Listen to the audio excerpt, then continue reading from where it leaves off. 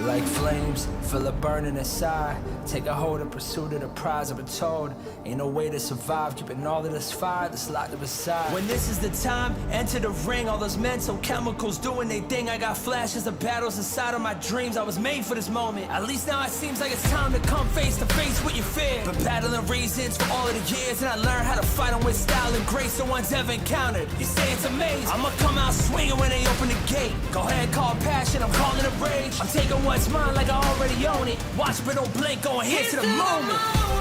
The sky rain down. Here's to the madness that's all around. Go on, tell them who you are, you are, you are. Go on, tell them who you are, you are, you are, you are. Here's to the moment, the sky rain down. Here's to the madness that's all around. Go on, tell them who you are, you are, you are. Go on, tell them who you are, you are, you are, you are. My name is honor, my name is king, my name is champion, my name is strength. Tell them who you are. My name is Pentakill, you think it's strange? My name keep ringing inside of your brain. I hear it every night. Here's to the moment the sky rain down. Here's to the madness that's all around. So tell them who you are, you are, you are. Go on, tell them who you are, you are, you are. Here's to the moment the sky rain down. Here's to the madness that's all around. Go on, tell them who you are, you are, you are. Go on, tell them who you are, you are, you are, you are. Here's to the moment the sky rain down. Here's to the madness that's all around. Go on, tell them who you are, you are, you are. Go on, tell them who you are, you are, you are. Go on, tell them who you are, you are, you are.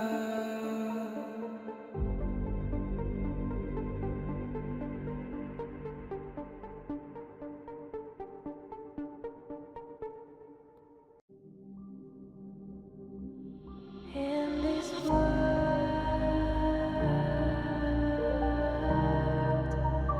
only ones in this world, only ones in this call out my name, cut through the sound of the rain. No matter how I feed the flame, you know I feel the darkness and the pain. All of the ways we tried to break free from the night. You know we made it out, we found the light. I fly so high, light up the skyline. Let's do it this time, like it's a whole new vibrant world.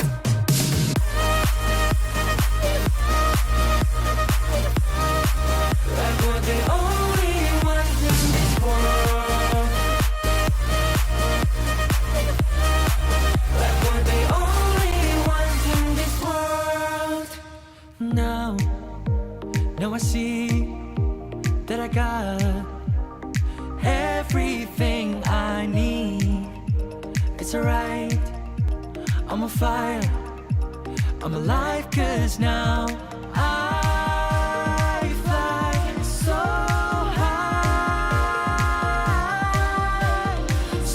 high, light up the skyline. Let's do it this time, like it's a whole new colorful world.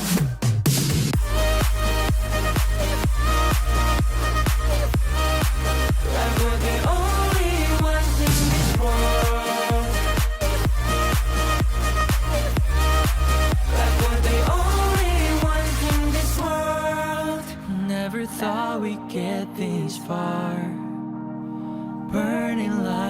the stars.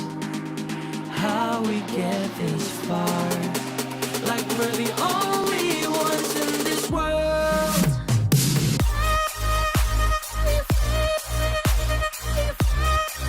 Like we're the only ones in this world. Like we're the only ones in this world.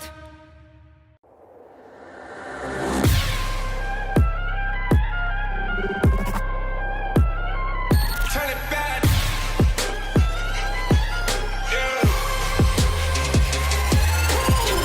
Gear out the weapon, getting ready, counting down. Pay attention to the challenge, tell me where you from. Gotta be tough, gotta be strong, gotta be self-reliant animal. Every time you tryna push me down. Look at me, I'll be lying down when I run around. You don't make a sign, I will catch you. Watch out, it's better for you, got no mercy. Look at me, I'll be rising. Carry the season, look out the time, gonna weapon. You never hesitate for another moment, but my bone is golden. I'm invincible, just let him know. I can show you all the glory I own. Through the jungle, find a way to the palace. I'm waiting here. Go, live from how can we go? It ain't a river, turning back. Storm is coming, tide up your cold. It's my kingdom, fire blowing up. We the kings, it's our honor showtime.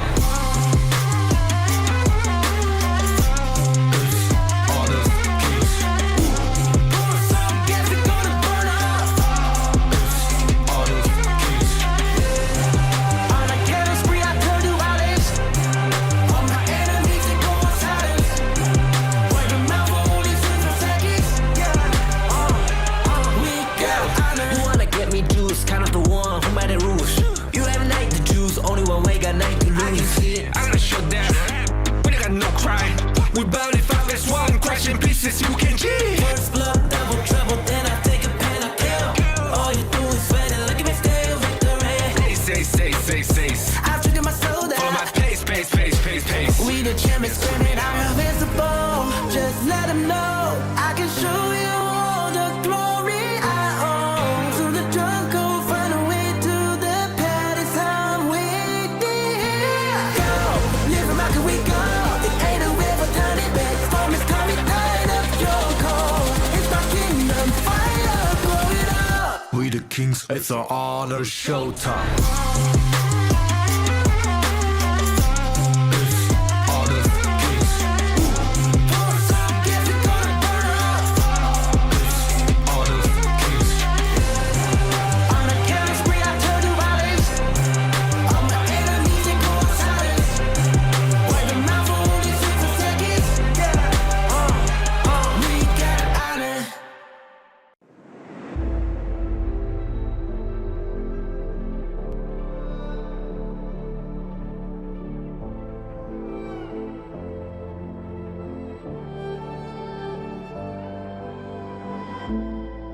We're no strangers to the fallout. It's what got us here. Ever changing, some chameleon. Blood, sweat, and tears. We'll never make it if we fall to everything that brings us down. With a comeback is now. Blood, sweat, and tears. Fight for what we want. Doesn't matter the cost. Every day, put in work. Blood, sweat, and tears. Nothing comes overnight. Strength in numbers start to line. We don't bow to fear.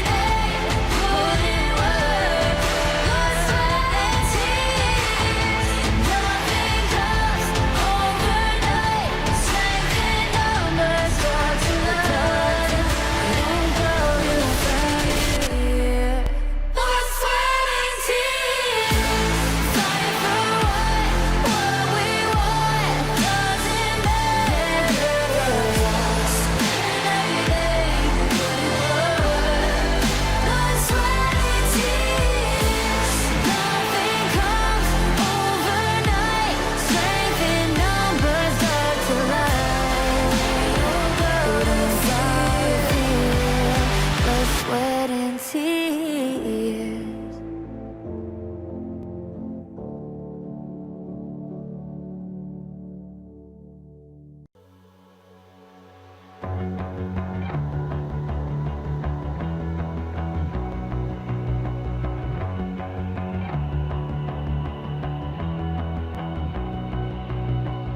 You've walked through the darkest nights. You've heard the crowd, felt the blinding light. You were standing there when your heart comes alive. It's a dream of a hat, and it never dies. Right here, right now, give it all, get it out. Never surrender, I fight and never fail. I am a contender, a challenge I can feel. The smallest lies become the brightest enemies, relentlessly. And even if you fall, you gave it everything to be a king.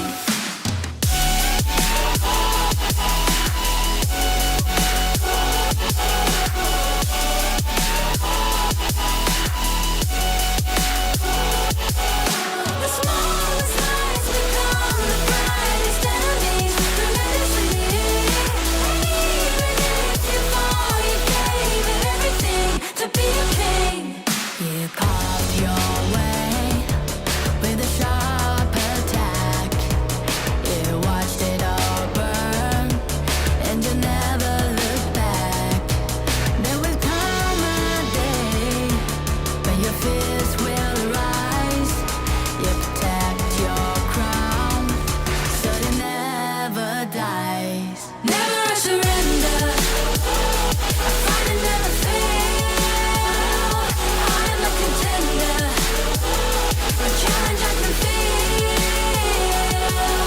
The smallest lies become the brightest enemies, relentlessly. And even if you fall, you gave it everything to be a king. On my way, on my way, find my way, find my way. On my way, on my way, dream my way, dream my way. Never a surrender, I fight and never fail. I'm a contender, and challenge I can feel. The smallest lies become the brightest enemies, relentlessly. And even if you fall, you gave it everything to be a king.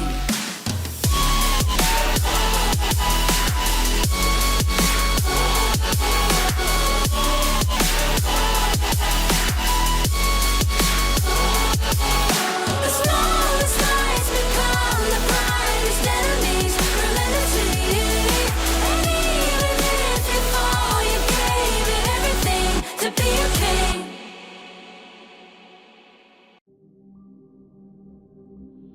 In this world, only ones in this world,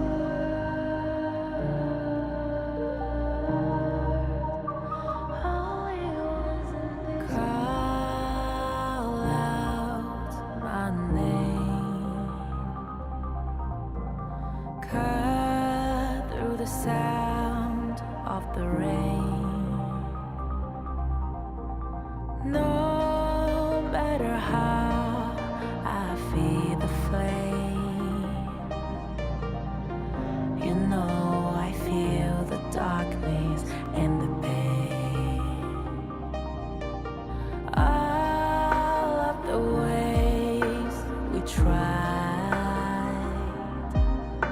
to break free from the night. You know we made it out, we found the light. I fly so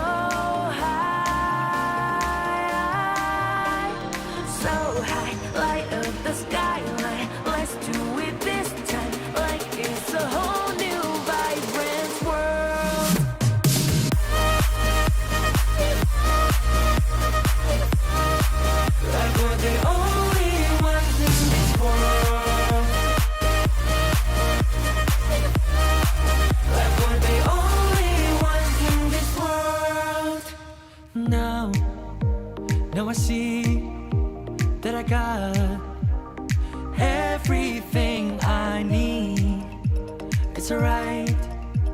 I'm on fire, I'm alive, cause now I fly so high, so high. Light up the skyline, let's do it this time, like it's a whole new colorful world.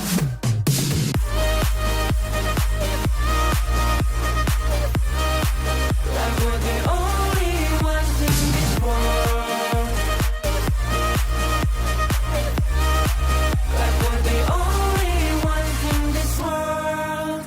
Never thought we'd get this far, burning like the stars. How we get this far, like we're the only ones in this world.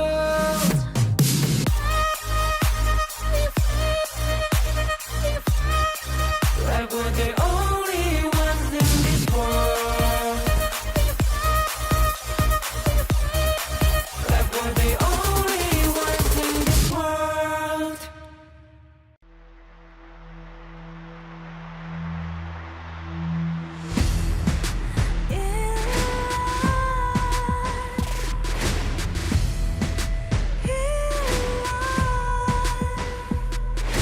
What's a life without its worth? Compromising with what hurts inside. When you let fear decide your fate, you don't choose which path to take in life.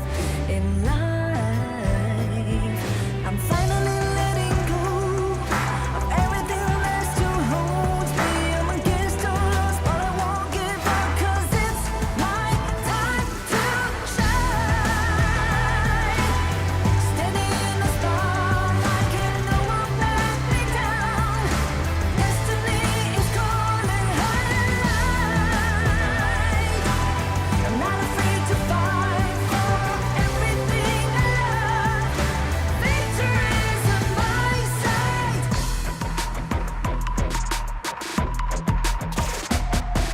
The more we lose, the more we gain. The more that nothing stays the same. In time, in time. Can't love back, but can't forget. What you see is what you get. Sometimes,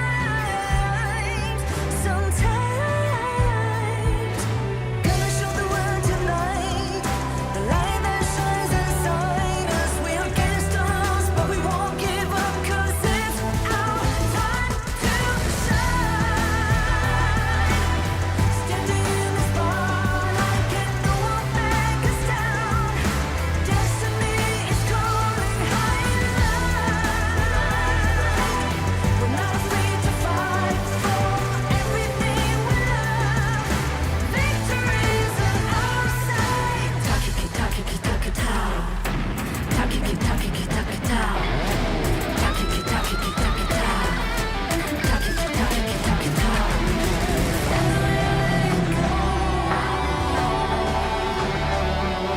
Everything still holds us. 'Cause it's our time to shine.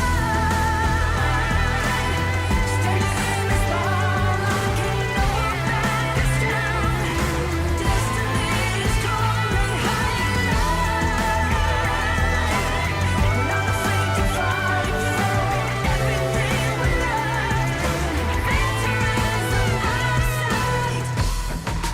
It's our time to shine. Highlight.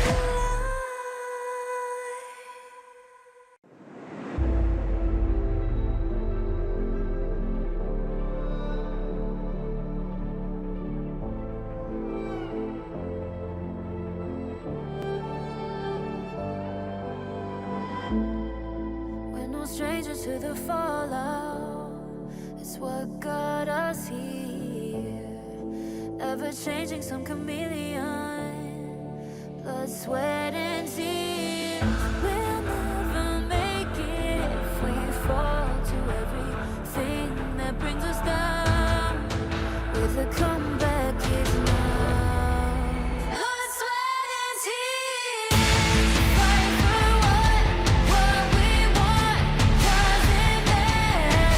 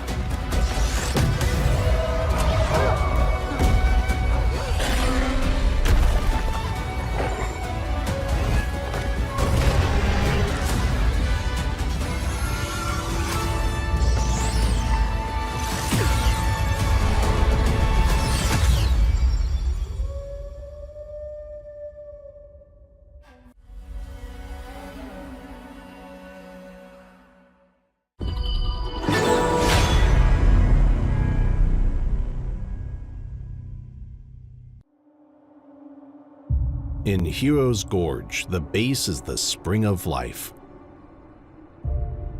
In the real world, every forest and plant is the Earth's spring of life. The base nourishes the gorge, just as Earth's ecosystems sustain all life. If the base is exhausted, heroes will lose their home. If ecosystems are destroyed, all life loses their habitat.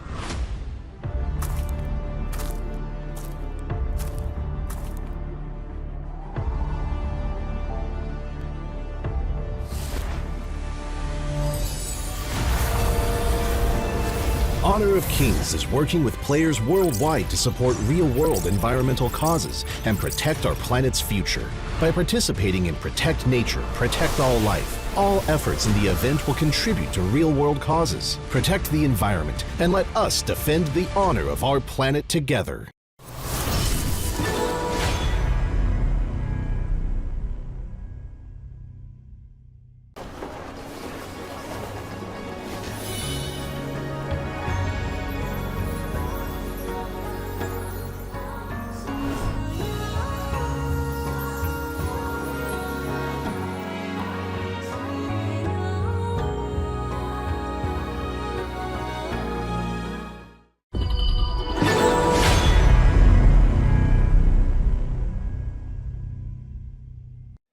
Excuse me.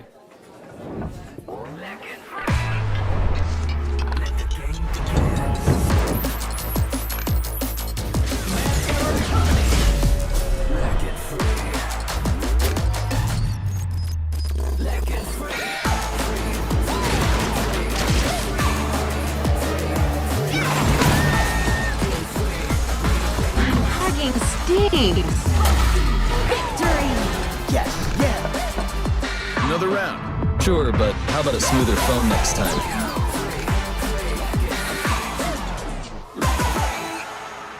Realme 14, performance beyond limits. Welcome to the Honor of Kings Major East League Spring and Major West League Spring 2025. Two independent tournaments, each featuring 7 top teams from rising powerhouse regions across the globe. Major East features teams from South Korea, Japan, Middle East and North Africa, and South Asia. Major West brings together talents from North America, Latin America, Europe, and Turkey. Each league has a $50,000 prize pool and a clear goal to qualify for the Honor of Kings World Cup KWC. The majors will be split into 4 phases: Ranking Week, Survival Week, Knockout Stage, and Major Last Call. Running from April 17th to May 4th, each phase will become more challenging than the previous, ensuring teams to be on their best forms at all times. The global ban and pick format is in effect from the start, limiting repeated hero picks across the series. Both leagues begin with Ranking Week, a single round-robin best-of-3 format. While it is less punishing in a best-of-3, teams still need smart drafts and broad prep from day one.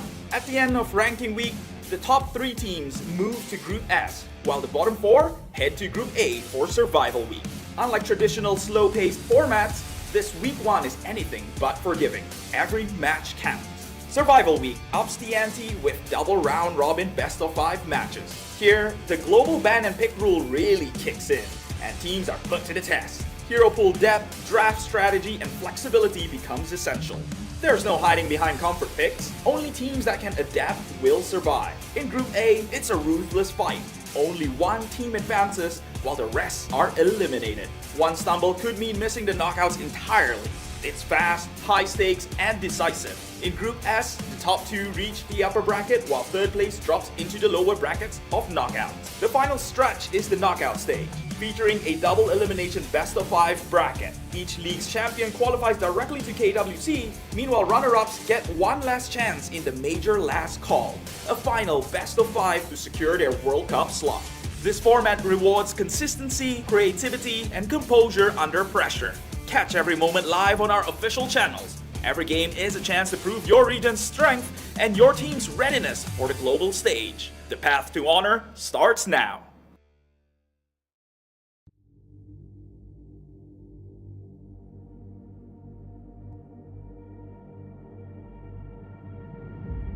I feel it deep flowing through my blood.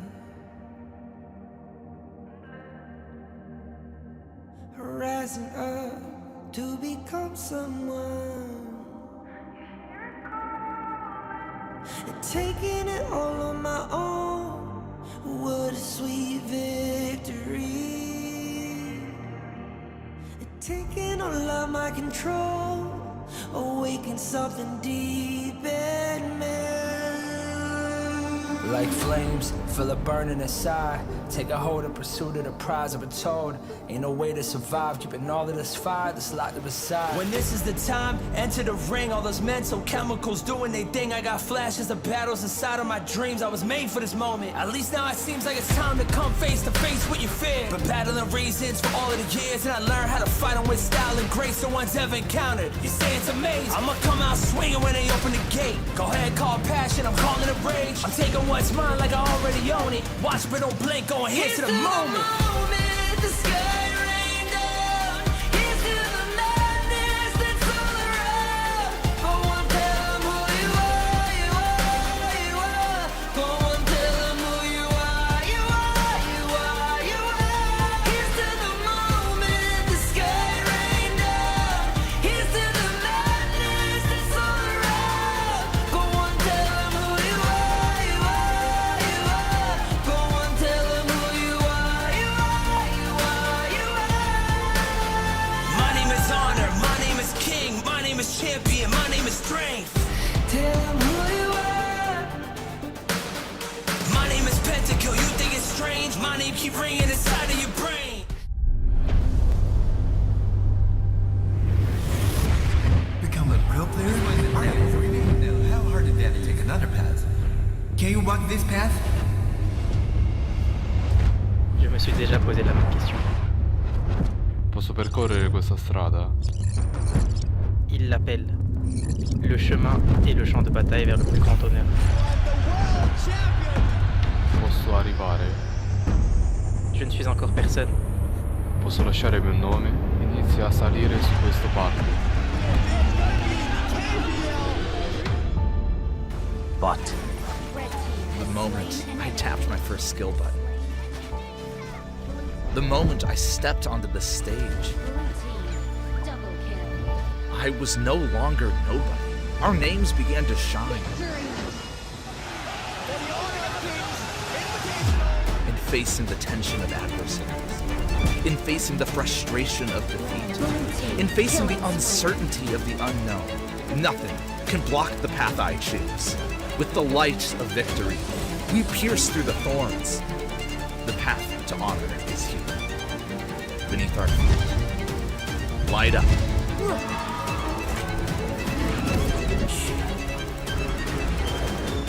When our footsteps awaken the dawn of the gorge, to walk this path is to walk toward honor.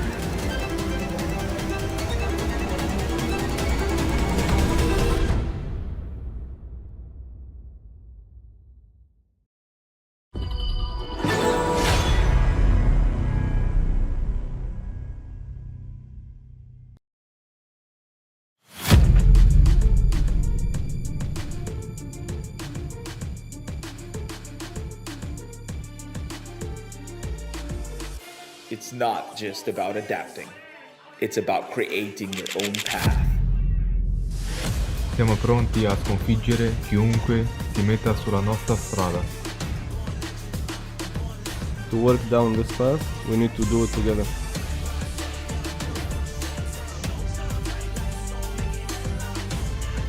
Side by side, we walk the road that shapes our fate.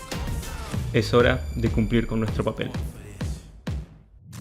Siamo pronti a sconfiggere chiunque si metta sulla nostra strada. It's time to walk the path of honor.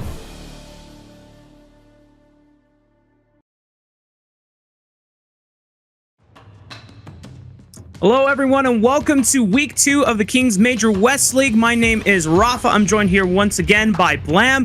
We've got a bunch of matches for you today as well as the rest of the week. But Blam, we got to take care of a couple things first. Right off the bat, what were some of the things that really excited you about week 1? Week 1, obviously, I think the most standout thing was obviously OG Esports having that undefeated run, right? That's definitely one of the most exciting things throughout the ranking week. But then obviously we saw kind of like Twisted Minds. They have their new formulated roster, which is obviously the previous X Team Vitality from 2024 as well, with the addition of Clean. Seeing them come onto the Gorge was really cool to see. And obviously they were almost undefeated as well until they met the top dogs, that is OG Esports. OG Esports continuing to show themselves as such a force to be reckoned with. Dao only 5 deaths in the entire tournament so far, Blam. That is just insane to me. He's not just escaping death, he is defying death. He is dancing with death, and anytime he gets his hands on Pei, I don't think there's any other hero that looks just as powerful as when Dao has his hands on it. Obviously, he's well equipped and adaptable to play things like the Augur, which have had a high draft presence rate we've seen in, a few series, but when he plays Pei, oh, it's a beauty. It's a real beauty. It's definitely a performance, right? Honestly, like, we've seen the Pei come through. Obviously, last year as well with Pei, it wasn't the greatest pick to come through, especially in terms of when the draft was a global ban pick. But now, obviously, these teams have the global ban pick, so they kind of have to go for these kind of, even though it is a meta pick, especially prepared with the Byron as well. Great access into the backline, super duper aggressive as well. You see these picks start to kind of form through, and the global ban pick is something obviously that was adapted in KPL, which is obviously the Chinese league as well, which was obviously introduced in 2018. It has now been adapted into Honor of Kings Global Esports since Season 3 Invitational. So again, this is definitely pushing the limits to some of these teams. That's right. And to remind everyone of what we are playing for at the end of the day here in the Kings Major West League, you may have already seen it, you may have not. The prize pool is insane for this tournament. Over, I think, $50,000 total in the prize pool, with just being able to qualify into this tournament and still ending up in 6th or 7th still is going to get you 6,000 USD. Whereas if you make it all the way to first place, not only you qualify for KWC later on in the year, but you also get 10,000 USD total. It's a lot of cha-ching, baby. Absolutely. I mean, there's a lot there, right? I mean, even if you finish like last place, like you said there, we had 6,000, but we're going to look at Team A coming in now, and that is none other than Twisted Minds.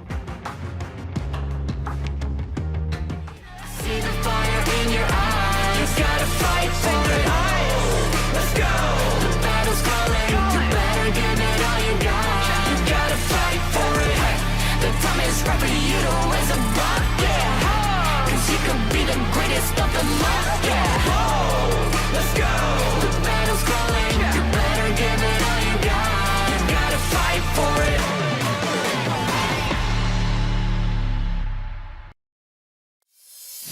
And on the blue side, for our first best of 5 today, it is going to be Twisted Minds. You have 90 in the Clash lane, Clean in the jungle, Hai Long in the mid lane, Shanks at farm lane, and CT Boy at support.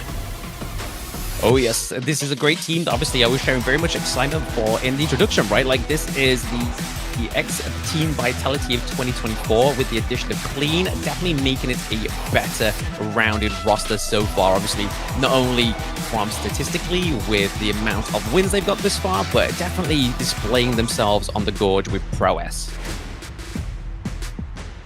Now, while Twisted Minds, for the majority of the tournament, was undefeated, they did eventually fall to OG Esports in such an epic Clash showdown that we had on our last day of Week 1.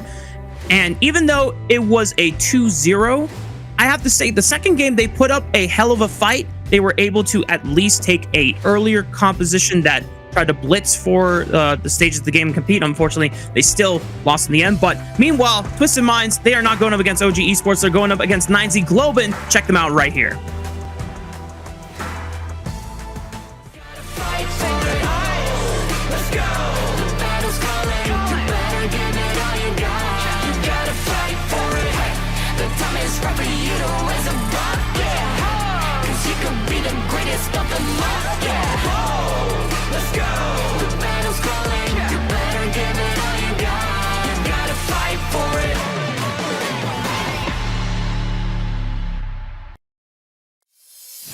And this is their competitors. Onto the side of 9Z Globant is Angra 1 into the Clash lane, Sick into the jungle, Moon into the mid lane, Destra into the farm lane, and Capo Saber into the support role. Again, this team has been a bit of like a clash of the titans last time these two teams faced together, right? Like, yes, they didn't get a single win on the board for the side of NZ Globant, but in terms of how they played onto the Gorge in both of those matches, was definitely like two forces collided.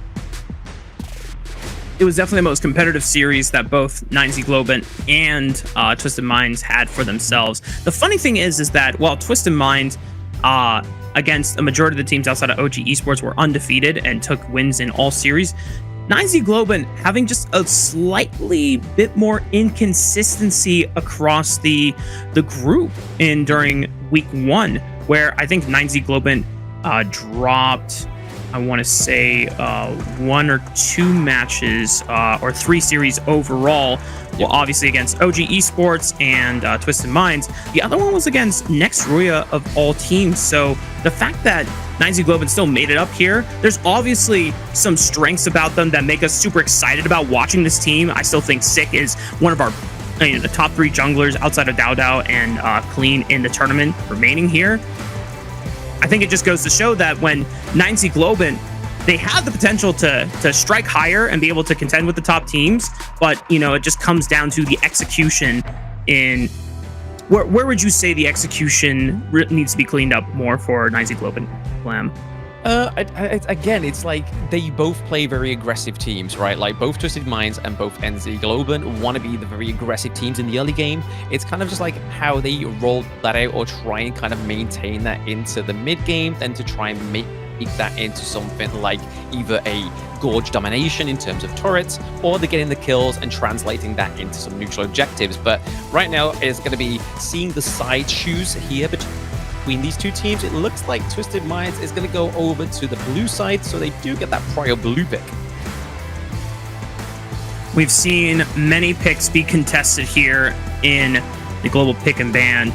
A lot of heroes like Arlie and My Shiranoi tend to be the ones that you immediately strike off when you are on red side, and you are immediately locking down if you are on blue side.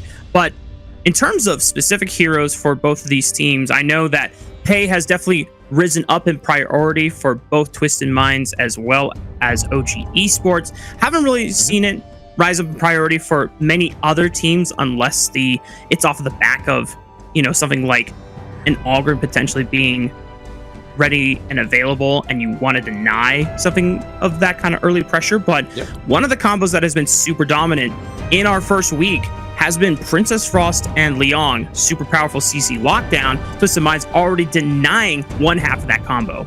Yeah, it's massive, right? I mean, the amount of CC that you have, not only with the Winter is here, but then obviously the suppression that comes through from Liang as well. It just makes them kind of like a very hard CC combo to get over. It's really like a great momentous combo that's definitely bared its fruit within the ranking week, right? But let's have a look at the bans here. So Gudo getting banned out as well. Very interesting. A pick that hasn't naturally fallen into the jungle role as much as some of the other leagues that we've been watching. But over the same time, with NZG, they banned out the My Shiranui and the Ali again. Very two typical bans over to the red side. And then we get Nighty getting his first selection on the board, which is going to be the Dharma. We know that he crushes on this hero. So again, very good for the side of Twisted Minds, trying to lock down Nighty's prior pick. 9Z Globant taking their time in what they want to answer with. Could just be looking at a strong scaling bot side with the Lung for Destro. And then, of course, Diadea, just one of our staple supports that has just always been contested, sometimes banned, super early on into the draft phase. And now Twisted Minds have a chance to round out their 3-man core, looking at not only a support of choice, but with the Ogren available. I mean, they're basically daring and saying, yeah, we can lock this in, and we feel confident that 9ZG don't have an answer for it. Yeah, it's a very, very stern team comp here for the side of Twisted Minds, right? Like, they've got the Ogren, so Clean gets to go on that pick. We have the Lian Po as well, which is normally most times out of 10 sort of like drafted against the Ogren as well as like a Musashi. But the fact is they get the Lian Po as well. So obviously the Tremor Smash coming into the Conductor of Souls as well is going to be an absolute dream to come through here.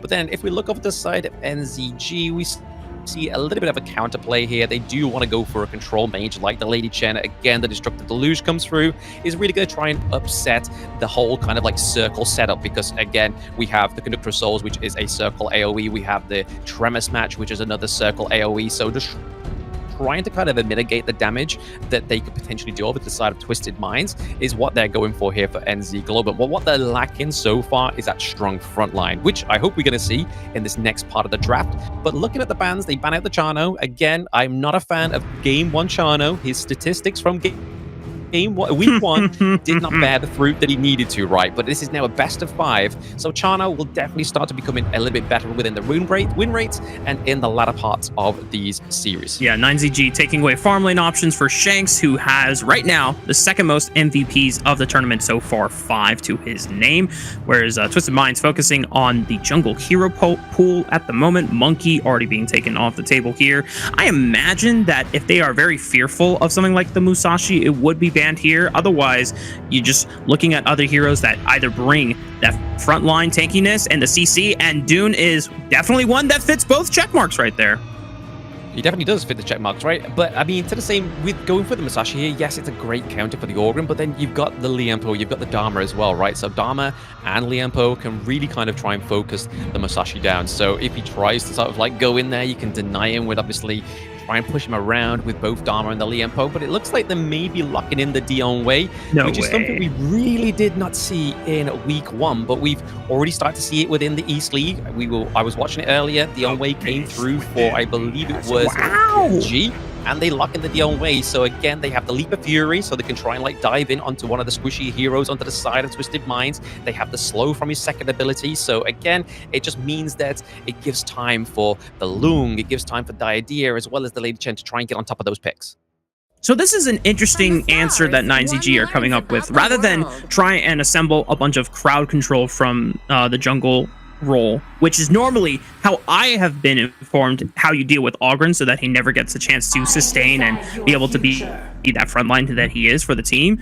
You're just trying to just ignore the Ogren and just dive the backline instead. It's like, okay, Ogren, well, what are you going to do if you have no backline to frontline for anymore? As Twisted Minds round out their composition with Lady Sun and Nua. Yeah, again, this is a really good draft fight by the side of Twisted Minds. It's definitely what they needed to kind of round out their game 1 team comp, right? They needed damage, they needed kind of backline, especially the Nua with the Annihilation from her ultimate. That is probably like the ultimate backline. You can drop that down wherever you want to in the Gorge, and it's going to travel in a straight line. And it's going to do some damage in the late game as well. And it's also got that kind of wave clear potential. So if you are kind of really struggling to sort of try and put a halt to the enemy team's wave clear in, say, for one of the lanes, and 3 of your team are down, you can drop the Annihilation down to really just try and sort of like halt it at a stop there. But honestly, over to the side of NZ Globin, going for the Mayin, you can kind of see what's going to be really happening here. You're going to be seeing City Boy trying to sort of like make sure he's positioned around Shanks to make sure he's not getting caught out. Same with Nua, so same with Highlang into the mid lane, right? Like these are going to be kind of like your 2 sort of golden gooses within this draft. I'm doing some quick stats check up here, Blam, because I'm curious if we've had yet to see a DN Way in Kings Major West League. I know you saw that it's been popping up in Kings Major East, but as I go through the numbers here, this is our first DN Way in Major West League, and I see this hero a lot when we're, chilling with the boys and, hitting solo queue. And I see this guy just kind of run at me and be a giant meat stick and just be able to, or not meat stick, stat stick. It just seems like if he's got enough farm on his side and he's beating you in gold, there's not much you can do in a 1v1 against him. So I'm curious how 9ZG are able to play around it, since this is going to be my first experience of witnessing it here in the Major West.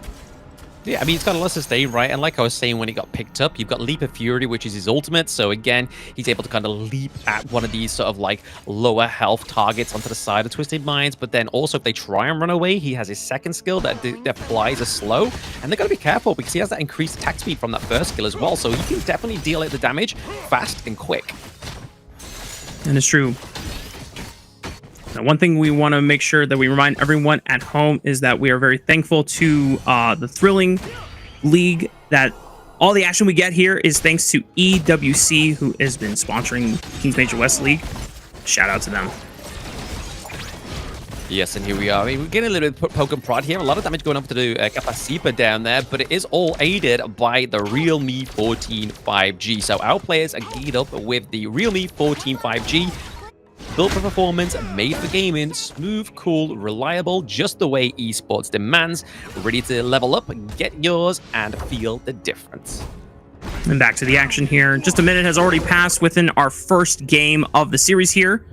You can already see that CT Boy has been quite active on the Gorge here. First touching mid lane and making sure that Hai Long was able to get the push into the mid wave before then reaching over to the top side and ensuring that 90 was getting in the first couple pushes. And so far, it doesn't seem like that Shanks has really lost that much on it.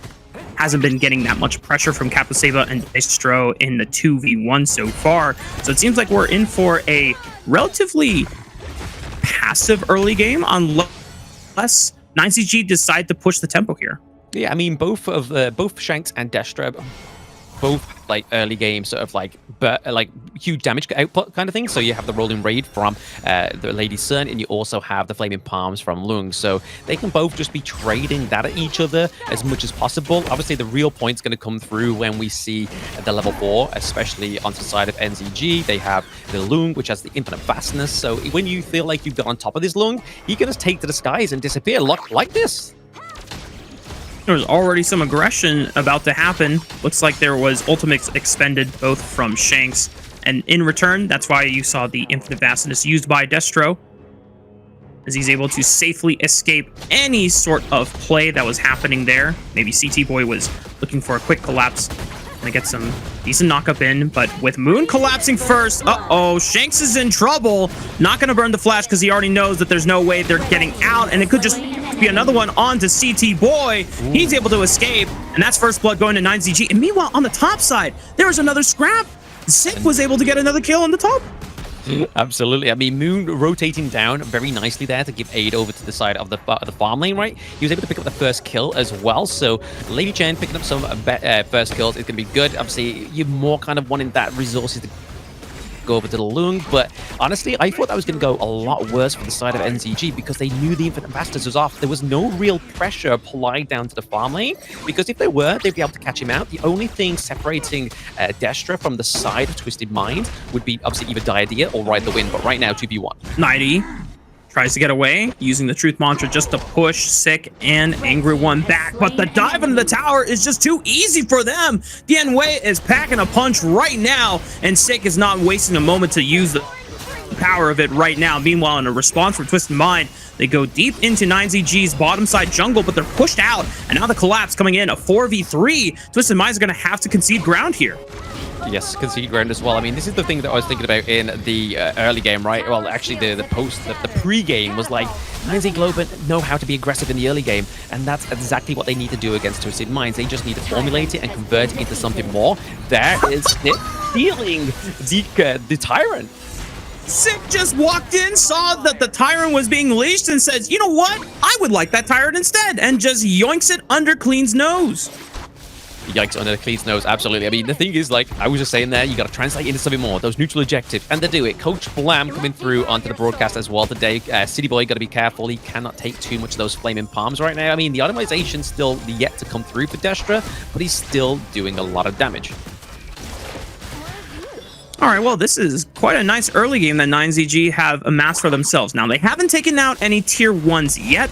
In fact, the damage hasn't really been that much in terms of pressure onto these structures so far, but it's been nice skirmishes that they found. Another 3-man collapse onto the bot side. CT Boy taking a lot of damage here, and he's just gonna fall. A flash seems like a little too late, but trying to buy some time here for Hai Long, who has now collapsed and now has found a response that Twisted Minds have desperately been needing. And with 90 showing up as well, the Truth Mantra forcing out the infinite vastness from Destro. Yeah, very nice play there by Twisted Minds Highling, right? Like, he came through with a double kill, the Coalescence coming through with the Annihilation, but still, we may be getting a takedown here onto Clean. The Conductor of Souls has been committed. He has the Eye of the Phoenix for the extra HP regen. Gotta be careful here. Is Angra 1 looking to take it to just bay off this 2v1 into the mid lane. Oh, good flash by Destro. Was under pressure from Long once again. And that 1v1 you saw, when Sick is able to just close the distance, you cannot win against this guy. Unfortunately for him, he's got no gap closers outside of Leap of Fury if it's already been expended and clean. I mean, he's got a skill 1 that allows him to traverse terrain like it's like he's surfing. So that is going to be the safety for Twisted Mind's jungler anytime that he does encounter DN Wei in these chokeholds.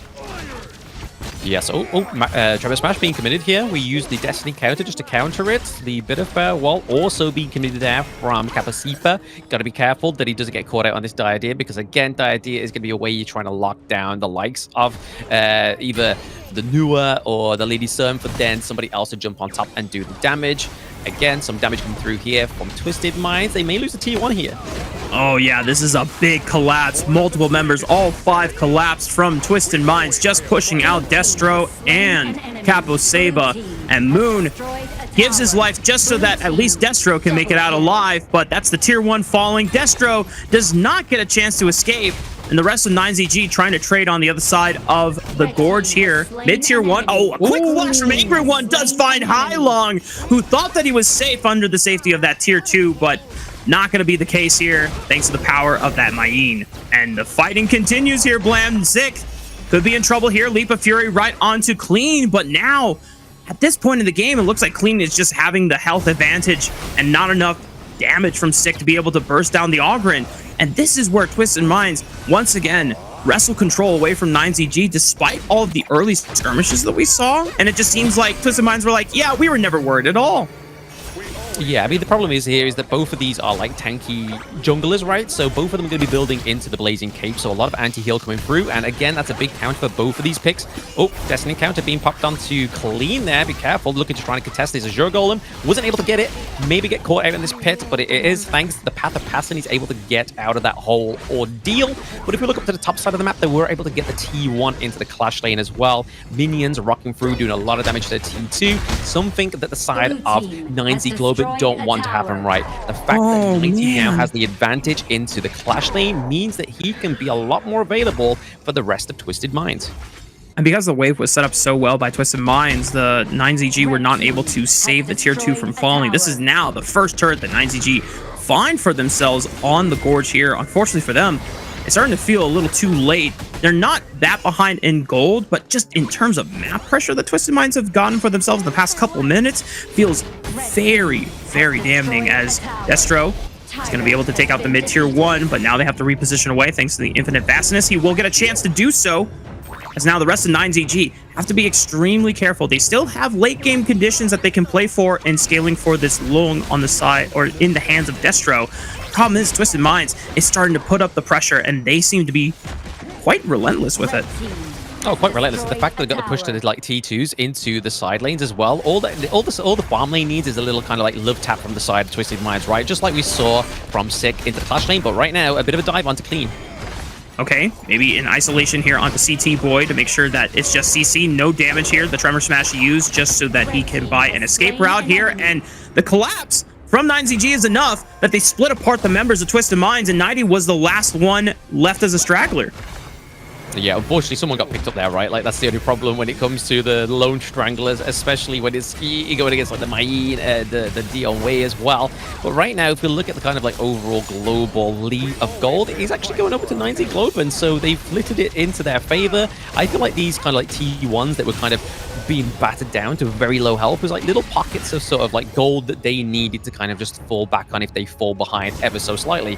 And that's the kind of advantage given them. They got to make sure they just maintain that advantage, get some of these good team fights come through. But 90's now back up, so they aren't going to be fighting with a handicap anymore onto the side of Twisted Minds. And overall, the Dion Wei and the Ogryn looking pretty balanced. He collapsed right onto Clean. He's got no members around him. He thought he was safe in that lime brush, but 9ZG, either they just found him by surprise or they knew exactly where he was. An immediate collapse, and no jungler from the side of Twisted Minds to contest for a smite steal on this upcoming Shadow Tyrant. Yeah, and no smite. They don't even like the Jong Fades, the support role, right? Which we normally see him take the smite. He could have obviously tried to use a Leaping Saber to go over there, but this is going to be crucial for the side of NZ Globant. They're going to have a lot more damage now. The burst damage coming from Sick on the Dion Way as well as Destra on the Lung is definitely starting to show onto the side of Twisted Minds.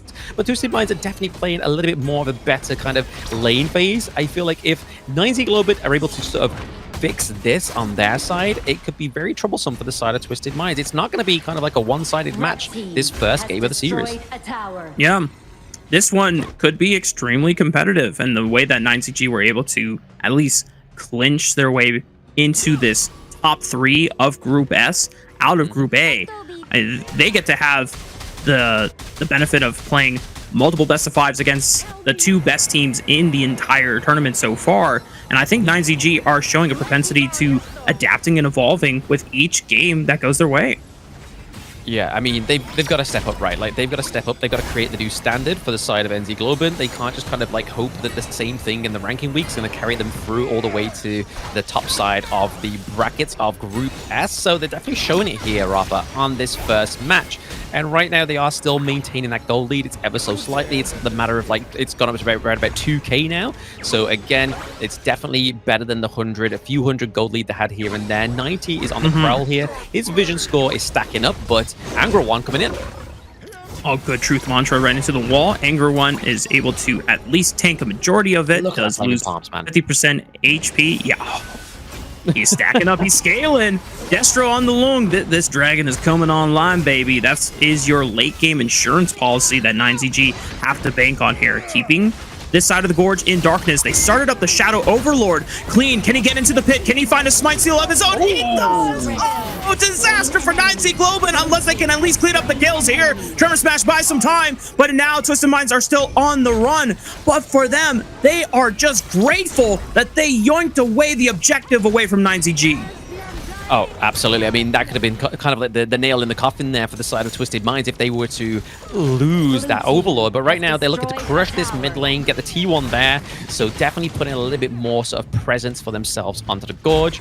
They haven't quite dropped the Vanguard just yet. I think maybe is it dropping soon? Nope. I think it's going to be a Clean that has it. So he's obviously on Death Timer. So once he comes up, we're probably going to be seeing a little bit more of a strategically placed Vanguard, maybe Overlord down into the bot side of the map just to kind of clean up that pressure to where there's no kind of real presence from Twisted Minds. Another fight here.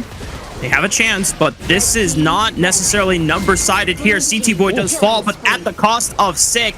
Shanks being able to clean it up on the Lady Sun, and now keeping out the pressure, finding Destro. The quick... Infinite Fastness was not channeled in time. Just gets popped before he gets a chance to take to the skies. And with Clean occupying the space in the river here, 28 seconds before the Shadow Tyrant comes up once again, Twisted Minds have regained control of the Gorge here. Regain control of the Gorge, absolutely. I mean, they definitely got the gold lead come through for themselves now, so definitely this was the lifeline that Twisted Minds was playing for. There was like, guys, right, we haven't had the best early game. The Shadow Overlord is up right now, so we need to take this if we really want to kind of pursue this first game within the series. And as you can see, the Shadow Vanguard is definitely going up towards the Clash lane here as well, putting a lot of pressure onto the side of 9Z Globant. They used the Destined Encounter already, so already a bit of a zoning mechanic from the side of 9Z Globant, a bit of a deterrent for them has been used, but we can see the likes of the Starbreaker coming through for 90, so Dion Careful. Ooh! Angra One, thankfully for him, just a little bit beefier on this Mayeen. Oh no! Sick! He tries to get pressure and being able to walk in first for the side of 9ZG, but Twisted Minds were waiting, Blam. They had the trap ready, and the rest of the Argentinian representatives just not able to fight their way back into the bottom side jungle. That's the Shadow Tyrant easily picked up there, and Twisted Minds continuing the pressure. Yeah, I mean, already doing a lot of damage, right, is High Link on the Newer. He only has the Scepter of Reverberation. He's now built the Savant's Wrath as well. So even with those just 2 items alone, when he actually took the damage onto Sick there, was still a lot of damage considering it's only 2 full prepped items. Cleaning into backline here.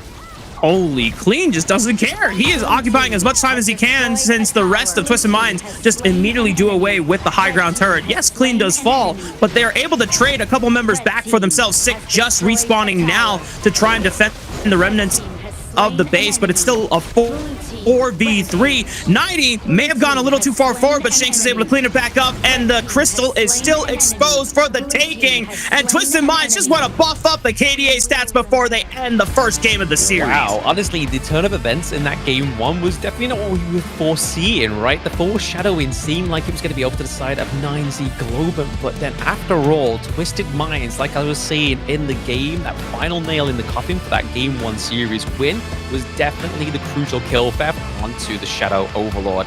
They needed that to make sure they could basically win that game. Like, honestly, if they didn't get that, the pressure wouldn't have been on the side of Twisted Minds, and definitely the side of NZ Globant. They weren't shy with the gold. They could definitely come through with a lot of damage towards the end there, but luckily for the side of Twisted Minds, able to run that out towards the end clean with a very sort of aggressive push, just so they could get the high ground turrets as well, was definitely the play they needed. Yeah, I mean, he knew his role in two crucial moments there. One, I need to give my life just to make sure that this objective does not go their way, because otherwise we're staring at an alternate reality, Blam, that maybe 9ZG are the ones on the cusp and the precipice of taking their first game against Twisted Minds. But we're going to have to see later on in the series if they can bring that reality to, you know, our current timeline rather than an alternate one. Meanwhile, the side of Twisted Minds, I think if you are a Twisted Minds fan, you might be not super concerned, but, you know, you might be a little miffed that there's a couple skirmishes that they may have been a little too disrespectful to the side of 9Z Globin in, where they're like, hey guys, I don't know if it's a not respecting Dian Wei thing, or, you know, just forgetting what kind of a stat stick he could be, especially if he gets in range of you. But Twisted Minds, the overall end goal is still to win this tournament, and their only biggest challenge so far was OG Esports. That is the only series that they have yet to be victorious in the tournament so far. And if they want to be able to find another chance to play against OG Esports and be on a more competitive, you know, level with them, they got to make sure that their series against other teams in the league are cleaner than this. Absolutely. I mean, to your point about like the Dion Wei, like kind of underestimating it, I feel like these players, especially on the side of Twisted Minds, are definitely going to have that knowledge already in their sort of like utility, right? Like they knew Dion Wei has a lot of burst, it has the leap of fury, it has the slow from his second skill, but sometimes it can just catch the best of players off guard as well. True. But the way we saw it kind of like formulate in the early game, there was a lot of pressure up to 90 into the clash lane, and I feel like that was NZ Global kind of flexing their roster information on Twisted Minds as well, knowing that 90 definitely shines on the Dharma. This was one of his kind of like golden picks within KC 2024.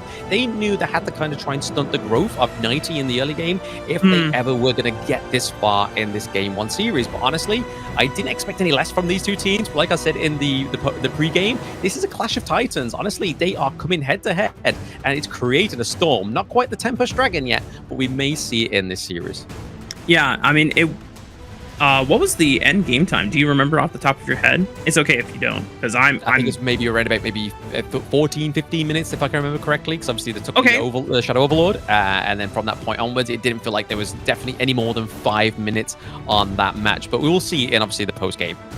True. The reason why I ask is because their previous two games that they played in the series that they had during week 1, game times were 14 minutes, 27 seconds, and 12 minutes and 58 seconds, respectively. So relatively, you know, average game time lengths here in Honor of Kings, you know, not super bangers like the, you know, 20-minute post where Tempest Dragon spawns. I think we've only had a couple of 20-minute Omega bangers. I know at least we had one Tempest Dragon spawn with the OG Game 2 versus Twisted Minds. Can't recall the other one, but here we go. Post-game graphic here. It doesn't show my end game time. Dang it. Maybe we'll another screen.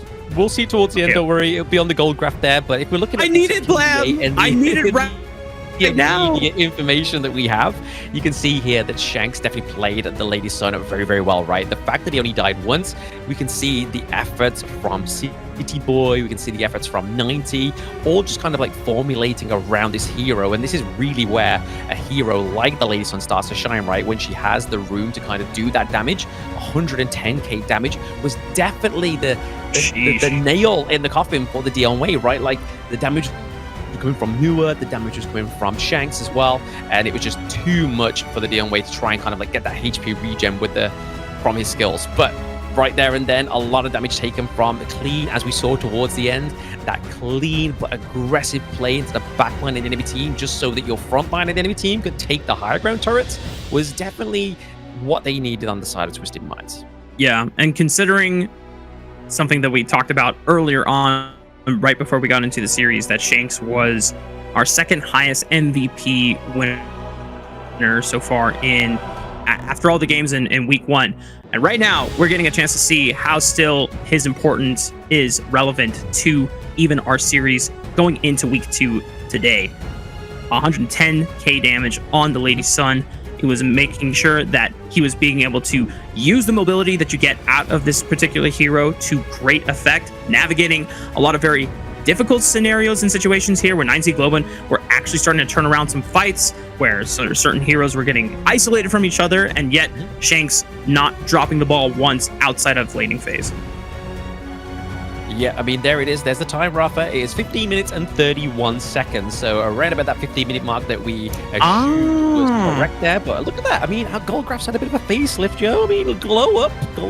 But speaking of the glow up, it's definitely not a glow up onto the side of Twisted Minds. This definitely paints the picture that I was expecting going into that best of 5, right? Was the fact that NZ Globin was not going to be going down and taking the punches as easily as Twisted Minds were expecting. It was flickering from red, blue, kind of like a siren in a way.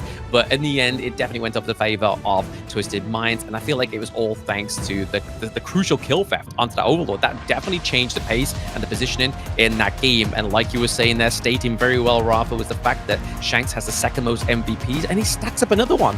417 in the KDA, 32% of the overall damage done, but only 13% of the damage taken. So again, shining efforts onto City Boy, onto 90, really denying the enemy team jumping onto Shanks, which really shows and pays dividends in this game 1.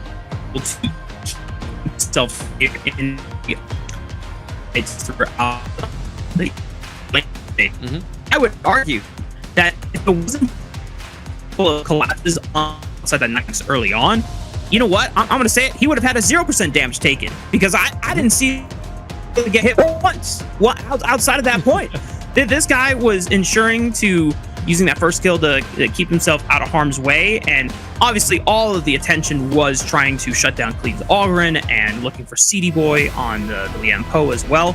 But as we take a look back over the highlights, you're going to see where 9ZG first got their explosions onto the map, getting the first early surprise skirmishes, but then it was a 5-man committed collapse from the side of Twisted Minds that really helped break open the game. But even then, still have to give credit over to 9ZG for not giving up morale after losing a little bit of the turret race that we saw in the early rounds, because off of a couple of early skirmishes, they're able to push that advantage into the topside jungle and make that Shadow Overlord setup first, actually doable in the first place.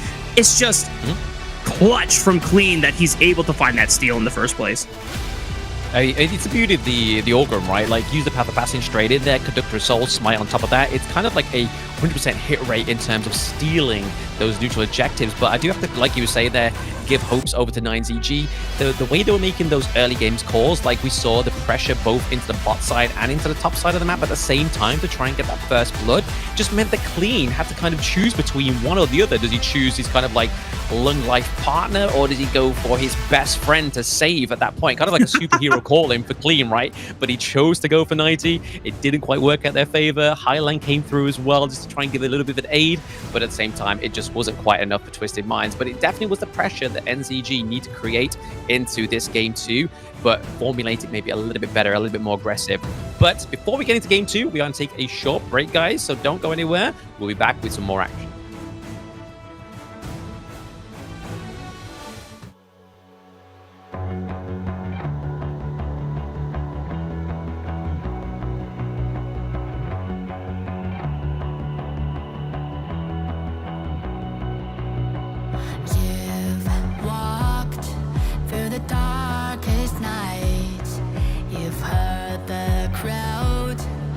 The blinding light, it was still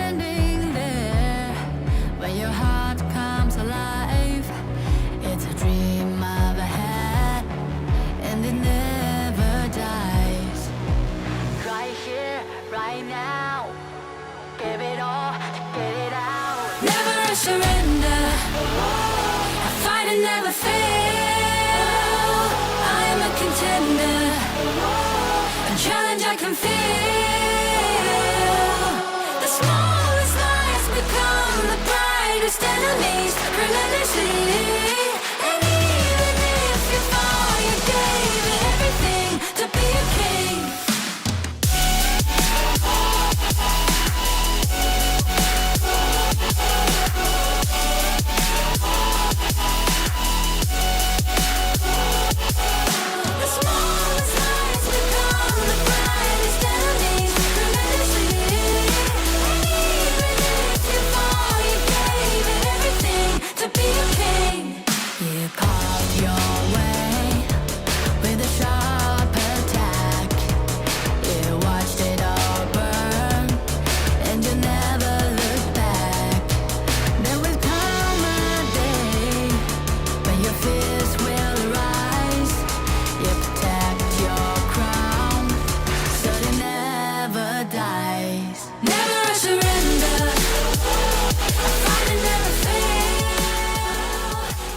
And welcome back, y'all. We're getting ready for Kings Major West League Series numero uno and game number 2, baby. That's right. We're introducing some Spanish because we got to pay respects to our America's team partner in Globant, representative of Argentina. You know, I might drop a little bit more Spanish in the cast. I don't know. We might get adventurous. We might get bold here, Blam.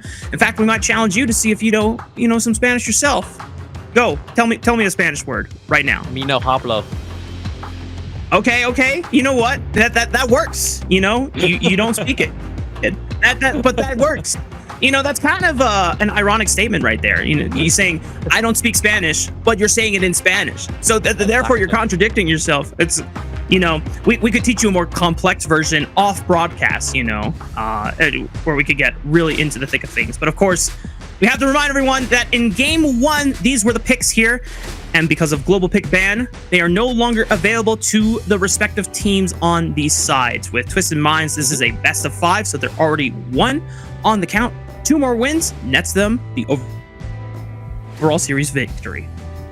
Exactly. I mean, some good picks coming from both of these teams, right? Like the Augurin, the Dharma, the Nua as well. Obviously, we didn't see Nua much in week 1. It didn't really come through as much as I was expecting it. But again, it's best of 3. You kind of want to be putting sort of like the more sort of like less intrusive picks into the mid lane, right? Like we've seen a lot of Princess Frost, a lot of Lady Jen, a lot of Shut as well. So just those control mages coming through rather than those kind of like dominant sort of like high damage dealing hero picks like the Nua. But over to the side of NZ Globin, they do exhaust the Lung, they exhaust the Diadia, the Mayin. Again, Mayin had such a great appearance rate in the first week, right? I mean, it didn't probably have the greatest of win rates in terms of like overall success, but it was definitely there on the Gorge more times out of 10. But once more, we are going to be seeing Twisted Minds going to go over to the red side this time, actually, and then NZ Globin are going to go over to the Bulldogs. So we do have the reactive counter pick side for Twisted Minds in store in game 2.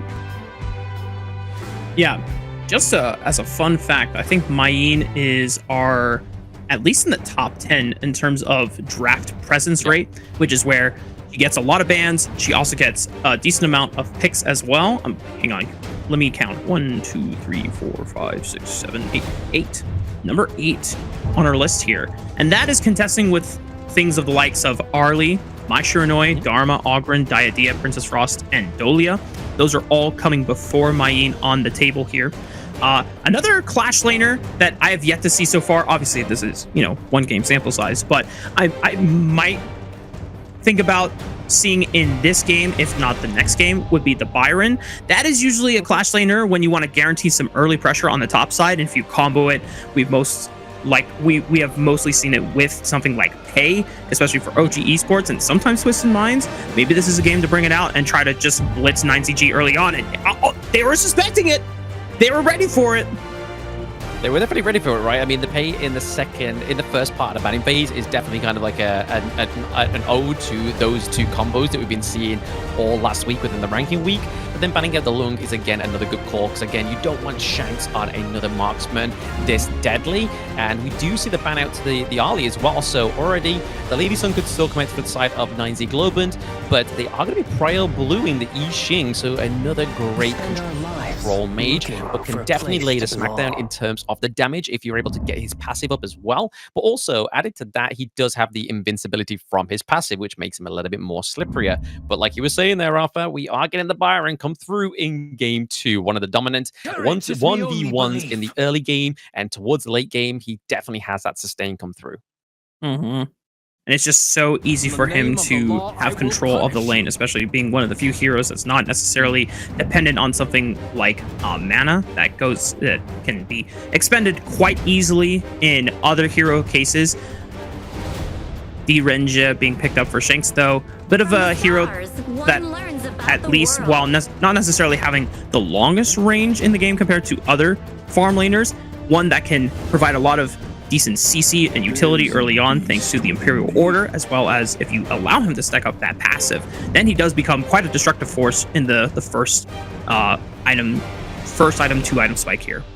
Yeah, I mean, he'll more than likely go for the Spark Forge Dagger, right? Because like you were saying there, Rafa, he doesn't have the greatest range, but when you start to build the Spark Forge Dagger as the first item for the D-Ranger, it kind of negates that whole con that he has against his kit. So it also gives him the splash, and then obviously proccing his passive, he gets the magic damage come through as well. So for early game tanks like the Zhongfei, it's going to make it a lot more harder for them to sort of like overcome that damage, because you think, he's a marksman, he's only going to do physical damage. Nah, he's going to come through with a bit of splash with that magical damage, which is going to make it a little bit more zesty for the side of 9ZJ to actually overcome. But then obviously the Imperial Order definitely reduces the physical and magical defense of that whoever hero gets hit by the Imperial Order. So not only CC, but some pain is about to be laid down. Back to the draft at hand, though. Elaine and Guan Yu both being banned, so very high, big picks into the clash lane for week 1. Elaine would be a fantastic pick here because of obviously access into the back line onto the top of the D-Ranger, onto the top of the Sakia. Kind of gives a little bit of a notability of what they're going to be picking into the mid lane. Another squishy hero. The Shirk coming through here, a control mage, which Highline has actually performed decently on. One of the few players that has pulled out the show. Definitely not something that we see a lot here in the KMW. Meanwhile, 9ZG trying to ban out. Also, a big note on the Jing. I was waiting for this one, just like in their previous series, when the cards and the chips were down and Sick was not able to make it happen on the first hero, which was more of a tanky frontliner. This time, he's going back to the Lamb, a powerful assassin, and in the right hands can completely take over a game. I feel like we saw this matchup happen before, though, right? The Shirt coming up against 6 Lam, most specifically within the ranking week. I feel like it was. I believe, yes, it actually was. It was OG Esports against 9Z Globin. So again, this definitely matchup happened. It's Twisted Minds kind of saying, look, we kind of know what you're going to go for here.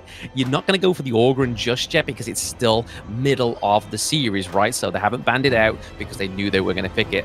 Sick wanted to get on top of that Lamb pick, which is one of his signatures, but Twisted Minds knew that. They kind of was like, we're already like 2 steps ahead of you, my guy. We got the shut come down. We have Highlang on that one, but what I'm more excited to see here is Luna. Clean on the Luna here is going to be very interesting. It's all going to be kind of trying to get that sort of like high damage coming into these team fights. Got to make sure there's dodging the unbridled outburst from Zhongfei, because as soon as that comes through, it really kind of stunts Luna's mobility into these team fights. So that's probably going to be one of the main goals of Kapasipa on the side of 9Z Globant. Got to be patient with probably your biggest crowd control tool on the side of 9Z Globin, because if Clean is able to snowball on something like the Luna and there's nothing locking her down, well then you better kiss your backline goodbye, because they're not going to be long for this world. 9ZG though, I think the one wild card that surprisingly is not actually Sick on the Lamb, because we have seen it before in this particular matchup against Twisted Minds, and Twisted Minds were able to overcome it. It's actually the Lu Bong for Angry One. That provides a little bit of extra global power here for the Argentinian representative. It does, and it also, I believe there was one team that played the Lubang and the Musashi combo as well, which kind of plays the same kind of synergy here with Sick on the Lam, because you're going to be diving into the backline with that death from below, right? Like death from below, flash in, and then you have Lubang on top of you, giving that huge shielding, but then he comes through with the CC as well, really helps you get that kind of like overall damage from the Lam. So again, I think it's just replicating that same kind of synergy between these two heroes. Yeah. You are basically acting as a delivery service for the Liu Bang so that he can be right on top of the backline. And then suddenly, if one of your frontliners that packs a decent amount of CC is just in melee range of D-Renja and Shi, well, that's not a happy place for Twisted Mind to be. But we are on to the Gorge for the second game of the series.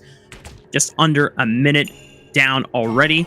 Not much major action has happened. Some early roams have come in from mostly the mid laner here on the side of 9ZG. Moon just giving a couple love taps over to Flash lane here, making sure that Angry One doesn't fall behind. As we've already noted before, Byron has a pretty nice, powerful position in terms of early laning phase strength. Yeah, I mean, you can kind of see already they're trying to put a bit of pressure onto Highline here because they don't want him rotating in the early game, because as soon as he starts to rotate, it becomes a lot harder for Destro on the Lady Sun to actually try and make it more of a survival in the early game. And you don't really want to be giving Shanks that early game lead as well, right? Because as soon as the itemization starts to come through for the D-Ranger, that's when the pain train also comes through. Oh, look at this. Clean was anticipating a collapse on the top side, helping 90 push in, but it was 3 members dedicated to the play overall. But Clean's presence is enough to defuse any moment that could have been a kill onto 90.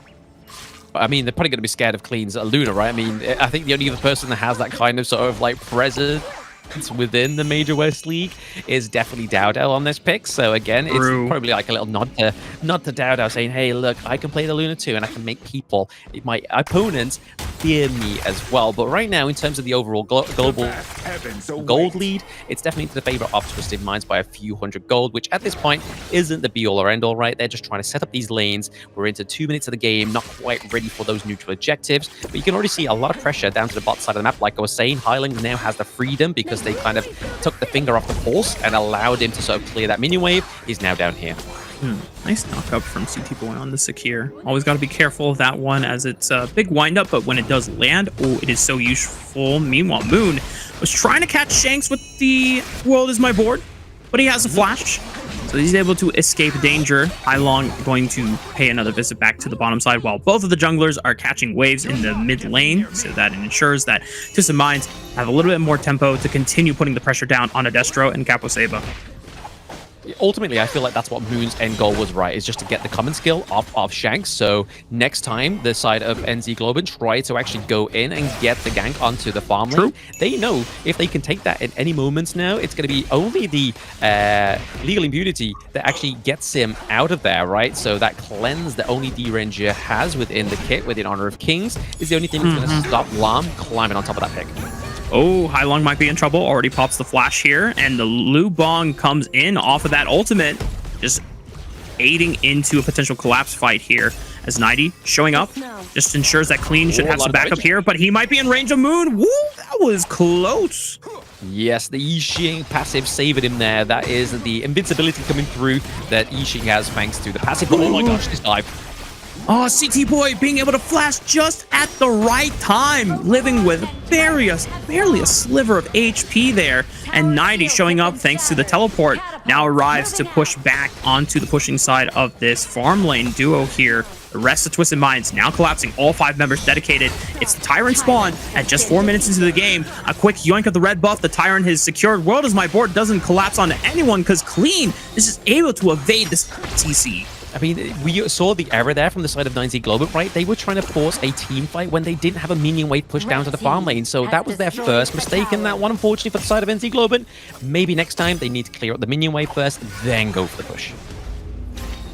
Gotta make sure that you do all of your steps in order first before going for the big plays, even if it is a surprise one. Meanwhile, Twisted Minds invading into the topside jungle of 9ZG, already pushing out Sick. Does make a chance to escape, and somehow, Blam, we have yet to see a first kill in the first 5 minutes, despite everyone just throwing hands every second.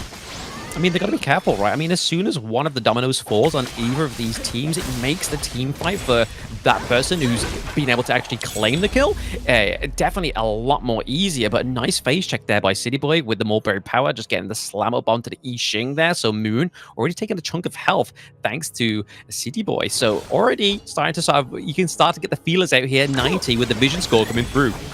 Oh, there's the trap. Was waiting for one particular opponent to face check it, but no. 9ZG bring way more members to the party. Sick does eventually go down, but at the cost of 2 on the side of Twisted Minds. Yeah, you can already see here for the side of 9Z Globant, the fact that the more control that they have onto the Gorge, right? The fact they have the World is My Board, as well as the Unbridled Outburst, really tipped the scales of the presence of what should have been there for the side of Twisted Minds. But okay, 4v1. Okay, Clean. Can he pull off the 4v1? It doesn't look like it, Blam. And now he's behind multiple tier 2 turrets, but he is skating on by to the safety. Oh, but a good collapse from Destro and the rest of 9ZG. Twisted Minds jungler maybe bit off a little more than he could chew there. Honestly, I'm surprised that he kind of tried to funnel them over to Shanks there. Yes, he's supposed to try and get like a kill on for Shanks, giving some more gold over. But in that moment, there was no real way for Shanks to try and get any kill there because Clean was already very low.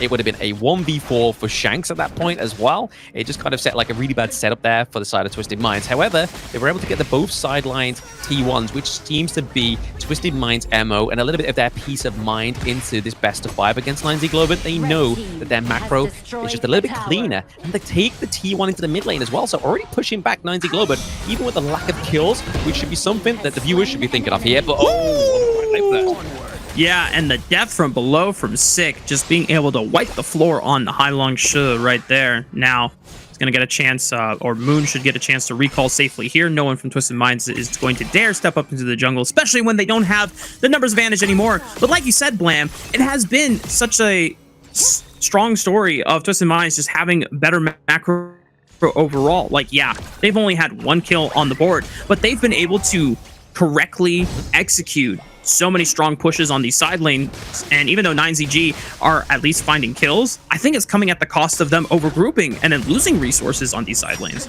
Yeah, I mean, the resources going in the right direction as well, right? Shanks is now ahead of about 500 gold over to the side of Destra, onto the side of 9Z Globin, but that's where they need to maintain that momentum, right? Is giving it all over to the Ranger. You know for a fact it's going to be building some defense items. We already see the boots of Fortitude, so physical damage reduction coming through for Shanks on that pick. But we have the Doomsday. We missed a kill onto Destra there, which is unfortunate. But that's unfortunate for the side of 9Z Globin, right? They've lost one of their big power spikes. Well, it looks like Sick is going to bring Angry One to the party here. Oh my goodness, it's not enough. Yes, they find Shanks, but the easy collapse from Twisted Minds. They had full control of that topside jungle, so I feel like that was a one-way trip for both of the Clash lane and jungle duo of 9ZG, and Twisted Minds are going to say, okay, cool. Yeah, that's still a 1v2 for us. 1v2 for them, right? And they were able to... So this is where the shit comes through in terms of the counter pick towards the Lamb as well, right? Like, this is where we're starting to see that shine. The control coming through with the Silky Threads, just able to kind of maneuver him about. He kind of feels like he's got control of his hero, but at the same time, Shi's like, no, let me pull a few strings, homie. I'm going to get you and move you in the direction that I want you to be. And you can position him very nicely into these team fights, exactly displayed the way it was into that Clash lane fight, right? But now for the side of Twisted Minds, they got to make sure they just kind of mitigate that clean going into the back line here. Holy, dude, he is so mobile on this Luna. I forget that how nimble this hero can be, especially in the right hands. Now, just look at that. Clean is just able to easily burn the World Is My Board. Steps outside of the range before it could lock him in there. Gonna look to try and... Dude, Clean, this is just disrespectful. He's dancing in and out. He's drawing pressure from 4 members here, but at the very least, 9ZG are able to push him away and get the Shadow Tyrant for themselves. Actually, not Shadow Tyrant, since we're not even 10 minutes into the game. It feels like it's been longer, but the rest of Twisted Minds have been freely taking control of this topside jungle at the cost of, 9ZG overgrouping for the Tyrant. Yeah, this is when Twisted Minds knows where they can beat 9ZG, right? And this is what I was kind of like alluding to in game one. It's the fact that the macro for the side of Twisted Minds is just that much a little bit better. They're able to kind of like do a feint of hand, like, hey guys, over here, and then come with like the left jab and like connect it to the jaw of NZG is definitely what they're doing here, and it's becoming very brutal for the side of Twisted Minds. They're able to get the flash lane all the way down to the higher ground turret as well. They just need to keep imitating this, and if 9Z Globant keep falling for this strat, they've got to kind of reconsider how they go play the rest of this game 2 or even game 3. Yeah, and once again, Clean is doing the same thing, but this time he's got friends. He's got all of the rest of the Twisted Minds ready to secure the Shadow Tyrant while he just plays a distraction on the other side. Now Sick trying to go into the backline, bringing Angry One with him. Kappa was the first one to fall, and they can't get on top of Shanks. Now he's just going to run down Angry One on the right side. Meanwhile, he collapses back in with the rest of the comrades of Twisted Minds into the mid. Sick was able to make his escape, but the rest of 9ZG just not able to contend with the power of Twisted Minds right now. And a lot of the common skills being burnt out as well, right? Means that it was just like, it was their final hope to try and get out of there. They had to use the flash. It's only Destra that's alive with the flash right now. He has the rolling raid. He has the ability to kind of not use that common skill. But right now, if we're looking at the global gold resources here, you can kind of see the Twisted Minds are ahead by about 6k gold, which going into that 11-minute mark, Rafa, is not where you want to be if you're 9Z Globant. You need to make a final stand here at the high ground turret. Otherwise, those high ground turrets are going to fall, and Twisted Minds will just have full, complete control of the Gorge. I mean, they pretty much have it already, but those high ground turrets are your last line of defense before exposing that crystal. And with all these lanes being pushed up, all the jungle resources are completely forfeit. From the side of 9ZG, Twisted Minds get to take everything away, continue extending that gold lead now to about 6,000, or actually starting to push into the 7,000 region, just a few hundred away. Shadow Overlord ready for the taking. Clean is going to take his time and just cleaning out a majority of the jungle resources on the bot side before they set up some traps and vision control on the top side once again.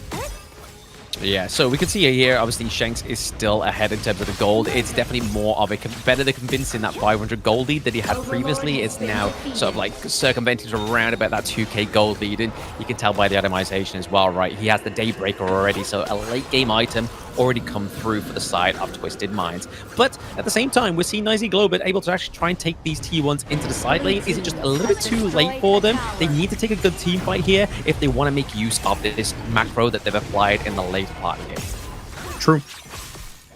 It does shore up a bit of the gold deficit, but the gold deficit is still large enough that Twisted Minds very favored in closing out this game. High ground tower still standing for the sake of 9ZG. And in terms of wave clear, it's not definitely the worst that they have to play against, but now with Overlord, Vanguards starting to pour in onto the top side of the mid lane, and with the Empowered One coming in through the farm lane, at some point 9ZG's defense is going to give. The endurance will not be that much longer, and Twisted Minds will just wait for the right window to pounce. Yeah, exactly. They're just trying to push here with the Vanguard into the bot side of the map. As soon as they get a higher ground turret, it becomes much harder for the side of 9Z Globant to actually try and make this a bit of a comeback, right? Because you have those enhanced minions come through, and once they start to get into your base, I mean, even to your heroes as well, they start to do a lot of damage.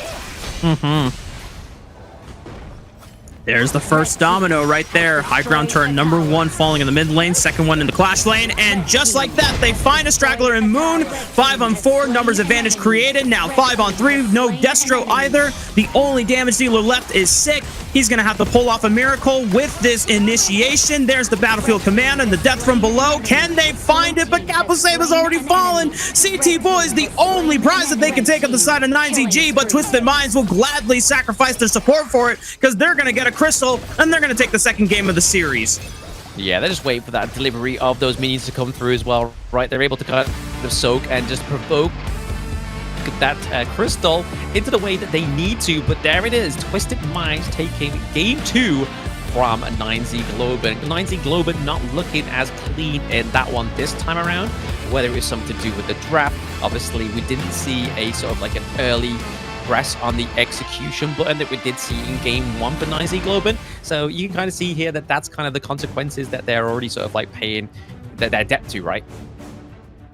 Yeah, this is match point now for the side of Twisted Minds, and I feel like, you know, as we were saying in the first game, 9Z Globin being able to show a better performance, and maybe there was a chance for them to continue adapting and playing up to the level of their opponents. Unfortunately, not the same case here in game 2. It almost seems like Twisted Minds had the better read on them after game 1 and said, so this is what you're tending to do, trying to over collapse on the bot side of the map. Well, you know what?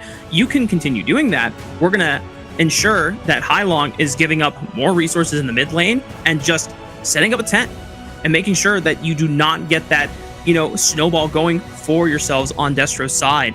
And the fact that Shanks was not only, protected, but also playing on a hero that allows him to push the wave super easily and be able to actually threaten early on, thanks to, as you called it, the Sparkforge Dagger or early rush completion.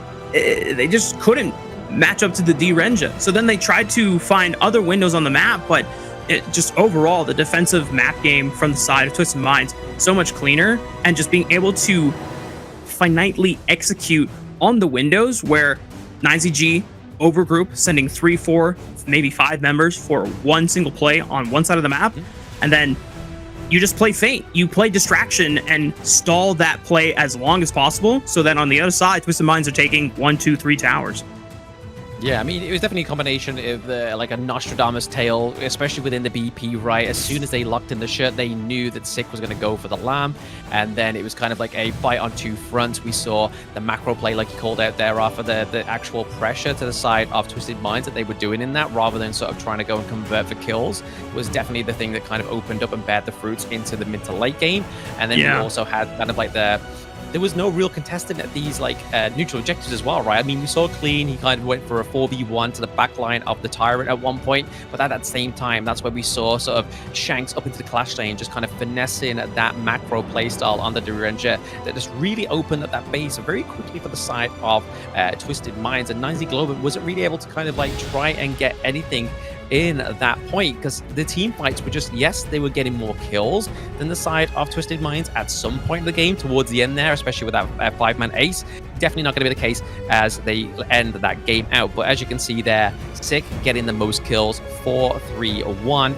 Was it the most convincing performance on the lamp? Probably not, but I put that down to the counter of the Shur, as well as the Sakira, as well as the Byron as well, right? 3 big picks that have 2 knockups, and then Shur with the control is kind of all you need to dominate that lamp pick.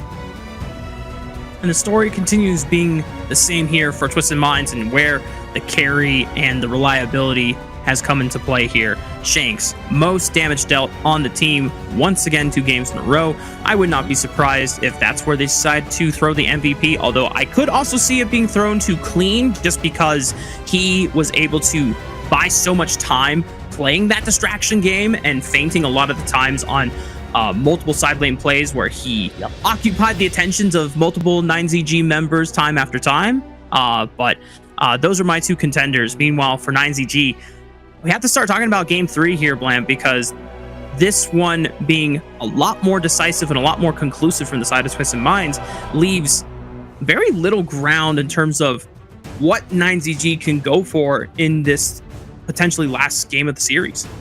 Yeah, I mean, you're kind of going to be drafting something that's going to be more of your comfort picks, especially if you're 9ZG. But again, this is a double round robin. It's not going to be the be-all or end-all if they lose this round against Twisted Minds, because they will face them again within this format. So they're kind of maybe just playing a little bit of R&D here, potentially with this first game within the series, because what kind of in what position of the tournament would you take a loss in a round? It would be day 1. So you can come back in day 2, day 3, or day 4, whenever you come back in this double round robin. That could be the point that 9Z Globin are going for here, right? Getting a bit of a feeler, like, right, okay, we can see they're very good at macro. We can see that they stutter within team fights depending on the team comp there, because a few times in that game 2, we saw the Unbridled Outburst from Kapasipa come through very strong, as well as Moon on the Yixing, 2 great control ultimates that definitely put Twisted Minds in their place. It's just the fact they weren't able to convert anything. But speaking of converting, it is going to be Shanks converting that second MVP for himself within this best of 5. Not as many kills, half the kills, 217, and then 30% of the damage dealt, and only 11% of the damage taken. But the real reason he gets his MVP, though, Rafa, is, as we're going to see into the highlights, is the fact and how he played the macro on this game. And honestly, this really shows the difference between a good farm lane esports player compared to a great one. They're all about kind of like trying to get the objectives, not always necessarily focusing about the kills. They're getting their resources from elsewhere, which is something that you should really be taking into your ranked games. Is you don't need to get all the kills if you just focus the map. Agreed. Kindo Fu likes to say, play the map like Kindo Fu likes to say. You're onto a winner as well. Even if you're a marksman, you're onto a winner. So true, bestie. So valid. My goodness. It's something that, you know, we wish that all of our random farm laners that we get in our solo queue games would take more knowledge of. It's like, hey, you know what? Especially, hear me out, guys. If you don't win the early laning phase, it doesn't mean that your way back into the game is hoping that you're going to somehow outplay them in a team fight while down gold. You got to get gold somewhere else on the map.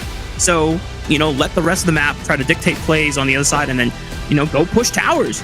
Go get that money. Get that bag for yourself, and then maybe go and participate in a fight once you feel strong enough. But even in this case where Twisted Minds are super ahead, they could have easily flipped the game multiple times, having, you know, Shanks on the Renja show up and try to scrap. But he said, why do I need to scrap? You know, kills don't get me turrets. You know, kills only get me turrets when I'm in position with those waves set up, and then I can actually, you know, continue snowballing the game for myself. But of course, that's going to conclude our time for game number 2. We're going to take a break. When we come back, it'll be our third game of the series. We'll see if Twisted Minds closes it out or if 9ZG can make a comeback. We'll see you then.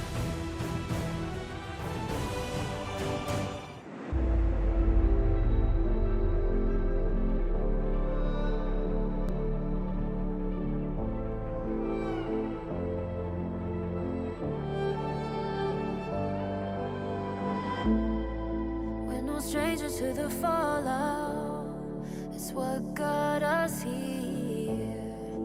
Ever changing, some chameleon, blood, sweat, and tears.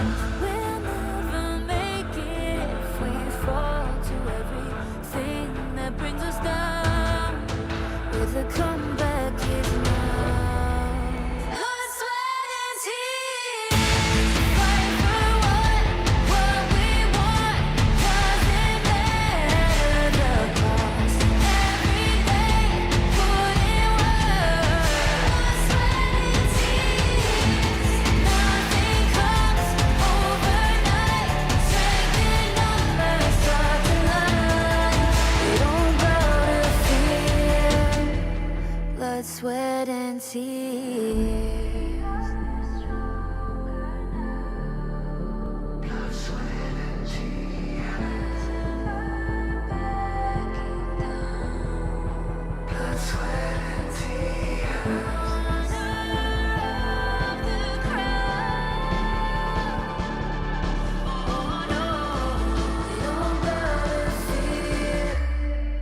Blood, sweat, and tears.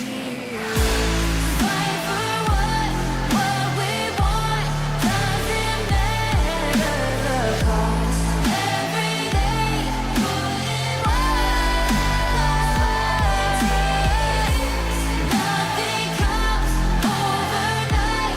Strength in numbers start to lie. We don't bow to fear. And welcome back, y'all. We're getting ready for game number 3 of our first series of the day of week 2 of the Kings Major West League. My name is Rafa, and I've got Blam in the caster booth, still rocking 2 voices right now, as we've had quite an exciting show of strength from Twisted Minds in the recent game 2, and even though it was a little bit more competitive from the side of 9Z Globin in game 1, definitely didn't feel the same challenge in our most recent game, and now we're at match point. Twisted Minds in favor right now. One more game puts them in a dub for the series. Yeah, this is your updated global ban pick as well, right? I mean, we've seen some comfort picks come through for the side of 9ZG, like the Lam, but then we see some power picks like the Yixing, like the Zhang Fei, as well as the Lady Sun as well. Lu Bang, again, is a little bit of like a... It's not off the cusp. It definitely fits into the meta, but it's not kind of like the most concise clash lane or like defiant clash lane pick that we've had so far within the tournament. We've still got the likes of Byron that could be chosen onto the side of 9Z Globin, Lane as well, which obviously was banned in game 1 or game 2 for the side of Twisted Minds. But right now, it is like you said there, Rafa, they need to get a point on the board or they're going to be losing their first day with a 3-0. But like I said, pre-break, it doesn't matter. It is a double round robin. If you're going to lose a point, lose it on day 1. I liked what you coined there. Get that R&D for yourself if you're on the losing side. Research and development. Thankfully for them, on the side of 9Z Globin, the fact that they made it to Group S in the first place and they have this double round robin, it gives them a lot more breathing room. Yeah, obviously you want to be able to get some wins here, but you have a lot more time before you are threatened to being knocked out of the tournament. Whereas if they were in Group A, then every one of those games does matter because it's a lot more damning to not be in that defining and decisive first spot of the Group A at the end of the double round robin, because otherwise you're not getting a chance to play in the knockout stage. But we are here into the draft phase for game number 3. 9ZG, once again, still aware that Clean could bust out the pay and look for an early blitz strategy, denying that away from him, whereas Twisted Minds continues to go to the typical early ban.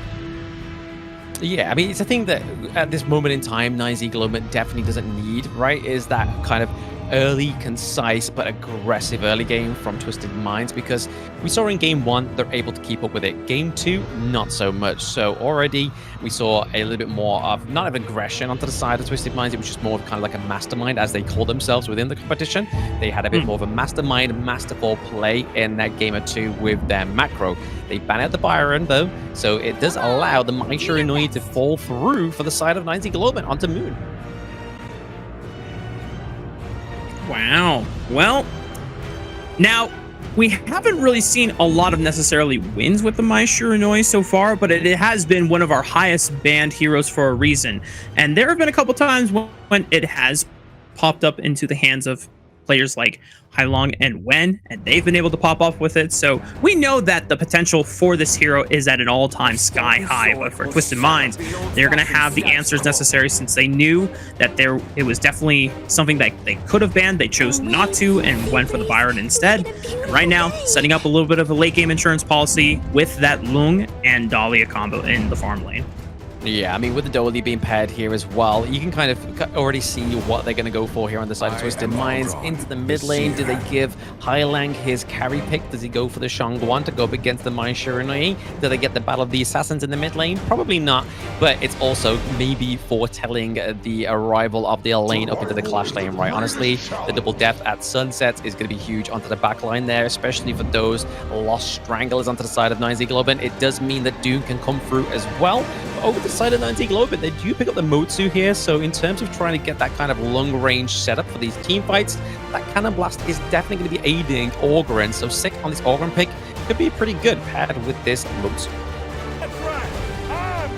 As you called out, Dune locked in for Clean. At least brings not only the front line, but also the CC that you need to at least go toe-to-toe with Ogren. Not going to be able to deal with him by yourself, obviously, in a 1v1, so can't really prevent him from yoinking away your camps, especially once he's in that Seer state and gets the guaranteed execute on you. But at least he will be the main guy that can step in front and provide a body to absorb damage, while the rest of Twisted Minds is able to, you know, shred through the respective front line of 9ZG, and that's going to be Shanks' main job here. Now, bans on the table. Twisted Minds trying to eliminate some options here for Destro, starting with that D-Renja. Yeah, D-Ranger being taken off the board here, as well as Ali. So they've already used the Lady Sun as well as the Lung, which obviously they picked up at the side of Twisted Minds. So we're probably going to be looking at something a little bit different here. Maybe even the Chano. I don't feel like it works great into the Lung here, but they still ban it out onto the side of Twisted Minds. But over to the side of 9Z Globin, they are going to be looking at those mid-lane mages, right? I mean, the Princess Frostband here is very good for them because, again, winter is here. On top of the Orgren is going to just make it a bit of a non-starter into these initiations, as well as trying to capture out the Mai Shiranui with the Frigid Prison. Once more, they're going for those Dolia synergy picks. The lane gets cut out, but who does synergize with the Dolia as well in the Clash lane? Sunset, you don't get one boat, you get two. If they're going to lock this in, this could be a huge setup here for the side of Twisted. Double the boats, double those surfing action here on the Gorge. I like the sound of that. Twisted Minds going to have so much global mobility and just overall CC power if you're able to layer in, you know, set sail from across the Gorge and then immediately cast it to get a guaranteed knockup again on the side of 9ZG. So now Twisted Minds still have yet to pick a mid laner for Hailong here, but Consort U, wow, this is another hero that we don't get to see that often. Light as the breeze. No, we don't get to see that often as well, to be honest. I mean, we look here, the console U is the one thing that it's good against, especially laning phase against the Lung, is that physical immunity from her second skill. So when those flaming palms come through, you're going to be kind of trying to pop that second skill at the right time. So you mitigate a lot of that burst damage coming over. And obviously the Oak Bolt is a good way to trade with the Lung in the early game. So you can kind of see what 9ZG are going for here. But over the side of Twisted Minds, we're potentially going to get the Juan into the mid lane. So double unending sorrows is going to be the place to be for Twisted Minds.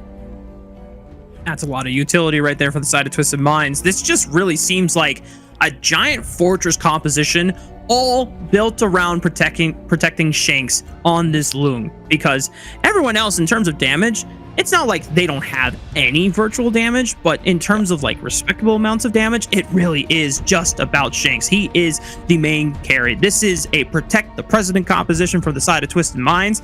If 9ZG are somehow able to pick off Shanks, their chances of winning team fights goes up astronomically high. But if they cannot break that fortress, then I have a very tough time believing that 9ZG can take this victory. Yeah, I mean, even if they are able to sort of like get past the front line, right, which is very stacked onto the side of Twisted Minds. They have the Dune, they have Sunset as well. Not the tankiest, but obviously he can kind of get to you in a moment's notice, thanks for the set sail ultimate. But they also have the Hue one as well. They'll be building it more likely going to be a tank into the mid lane anyway. But in terms of that, you can kind of try and bait the skills with your Unending Sorrow, take it to the sky, also trying to get those CCs come through. But once more, making that point and rounding out this point is the fact that they have the infinite vastness for Shanks as well, and they don't have it just once, they have the potential of 2 infinite vastness thanks for Dolian. Now, you think trying to lock down someone like Shanks is already difficult enough, regardless of the heroes that he gets. Then he gets Lung, so already the ultimate makes it super difficult. And now twice? Oh my goodness, 9ZG gonna be just maybe not, you know, bashing their heads against the wall, but definitely going to be frustrated if they run into that situation where they get super close to getting a big shutdown and it doesn't happen. We're on to the Gorge for game number 3 of the series. This is match point for Twisted Minds. One more game win. That's the series dub for them in the books. Yeah, we've got a bit of a rotation here, a bit of an alter change within the lanes. Obviously, we see Shanks go up to the Clash lane here. Again, it's going to be a little bit easier for him to go against the Charlotte, especially towards sort of like this level 1 territory. And at the same time, we do see that Destro, I mean, 90's gone down to the bot side of the map as well, right? He has the CC. Have to be careful there. High Lang almost taking a bit of damage over time and almost a crucial death there for the side of Twisted Minds. You don't want to be giving over the extra bit of bounty with the first blood just yet, but definitely a very aggressive early start here for 9Z Globant. Yeah. They burned the flash off of... Uh-oh, wait a minute! 90! Run, my boy! Run! Oh, it's not enough! The arrow from Destro finds him in the back, and that's first blood for 9ZG. Exactly, that's what they were trying to replicate into the mid lane, right? But they got it down into the farm lane. The Oak Bolts coming through is something that's going to be easier to kind of shred through onto 90 than it would be onto Shanks on the Lung. Because, again, the whole thing with Sunset is you need to get in with the abilities to get rid of that physical damage. But, oh, the Wind Slash, he does force the common skill from Moon. Forcing the Flash means that they do have a bit of a more susceptible gank into mid lane. Meanwhile, it's a good crate collapse from 9ZG, but Clean is able to escape the safety thanks to the ultimate there. A lot of innate mobility that you can get out of Dune. Sometimes it can catch people by surprise if you're not familiar with this hero in general, but for Twisted Minds, at least being able to diffuse a lot of the pressure that was in the mid lane. Can't say the same about what happened to 90, but at least now we have Hai Long trying to rotate over to the bot side, collapsing on the pressure whenever it is felt. CT Boy helping Shanks on the top side. A lot of aggression right now out of Angry One isn't enough, but he's still got that infinite vastness, so he's still safe to just skate on by. And he sidestepped it. Did you see that? He flashed the last Oak Bolt that was coming out, or whatever the range ability that was used by the side of 9ZG.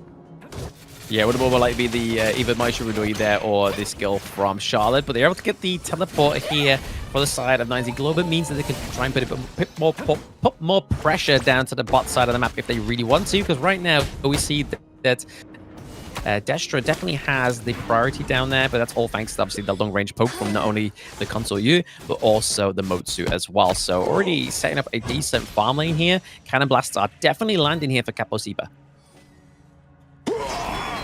Can he maintain it? That is the question, because that is going to be a big difference maker. A powerful ranged AoE stun at your fingertips here for 9ZG. It allows you to set up those picks onto Twisted Minds, especially as we talked about. Even though this is a very powerful team fighting composition that's going to come later into play, got to get there first. You got to let Shanks get the resources and the gold to scale up for it. And right now, 9ZG trying to at least put a lot of pressure down into brute forcing this early game. Meanwhile, okay, Clean once again uses the ultimate to escape, but now we have a collapse from Sig trying to look for the Dune. Pops the battle conductor of souls, and yep, that's enough into the Seer state for the execute. Being able to pick up the second kill, but now a response maybe from 90, and good night Moon as he flashes back over to safety on the left side of that wall. Yeah, nice 1-1 trade there. I mean, it did look like it was going to be bearing no fruit for the side of Twisted Minds, but it was 90 there, cleaning up the kill onto Moon, which is going to be good going into this neutral objective round now. We do have the Tyrant come through as well, but Sick is here trying to position himself to maybe even try and contest this, but over to the side of Twisted Minds, they kind of get a wind of this. They know that it could be a potential takedown here for the side of NC Global, but they know once they have that movement and that room to breathe, they're going to take it down, potentially here with the T1 into the mid lane. Oh my goodness, 4 members dedicated for the push here. Big initiation by 9ZG trying to take it off the back of Moon's ultimate there. But now quick jump from 90 right on top of Capo Saba, forced to flash away at the right time as Twisted Minds were looking to definitely hunt him down. Destro was still forming up on the bottom side of the map, at least able to pick up the first tier 1 though, thanks to the efforts of 9ZG and destroying the tier 1 on the top side. This is, you know, a little bit of a difference already we're seeing out of the Argentinian representative. Yeah, it's a nice adjustment, right? The fact that they're able to get the T1s into both the side lanes open up. Right now, Charlotte may be paying her death toll, and it is going to be Shanks picking up the kill there onto the side of Twisted Minds. So once more, they need to start getting these little pickups because look at that global gold resource, right? It's in the favor of 9Z Global. They need to kind of stomp this down if they want to win this a 3-0. Yeah, and credit to 9ZG for actually trying to accelerate the game as fast as possible. With the side T1s taken off the board, it's a lot easier to start invading into both of these jungle quadrants here. Infinite Vastness forced by Shanks just because the pressure from Sick on that top side was getting a little too close for comfort here for Shanks Lung. Meanwhile, you already see the pressure here from Destro just forcing out 90 on this bottom side lane. And as soon as they're able to push in these side lanes deep into the tier 2 turret, it gives them the flexibility to rotate on over and look for the pressure on the tier 1 in the mid lane. Yeah, I mean, looks like a bit of a fight on 2 fronts here, collapsing on both sides. Oh, but this is really smart from Twisted Minds, just being able to catch 9ZG at first, but for already a lot of mobility being burned here, and now they just went too far. The response from 9ZG overwhelming the side of Twisted Minds. Clean does fall for it. You saw there was like a brief moment where Twisted Minds had the numbers advantage, but the quick mobility from Moon, the flash being used to escape, and then the repositioning from 9ZG gives them the edge in the final closing of the fight. I mean, this is the win condition of their draft, right? They needed to make sure they had aggressive plays into the early game, especially with a pick like the Mutsu, right? Because when that plays on the back foot, it's very hard to actually try and maneuver into a better spot. From a worse situation into a good situation, it becomes very difficult, right? Here, Charlotte, 1v1, 2v2. Here we go. Angry One super low. Hai Long is going to be able to clean up the pieces here, gets the execute down onto Angry One, but now a response from Sig. And 90 knows that his duo has unfortunately overextended for the play, and 9ZG commit a lot of members to make sure that they can get one back for themselves. So ends up being a 1-for-1 here. Twisted Minds still 3-4 on the scoreboard. As long as they can continue scaling up, they are in a fine state. Only down 1,000 gold, but look at Sick. He is really trying to finish them off in the Seer state here. Does not get the execute down on the Shanks, though. And the Infinite Vastness allows him to reposition. Clean occupies the front line super well on the Dune. 90 has arrived once again thanks to the set sail, but now he's taking so much damage. The Seer state gets the execute this time on a 90. And a clean snipe from Destro with that Oak Bolt is going to find CT Boy under the safety of the tier 2 tower. Yeah, this is what I mean with the consort UA. Like, if you get a good early game as well as the Motsu and have those Oak Bolts come through, because you're going to be looking at the itemization for this pick, there's going to be a lot of crit come through, and when those Oak Bolts do land, they definitely don't land with a kiss, they land with a smack, and that's definitely what happened there within that team fight between 9ZG and Twisted Minds. Twisted Minds need to try and formulate some kind of win here. Did they try and go for a neutral objective steal? Is that what's going to get them back onto the board? But right now, they've been pushed all the way to the T2 turret territory. And you know what they're smacking with, Blam? It starts with the letter D. Call it death, like capital death. 9ZG Destro just making sure that he is putting a lot of damage into these moments when he can find a major fight on the top side, though.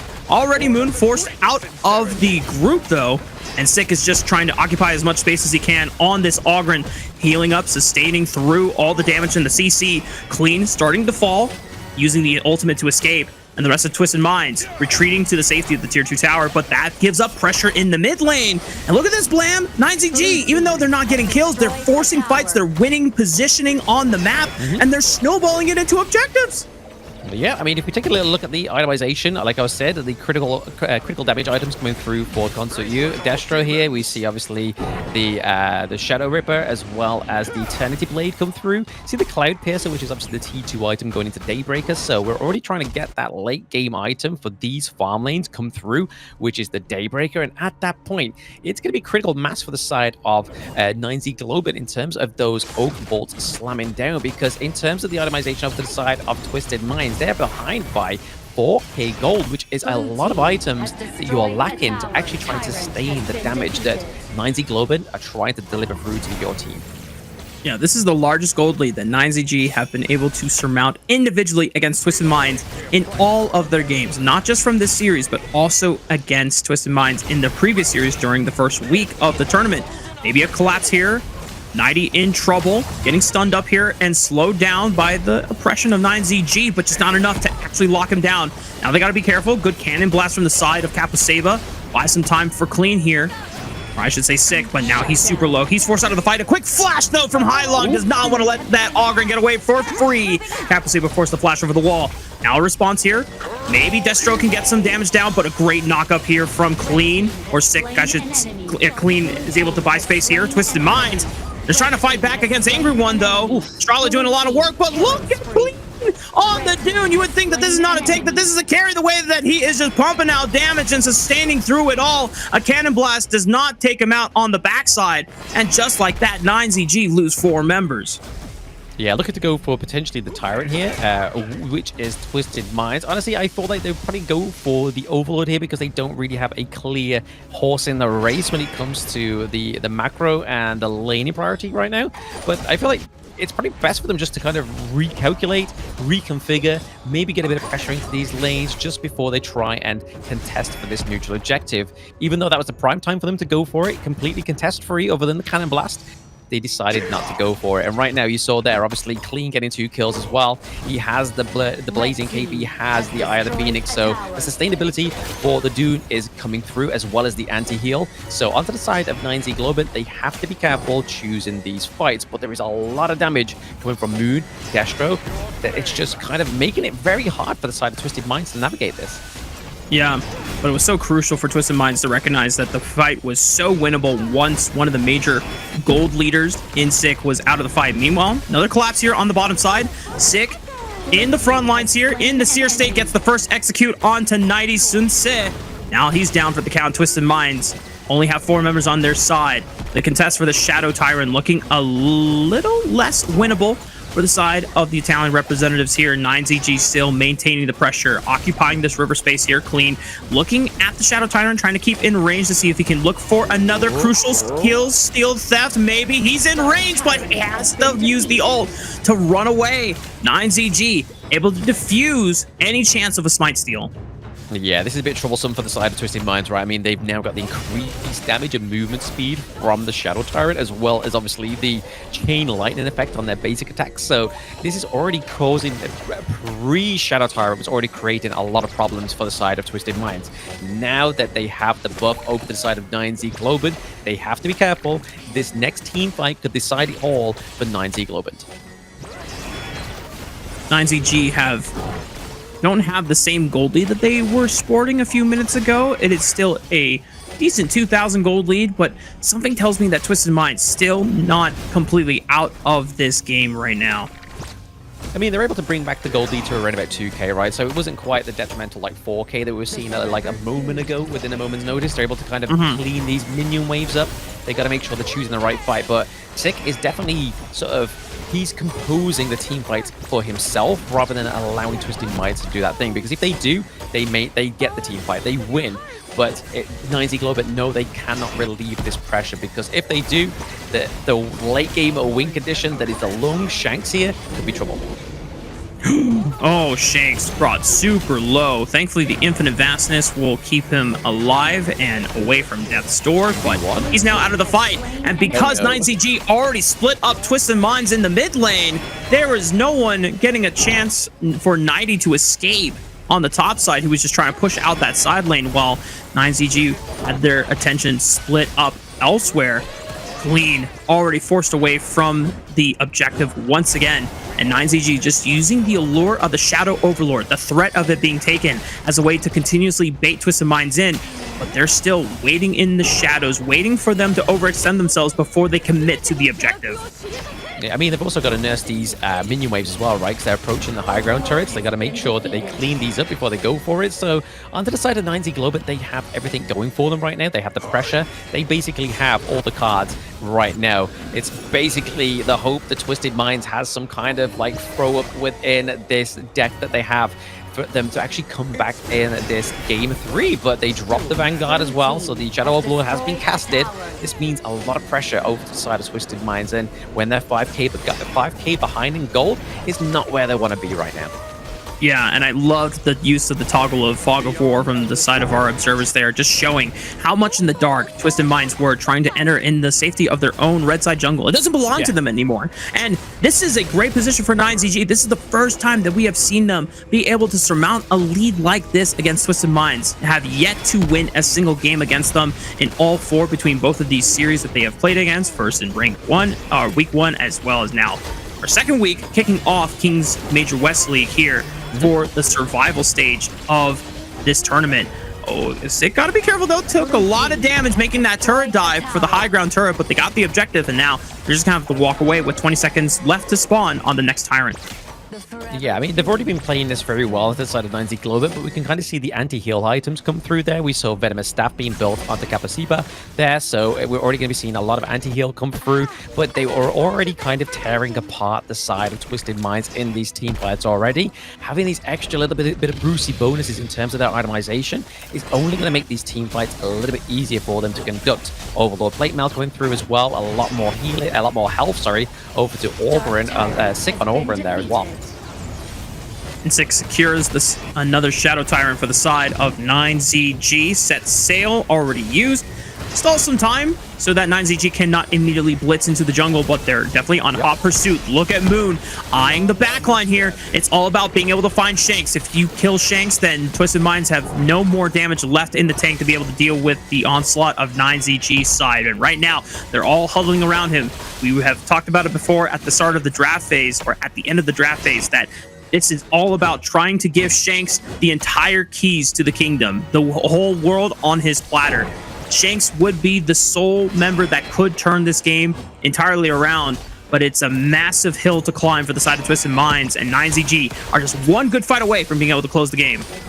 Yeah, it's not out the bounds of reality, right? But I think like 90 gets caught off very early into these team fights, which is the problem. And as well, we see here the Highlang took a lot of damage also, so they're able to take these high ground turrets for now, and they're already playing on the back foot on the Twisted Minds because they lack the range, they lack the access into the backline, which was really like a clean, decisive BP draft here from 9Z Globant. The fact they took the lane off the side of Twisted Minds really upset this team comp. Definitely seemed like it would have been much more of an ideal selection here for Twisted Minds, but also 9ZG just being able to play. So when we go back to the early stages of the game, the way they were blitzing the side of Twisted Minds early on, such a strong showing of resolve and execution.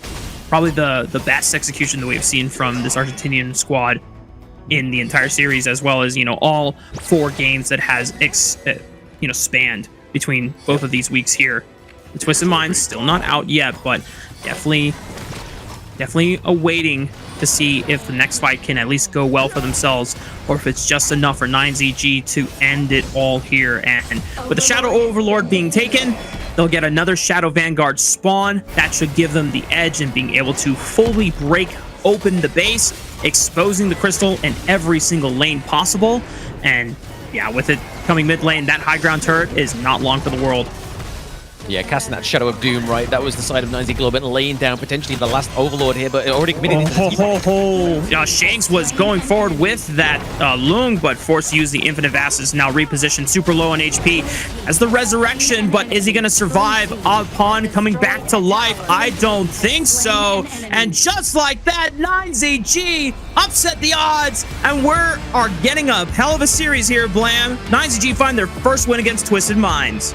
Yep, 2-1 scoreboard so far for the side of Twisted Minds, but that is going to be a bit of a twisted upset for them, with 9Z Globin taking that Game 3 victory from them. But like I was saying there towards the end, this was definitely sort of like a battle of attrition, and the fact that the BP really kind of set up this victory for the side of 9Z Globin, especially with the band of the Elaine when we saw an early lock-in with the Dolia, just kind of was a foretold tale, just a story that was like written before us that we knew that was going to happen, especially with Kapasipa onto the Motsu as well as the Console U, paired in with the Ogryn as well. Just kind of like so much range and so much aggression in the early game meant that if 9Z Globin didn't play that way, it obviously would have been a completely different story. But the fact that they were able to compose it from the very early game all the way to the late game, not taking a single ounce of pressure off onto the side of Twisted Minds, was the clear indicator that they were going to win that one, right? And towards the itemization you saw towards the end there, that's when the true colors started to shine. Shanks was already fully stacked itemized. He was not going to get any stronger. His Flaming Palms were not going to hit any harder. So the only way they could have won that one was, again, just a phenomenal team fight onto the side of Twisted Minds. And for what we saw in that Game 3, it was kind of just out of the realms of possibility. Yeah, the only fight that looked extremely winnable for the side of Twisted Minds was the one pick where Sick just got a little too far ahead of the rest of the team and took way too much damage, and Hailong was willing to commit his flash to get the trade. And because Sick was one of the highest gold holders on the side of 9Z Globin, it showed that Twisted Minds were very recognizing of the situation, like, hey, this is a fight that we can actually win. So they flipped it and were able to take a 4-4. I think they only lost 2 members in the fight or in the exchange, and that, unfortunately for them, 9Z Globin quickly adapted and said, all right, we can't do that again. Let's all group up. Let's continue, playing and spacing appropriately. Obviously, Sick can occupy the front line and absorb a lot of the damage for themselves. Just can't go that deep. Can't go that far forward. And, it was a beautiful resolve from the side of 9ZG being able to quickly learn from that one slip up and then continue pushing forward and picking up their first win against the Italian representative. I mean, it was a slip-up, but it was a slip-up they could afford, right? Because they already had the pressure into the lane, so they knew that the side of Twisted Minds wasn't really kind of in the position to try and take the neutral objective. If they were really invested in the idea of losing some more of those T2s in the higher ground turrets. So it was kind of like 9Z Globin holding all the cards and saying, look, we lost that team fight. That's okay. Don't worry about it. We'll get them in the next one. But you can kind of see here 9Z Globin with a lot of damage coming through, right? Like, not only did you have the damage from the Motsu, you had damage from Destra, you had damage from Sick as well. Like, 3 heroes over the 100k mark in terms of damage is not what you want to be seeing with Twisted Minds, right? You don't know where to focus, and that's a lot of red on that gold graph. The first time that we got to see 9ZG not only find a damn good gold lead against Twisted Minds, but also hold it for the majority of the game. In fact, they never, ever lost the gold lead once. Because unless, you zoom in very, very, very towards the beginning, that there's like a little bit of a slip-ups there. But you know what? That's early game, right? When you look at the game in its entirety, it was an 18-minute banger from the side of 9Z Globin, but eventually they were able to cross the finish line, to close the distance onto Twisted Minds, and that should give them the confidence and the morale to at least go into Game 4 saying, listen, guys, we have what it takes to beat these guys down. These guys are not immortal, they're not undefeatable, so for 9Z Globin, this gives them all of the breathing room they need to now have the confidence continuing this series out. And for Destro, MVP, well-deserved on the Consort U. Again, a hero that we have not seen that often in the tournament, and it was well executed by the farm laner here.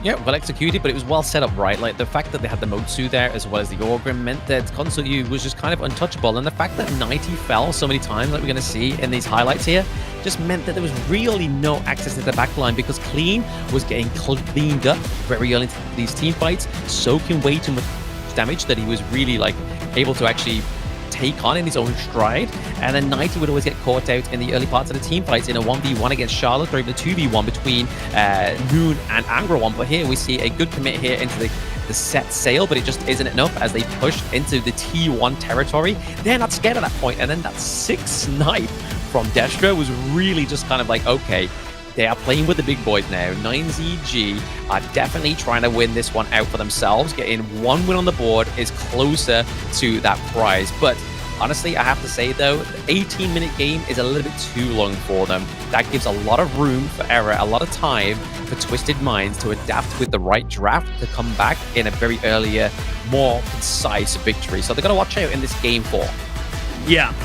Big win is taking a game off of Twisted Minds. Now, the next step in the evolution of 9ZG being just as competitive with Twisted Minds is got to be finding a game win that is a little more decisive and definitely a lot earlier. You know, if you want to be in the same status as, you know, teams like OG Esports, you got to find these like near 10, 11, 12-minute wins, right? But, you know, who knows? Maybe they make that adaptation going into Game 4, which is exactly what we're preparing for. So don't tune away, anyone. We'll be right back after this break.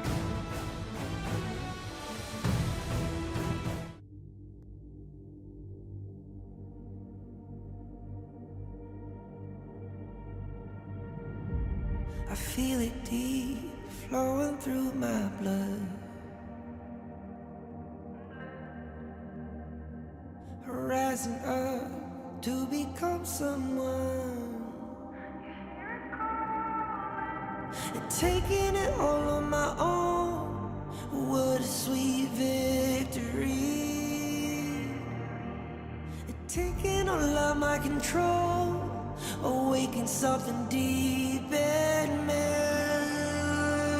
Like flames, feel it burning inside. Take a hold of pursuit of the prize. I've been told ain't no way to survive, keeping all of this fire that's locked up inside. When this is the time, enter the ring. All those mental chemicals doing they thing. I got flashes of battles inside of my dreams. I was made for this moment. At least now it seems like it's time to come face to face with your fear. Been battling reasons for all of the years, and I learned how to fight them with style and grace no one's ever encountered. You say it's amazing, I'ma come out swinging when they open the gate. Go ahead, call passion, I'm calling it rage. I'm taking what's mine like I already own it. Watch but don't blink, going here to the moment. The sky rained down. Here's to the madness that's all around. Go on, tell them who you are, you are, you are. Go on, tell them who you are, you are, you are, you are. Here's to the moment, the sky rained down. Here's to the madness that's all around. Go on, tell them who you are, you are, you are. Go on, tell them who you are, you are, you are, you are. My name is honor, my name is king, my name is champion, my name is strength. Tell them who you are. My name is Pentakill, you think it's strange? My name keep ringing inside of your brain. And welcome back. We're getting ready for game number 4 of our first series of the day in week 2 of the Kings Major West League. It's Rafa, it's Blam. No caster changes unless something diabolical happens to either one of us, which I'm praying. You know, no internet gods, you know, smiting upon us, no disconnection, no natural disasters in any course. You know, we got a competitive series now. Twisted Minds dropping the first game, 9Z Globin being able to overcome them for the first time in the tournament overall between two of the series that they have played against each other. And now 9Z Globin, they gotta be feeling good. They gotta be feeling that surge of confidence that's saying, hey, if we can take a game, why not take a whole series off them? Exactly. I mean, go for the silver scrapes, right? I mean, they were down 2-0, they're now up 1-2. But they've got to look for this updated global ban pick here, and they're already, again, these are definitely some of the better team comps that they've drafted. Yes, they've had really good like picks within the earlier series, but at the same time, it's all about the execution, which we were sort of seeing a bit of a struggle for 9Z Globant, especially in Game 2. Game 1, they kind of went blow for blow with Twisted Minds, but then that Game 3 was a completely change up of the narrative. They were definitely driving force within that series with that one, which is definitely what they needed going into that one. But as we were discussing in the break, Rafa, I did say this one in my predictions on all my social medias at PlanMoba. I was predicting this series to be a 3-1. So if you want to see some more potential on point, I don't want to get too big-headed right now, potential on point predictions within the Honor of Kings Major League West, follow PlanMoba. There you go. I endorse it and vouch it as well. And it's on all platforms, if I'm not mistaken. Should be consistent across. Absolutely. There you go. There you go. You know what? Another stat that I am so far a big fan of that you have been pretty much 100% on the mark II. It's the Chano loss stats in Game 1. It's all... If you pick Chano in Game 1, according to PlanMoba, you are trolling. Yeah, unfortunately, it's not quite. It doesn't play out quite as well as my Pentakill, which you can also see over in my social medias at PlanMoba. But wow, we are blazing the socials. We're going straight in. We're in survival week. I'm trying to survive financially, so we're going in. But Chano, yes, Game 1 win rate definitely has not been there within the ranking week, but. This is the kind of time we're going to be starting seeing it, though, right? Like, the best of fives is where Chano is going to come through in the latter parts of these series and a lot of parts of these drafts where it's going to be a lot more effective because the more so the counter picks have already been exhausted. So we could potentially be seeing it in this one. That's where we saw Twisted Minds ban it out in the previous one, and they go and lock it in potentially here with the reactive red pick for the side of Twisted Minds. It is, however, 9Z Globant, they do lock in the Princess Frost, so they do have the Winters here. Will we finally get to see the Liang and Princess Frost combo come through here strong for 9Z Globant? That's what I'm keeping my eyes out open for. Blam, Twisted Minds settling on the Yixing and the Chano. So now, definitely a lot of CC and utility, at least from the mid lane's pool, is available for setup. And of course, a lot of mobility. It's always an underestimation that sometimes happens when you play against the Chano, how fast this guy can be once the ultimate is popped and being able to slip away, using the power of those brushes to get that extra leap out to just increase the pace at which he is able to either dart in and get some skirmishing power or just dart out and continue kiting away. But 9ZG, D-Renja is the answer, as well as the Dharma in the Clash lane, and Twisted Minds round out their support with Zhongfei. Yeah, I mean, I do like over to the side of Twisted Minds, though. They do have the Yixing as well as the Zhongfei, which is something that did quite bear. It bared much better chances for 9Z Globant in that Game 2 compared to their Game 1, right? Like, they were able to get a lot of control, push away, and Twisted Minds here are definitely looking to kind of try and make sure they take the Liang off the table here. They don't want to see it paired with the Princess Frost because it was actually a decent win rate. I believe it was around about 63%, if I remember seeing it correctly, on one of the infographics within the social media of Honor of Kings Global Esports. Again, if you want to get your most information on social medias, make sure to check out the Hawk Global Esports channels as well. They definitely put some great kind of intel together for those that look to watch the esports. But yeah, I like the Zhongfei pick because at the current moment in the draft, the only thing that was keeping Chano away from a near defeat that is the Dharma was the Soaring Signal, but it's only a little kind of nudge, whereas the Unbridled Outburst, that is a push so far away it creates a lot of distance between Chano and the enemy team, which is exactly what Shanks wants right here. He wants a little bit of a win condition. He wants some like a safety net for the side of Twisted Minds. See if they can find it already. A lot of bands towards that support role, as you mentioned, for Twisted Minds. So now, things like... I'm not going to even lie. I'm trying to think about what other support options are available here. I think 9ZG have already used the Diadea for themselves, so they can't go back to that again. The Musashi is what Sick is thinking about in terms of the jungle role, whereas Twisted Minds at least have already locked in the Elaine for themselves. That was a hero they were looking at in one of the previous games where they wanted to pair it with the Dahlia Celestial Melody. Didn't get that time, but this time around, 90 will have access to that Death at Sunset. A lot of backline diving power here. Yeah, I mean, they locked that in with the Taiyan as well. So Taiyan does give a lot of healing as well, especially in terms of sustainability. Musashi already has quite a bit of sustainability. He can be built very tanky. I do prefer the tank build onto the Musashi rather than sort of like the attack damage, which we do normally see come through. But they do need some more kind of burst because Chano, yes, he does the critical strikes. He can like kind of, with his basic attacks, do quite a bit of a rapid damage, but it's more so the critical strikes come through a little bit sort of similar to the Consort U in a way, but his ultimately, it basically his best shot of damage is definitely with those Spirit Wolves thanks to his traps. But they do lock in the Dion Way here. So again, more burst coming over to the side of Twisted Mind, sorry. So they're going to be able to jump onto the back line, like the Princess Frost, like the Dharma as well, try and sort of like take them down before they get anywhere near the Chano, get anywhere near the Yixing as well. Dang, we're getting Dion Way a second time in the series. Obviously, the first time it was piloted by 9ZG. Didn't get them necessarily the win, but we could see a little bit of that raw skirmishing power where Dion Way was just getting into the face of Twisted Mind's early jungle, as well as the top side, where 90 was taking a lot of, I don't want to say the most pleasant of visits from 6 jungle pressure there, facing First Blood, as well as a lot more kills on that top side. But now in Twisted Mind's hands, clean on the Dion Way. I imagine something similar in terms of pressure, trying to get that early skirmishing on their side. Is this really a composition where Twisted Minds just want to just blitz 9ZG early, or do they have scaling factors that they could play for?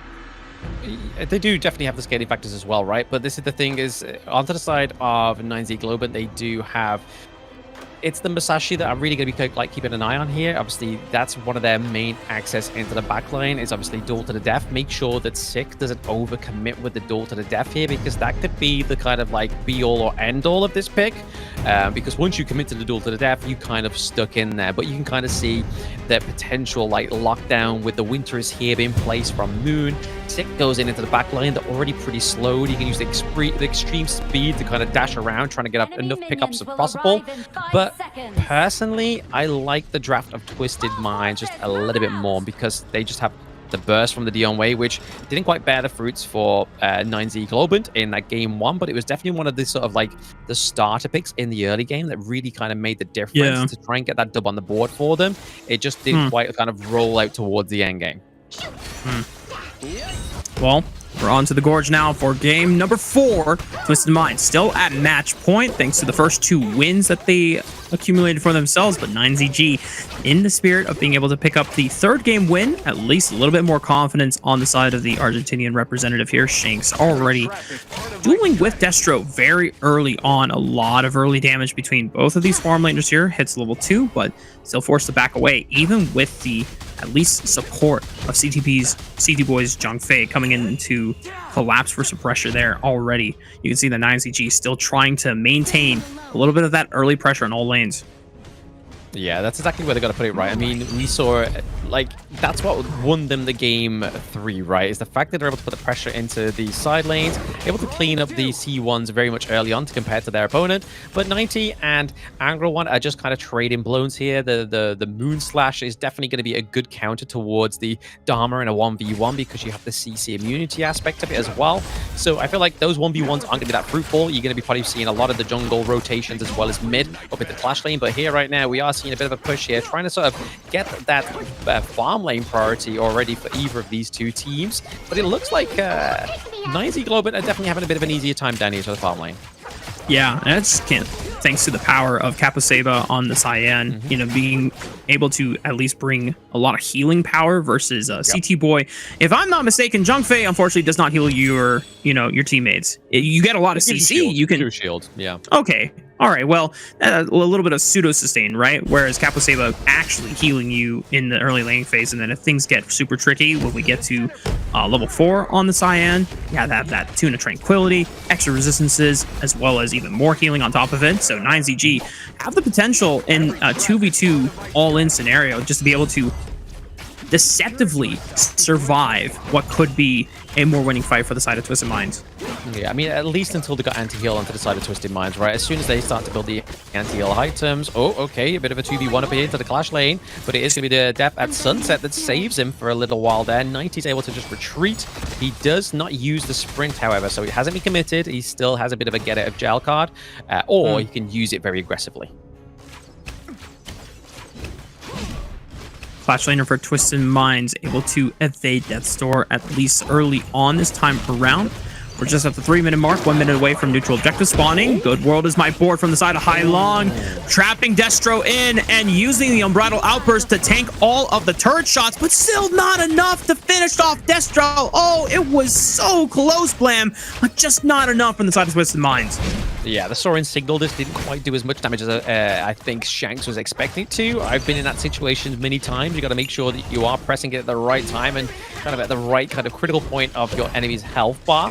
But he just got away scot-free, whether it was some kind of healing come through from Diane there. But at the same time, whatever it was a saving grace for the side of 9Z Globant. Not losing that first blood is definitely not the situation they want to be in, especially with Twisted Minds ahead by about 1k gold, kind of flittering between that range. Alrighty, we're seeing the power of that Tune of Tranquility from a hero that we don't get to see that often here in the KMW. We'll have to look back at my stats to see if this is officially the first time we're seeing it here in the Major West League, or if there was another stray game, but definitely the first one that comes to memory. As Twisted Minds, now it is 4 minutes into the game, immediately blitzing down the first Tyrant of the game. Yeah, blitzing down the first Tyrant of the game is going to be Twisted Minds, which is going to be very good for the likes of Chano. Again, it already gives over that chain lightning effect to 90. There's the potential that 90 builds the Sparkforge Dagger as well, right? Just to kind of get a little bit better wave clear onto the lane. But I suppose he's more than likely going to be trying to build that Blazing Cape first. Obviously, the anti-heal coming through, as well as the kind of damage over time. There is the Blazing Cape being built onto Clean there, so already some anti-heal falling through to the side of Twisted Minds. A bit of a macro play from 90 is definitely where they want to be with this one. They want to try and get those pryos into the side lanes just to make it a little bit easier for them. It's definitely what allowed Twisted Minds to get those atypical wins on, or the traditional wins they found in the first 2 games of the series, as well as a majority of the series that they won in all of their games from the first week of play. And just like that, Tier 1, first one to fall in the Clash lane thanks to 90's lane, using the teleport to now bring his pressure to the bottom side of the map and pushing 9ZG out of the comfortability range that trying to use this red quadrant of the side for. And right now, Collapse is coming in. Big engage. Destro forced to use the flash already, but Clean is relentless on the DN way, and not even 9ZG's front line and healing is going to be enough to save this backline from collapsing, as somehow Caposay was able to escape danger. But now they're going to continue the chase onto the Tier 1 into the bottom lane, and just like that, Blam, that is a huge win for Twisted Minds. Oh yeah, absolutely. I mean, the way the Caposay was able to get it there was the kind of like, it was the final grace from Moon, right? The frigid prison from the Princess Frost, freezing City Boy just suspended in air was enough to keep him alive. But oh, okay. Okay, Clean still not going down, just a little deceptively too tanky on the DN way. It was a decent setup by Angry One trying to land the Truth Mantra onto that red buff wall. Just not enough damage behind the punch there. No, not at this point in time, right? But we can kind of see, like I was saying before, Clean already sort of like setting the motion of the anti-heal. He had the Blazing Cape, but we have now get the Venomous Step onto Highlink as well. So a lot of anti-heals coming through, which is going to really kind of put a burn onto the Diane, onto the Masashi as well, in terms of the sustain that he can get as well from his skills. But that's where they've got to try and like formulate this further, right? We can kind of see that it is going to be the Sparkforge Dagger, the second item for a lane coming through as well. But right now, I feel like 9Z Globant just need to make sure they mitigate this macro play here from Twisted Minds, because they have been given a lead. They need to make sure they maintain it for themselves, or 9Z Globant, if they want another one on the board, they need to take it. Well, Twisted Minds not giving them that breathing room right now. A lot of members dedicated to the siege of the second tier turret on the top side of the map. Thankfully for 9Z Globant's side, they're able to answer with enough members. However, on the bot side, it looks like Destro just took a 1v1 against Clean and was just not expecting the damage output from Dion Wei or Clean just getting the better from him. Yeah, you don't want to underestimate the burst damage come from Dion Wei, right? Like the fact that Clean can Leap of Fury, right? Obviously, he didn't use it. It's back off cooldown.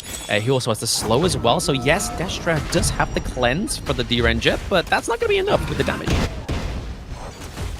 Meanwhile, you already see CT Boy just buying space in between the two towers, and Sick is the first one to fall in the dive from Twisted Minds, and they are just relentless with the pressure. This is a far cry from any of the games that we have seen this entire series, even the ones that Twisted Minds have already won. This is a 6,000 gold lead at 8 minutes into the game. This is Twisted Minds coming out with a statement and proving that Game 3 was just a fluke.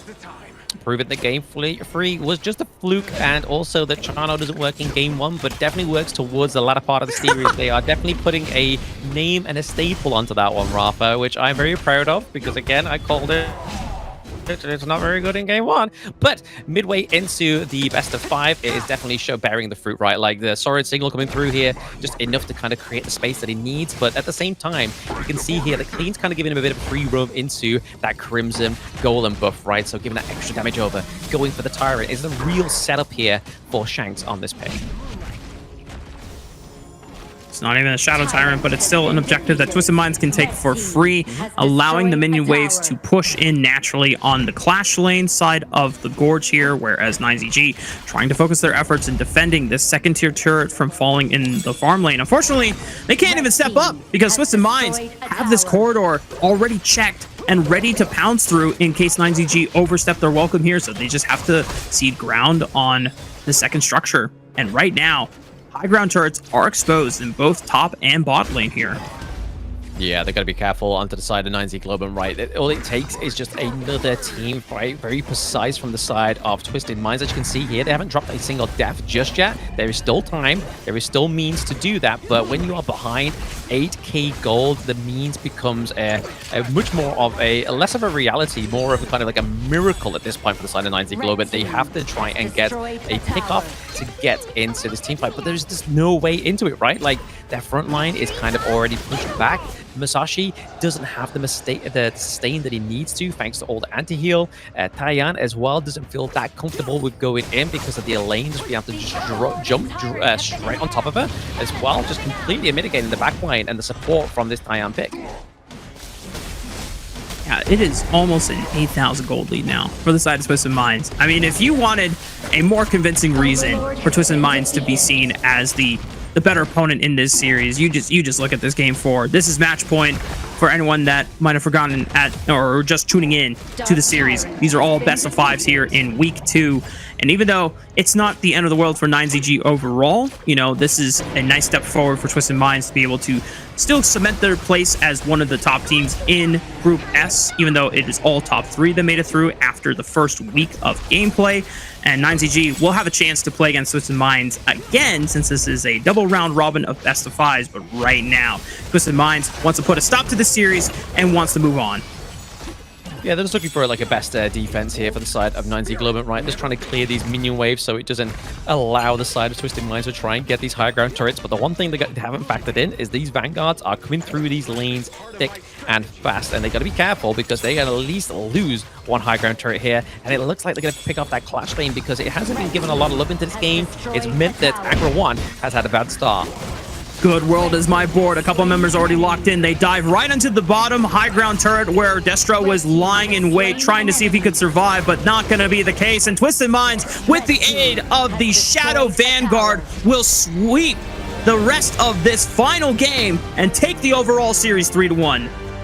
There we go, the 3-1 scoreboard that was, I'm not saying predetermined by plan, but through statistical, looking at these things through a looking glass. That's exactly the prediction I came to within my predictions, but Twisted Minds obviously just having a shaky game 3, right? They were definitely out BP'd. Their draft didn't quite work the way it needed to. 9Z Globant just had a better draft in that game 3 and a better execution of that draft as well. But in game 4, that's a different story to be just a complete different story for the side of Twisted Mind, sorry, is the fact they just were so aggressive in the early game. They were able to get the clash lane pressure as well, which meant that Angry One was able to kind of be as free roaming as he needs to be onto the Dharma, looking for the back lines of Twisted Minds. The vision score wasn't quite there for him as well. He was definitely lacking in that one. He kind of felt like he was being resourced to a role that he doesn't necessarily shine in, which was kind of like a front line trying to do a lot of damage in the earlier parts of these initiations between the two teams.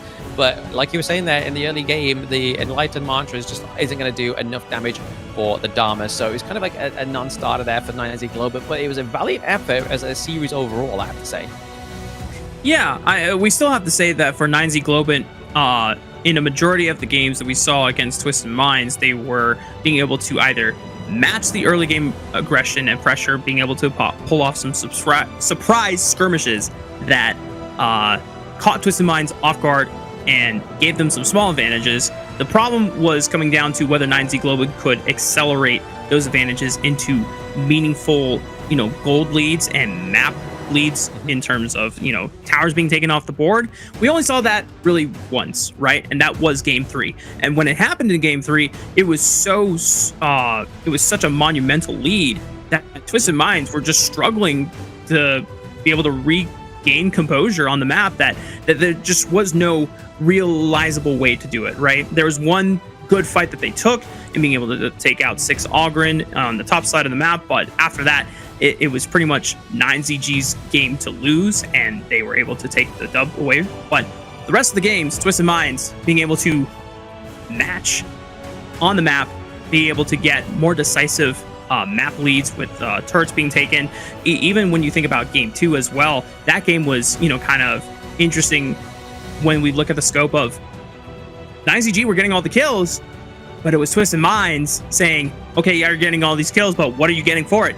Nothing. We're getting turrets while you send 4 people to chase after our one lone dude on, farm lane or clash lane, vice versa. That's exactly that. I mean, to be honest, it kind of, in the BP of this game 4, it's sort of like when we started to see the Ishin come through as well as the Dion Wei, that's when I got kind of excited as well, because that pairing really bared the fruit here for Twisted Minds. As you can see, Hailang and Clean didn't die once, but it was the perfection, the combo of the world is my board with Dion Wei, Clean being able to use the Leap of Fury into a confined space that the enemy team just couldn't break out of. So if you caught one lone straggler, you know for a fact that Clean was coming out on top of that whole initiation, right?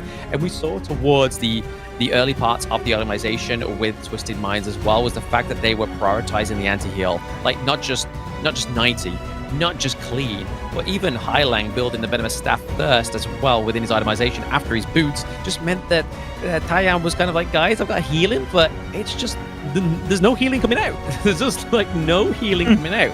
And that was ultimately one of the early sort of markers within this game 4 that you could see that Twisted Minds knew what they were doing against this kind of very late into the best of 5 draft.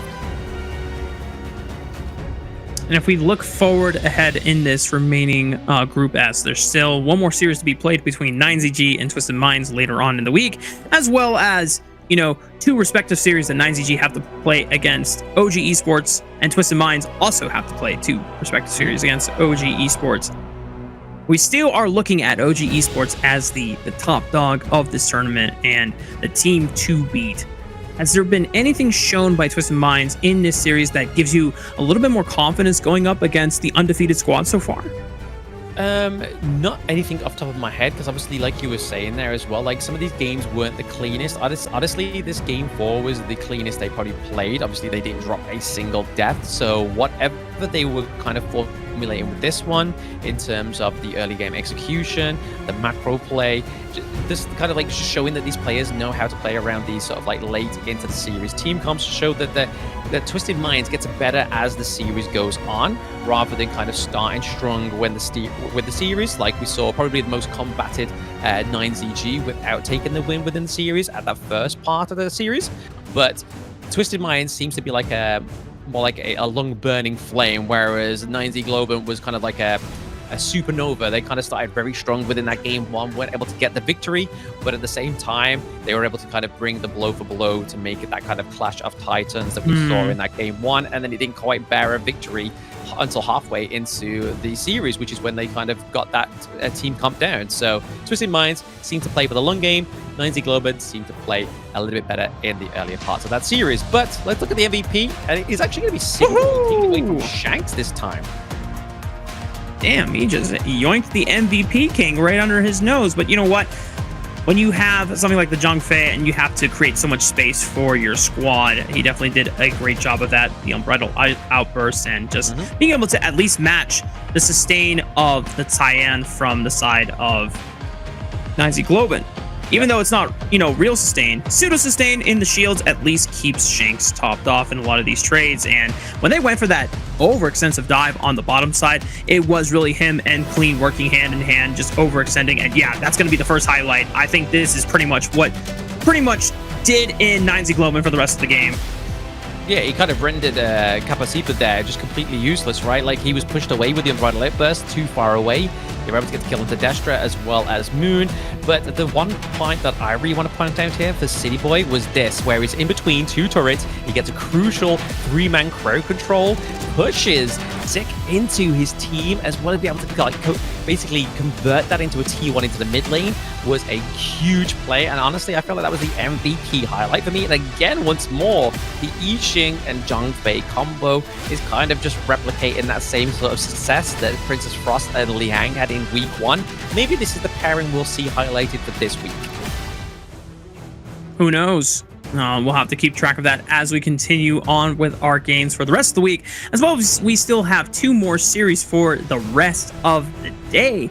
I think definitely one of them I'm super excited for towards the end, where we're going to see OG Esports being able to battle on the Gorge again. I cannot get enough of this squad, knowing that Dao still has 5 deaths total in the tournament. An achievement for any team would be to double that death score in their today's series. I don't know if it's going to be possible just because of how dominant they've been, but of course, we're going to have to wait a little bit more. We still got another series before we get to that point. It's going to be AYLO Gaming taking on next RÜYA right after this break.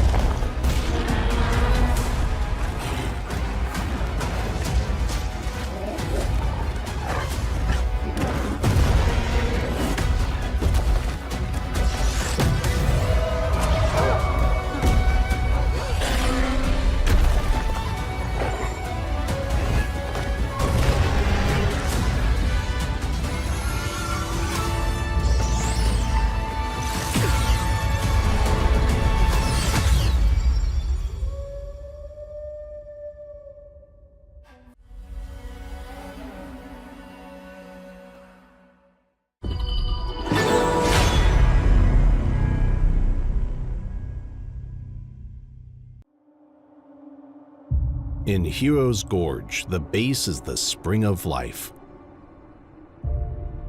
In the real world, every forest and plant is the Earth's spring of life. The base nourishes the gorge, just as Earth's ecosystems sustain all life. If the base is exhausted, heroes will lose their home. If ecosystems are destroyed, all life loses their habitat.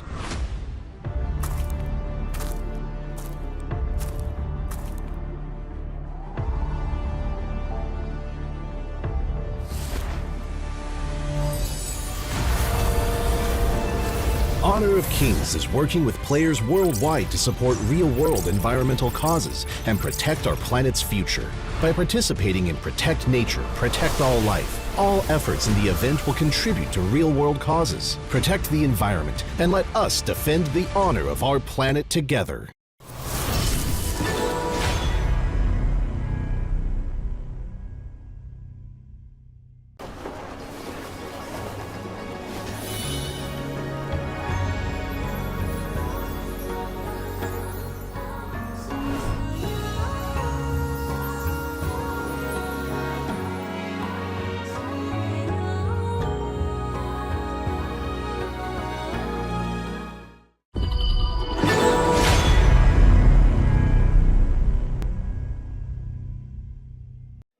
Excuse me.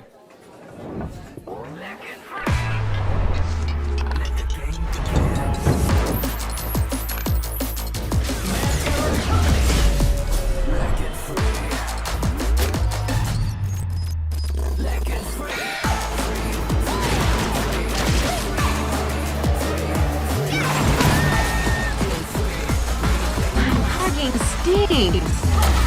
Victory! Yes, yeah. Another round. Sure, but how about a smoother phone next time?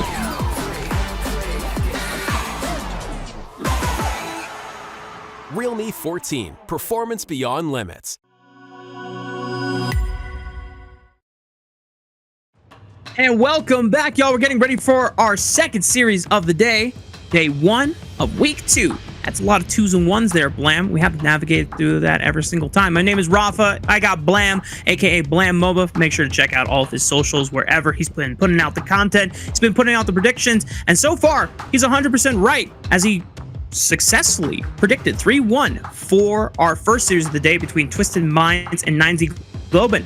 Now, before we get into our best of 5 between AYLO Gaming and next RÜYA, who do you have in terms of your predictions? I mean, statistically, it's been AYLO Gaming that's obviously had the overall previous victory over NRX, but honestly, I feel like with this one being a best of 5, it could go either way. My predictions, however, I've kind of forgot this one, so we're going to bear with this one. It's going to be a bit of a mystery with what my prediction is. I'll either be very happy that I've got a 100% prediction rate towards the end of this series, or I failed. So we'll yet to see.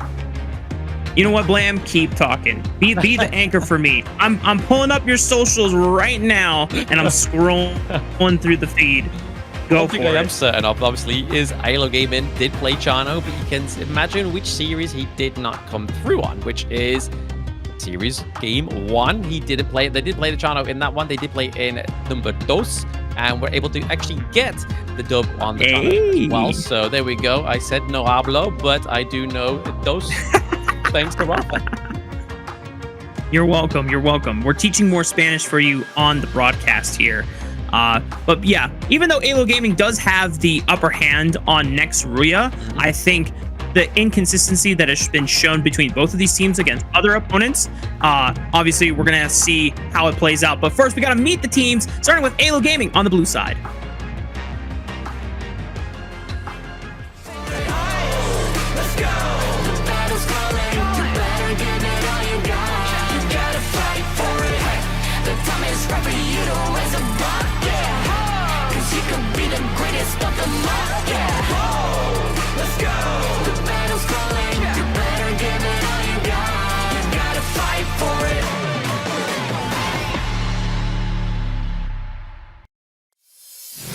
Here's your blue side squad in AYLO Gaming, the Crown Hunters, being able to qualify through the Latin America Open Qualifier. previously known as Lete Gaming, now known as AYLO Gaming, the Peruvian representative, starting with Uxa in the Clash lane, Vermon in the jungle, Lo Maximo in the mid lane, Solista in farm lane, and Robo Alma at support. Yeah, this would be the team. This is the Crown Hunters, right? They weren't able to sort of seek the crown in the ranking week. They are definitely still in that Group A. So again, for those joining in at home, this is actually going to be a series within Group A. And in Group A, what is at stake for this group is they are all vying for that top space, so they can actually get into the knockout stage, into the lower bracket semifinals. So this is what all these teams in Group A are fighting for, and their opponent is none other than NRX.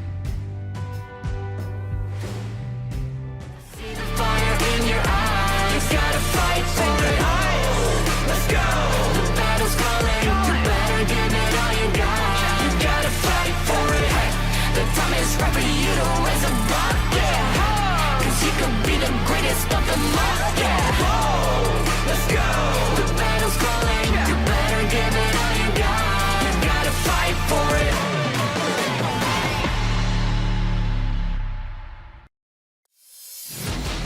And here is their opponents from AYLO Gaming. It is going to be next RÜYA, the Light Chasers, and it's Knight up into the Clash lane. It is Atix into the jungle, Ryuga into the mid lane, Void into the farm lane, and Demon into the support role. But don't let these faces fool you. They have swapped around positions in the series they played, so a little bit of a virtuoso as a team in the West.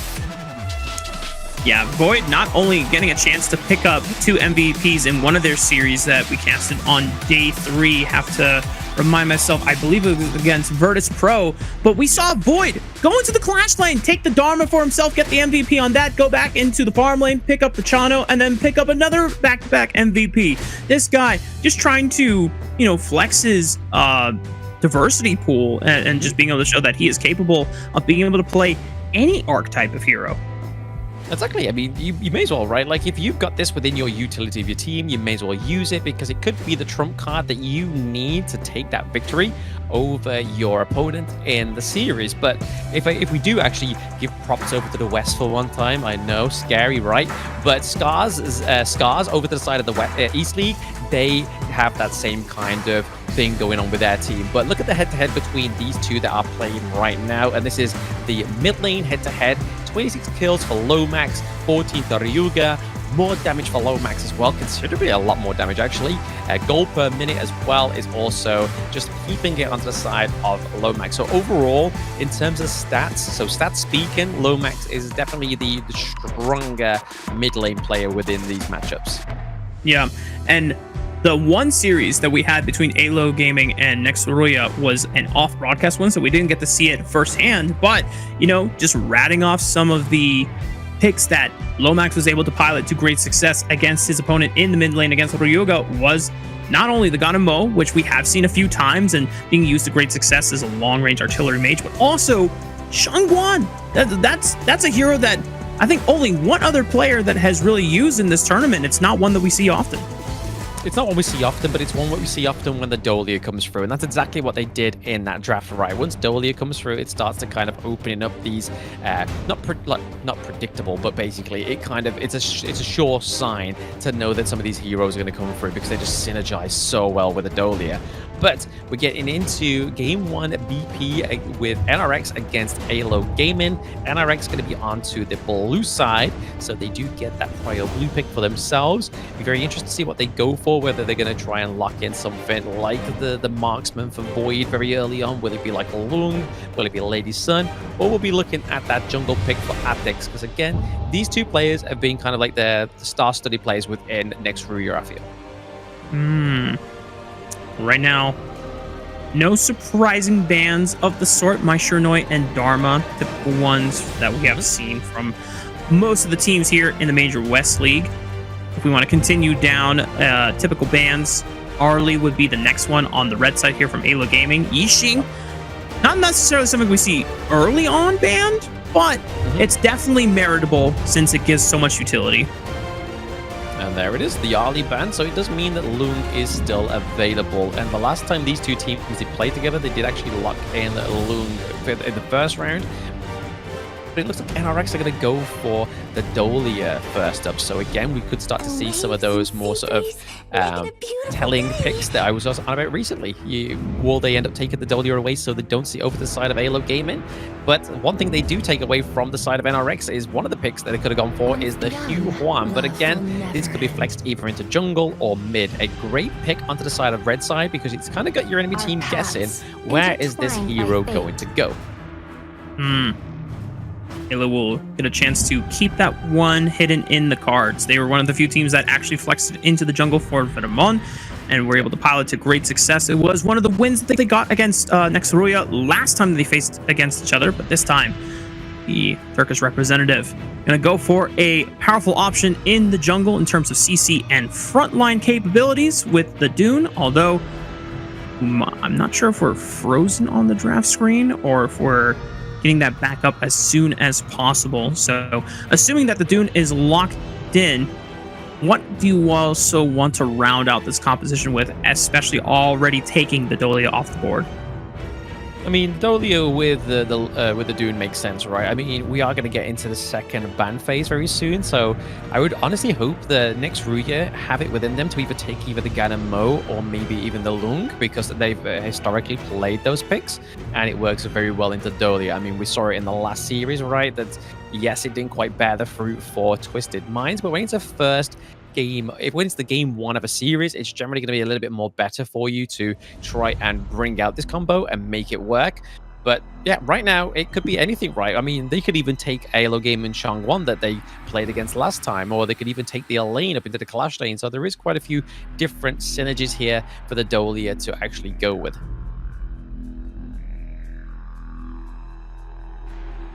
Just waiting for us to get that draft screen right back up for y'all. Might have been a technical issue with one of the players and might have to take that time to restart the lobby, but just I want to take this opportunity, Blam, while we're waiting to kind of go back to the overarching narrative. This is now a series that this is in Group A. So these teams don't have the same safety net as being in Group S, where if you lose a series, okay, cool, you know, you might be set behind in terms of overall game score, but at the very least, that just, you know, puts you in lower seeding for the upcoming knockout stage of that upper group. Whereas, you know, being in Group A, if you are set behind and lose these games in the series score, you are one step further from being able to net that first seed, which actually guarantees that you get a chance to play in that knockout stage, and it could mean that you're at the end of your tournament run. Exactly, yeah. There is a lot more at stake here for the Group A, like I did say prior, going into the survival week as well. Like Group A, this is where the strongest challenge actually comes into light, right? Is the fact that only 1 out of 4 teams are going to go through to the knockout stage. So they're going to be vying for it. They're going to be playing their little hearts out. They do still have a double round robin, so they can still fight these teams once more to try and secure some more points for themselves. But looking at NRX's draft here, they've gone for the Lady Chen into the mid lane. So again, we could be seeing 2 destructive delusions, which could be very fruitful for them. A very good counter-engage mechanic for the side of NRX. But then you also have the Mayim, right? So Mayim is going to be looking at trying to take off the back line like the Chano, like the Agudo, stuff, picks like that, basically just sort of stopping them in the tracks. But statistically, AYLO Gaming going for the Chano in game 1 doesn't bear the best of confidence in your boy Blam. So, but they do have the critters. They've got the critters from the Agudo, so maybe this is the balance that they need to get this game 1 Chano victory on the board. You know, they tried to appeal to you by picking up your favorite hero in the game at the moment and just making sure it's like, we don't anger the channel 1 game 1 stats god himself. Now, AYLO Gaming being able to round out this composition with, I don't want to say the most convincing front line, but there's a ton of utility spread out the board here for the squad. Meanwhile, on the side of next RÜYA, what do you see here? Obviously, there's the Dune there for the frontline capabilities in the jungle, but is this enough damage that's packed in with what they've assembled? Honestly, I mean, with the Lady Chen, again, she definitely offers a lot of damage. There's a lot of people that say that they don't like Lady Chen in the chat and stuff like that when it comes to she lacks damage, but we've seen statistically and historically in games where Lady Chen's actually done a lot more damage than their actual marksman, right? So I feel like that's a little bit of a void statement, especially when you have that paired with the Dolia. So you're going to be looking to see here that next RÜYA are going to be trying to set up these engages with Adex, and then Ryuga is going to just be dropping that Destructive Deluge into that range where they're going to be sort of like soaking the damage. So they are going to be dealing the damage, but soaking that damage from the enemy team as well. But it's going to be interesting to see how Vermon like navigates this Agudo pick, right? Because we've seen that the Agudo, great at macro, being able to clear the waves, the minion waves very easily as well because of the critters, and also the movement speed and attack speed increase from the wild growth. Thankfully, you got that furball for that pseudo front line. Because you are definitely lacking bodies in terms of that can take a hit in terms of supply for the side of AYLO Gaming. A lot of more. I don't want to necessarily like lack of tanks, but yeah, it just seems like most of these picks are definitely playing for themselves, but still, as we noted before, a lot of utility at AYLO Gaming. If they can maneuver around it, then, you know, maybe it'll be able to trump next RÜYA's composition here, as already a minute has passed here on the Gorge. Nothing super out of the ordinary so far. A couple roams as both of the supports were helping out the mid lane get that push in. We do see Vermon actually rolling on in with Verbal at his side, but next RÜYA's bot lane does have enough time to just run away. Yeah, I mean, we have obviously Agudo as a front line. It's going to be built tank-wise. Obviously, the giant script's going to come through. Itemization like Frostguard's Embrace as well to try and get the slows, especially when you see that Atix is going to be stuck in there, right? So anything that slows down the enemy team is definitely what they're going to be going for onto the side. At the same time, they're going to have Lomax as well. So Q1, historically, doesn't always build full AP into the mid lane. We get a little bit of tankiness come through as well. That means that she has the kind of sustainability into these team fights and kind of offers that front line as well. 2v2 fight on the top side. Oh no, Blam! Turn off your camera! You don't want to see this! Agudo going down. It's first blood for the side of next RÜYA. Could be Doxa next. Relentless with the pressure on the jungle clash lane duo of next RÜYA. Yeah, no, I didn't like seeing that one, Rafa. Honestly, I think I'm just gonna sort of just quiver. I'm gonna go back to a little bit of a fetal position, knowing that my Agudo just got brutally slapped down in first blood there. But hey, it's early game. Vermon needs to get those tankier items, needs to build a giant script into its entirety, and that's when we're gonna start to see the Agudo come through, right? Like not only in terms of split push potential, but in terms of team fight as well. We'll see if AYLO Gaming can bounce back and just prove that, you know, an early 2v2 skirmish is not the end of the world, or if next RÜYA can find a way to snowball this advantage here. Still just under barely 1,000 gold lead, just now reaching that point. We got Tyrant and Overlord spawning in the next minute or so. Next RÜYA, right now, a lot of their members are focused up here on the bottom side, which AYLO Gaming are matching, trying to see if they can find another collapse window here.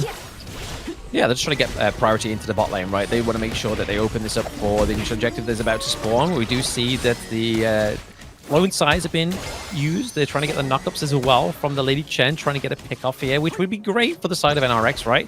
As they're trying to set up this neutral objective. Tanks are fighting out into the mid lane here. A little bit of a 2v1 going on down. Vermon looking a bit worse for wear right now, as obviously we know Atix on the Doom can do quite a bit of damage in the early game and can soak just as much as well, thanks to his second skill, Gale's Benediction. Now is the time. One thing I'll be looking for at next RÜYA is how well they can set up traps again. That was one of their signature calling cards that they were especially able to at least leverage against Virtus Pro in their series on day 3. That really gave next RÜYA a really strong identity that I'd not been able to see in a lot of the other teams here in Group A. Already the pressure that they've been able to mount in both bot and mid lane gives them free control over the Tyrant, and as we've seen before, not really a reason to beeline for the Overlord anytime soon. Just resume standard lanes and continue farming.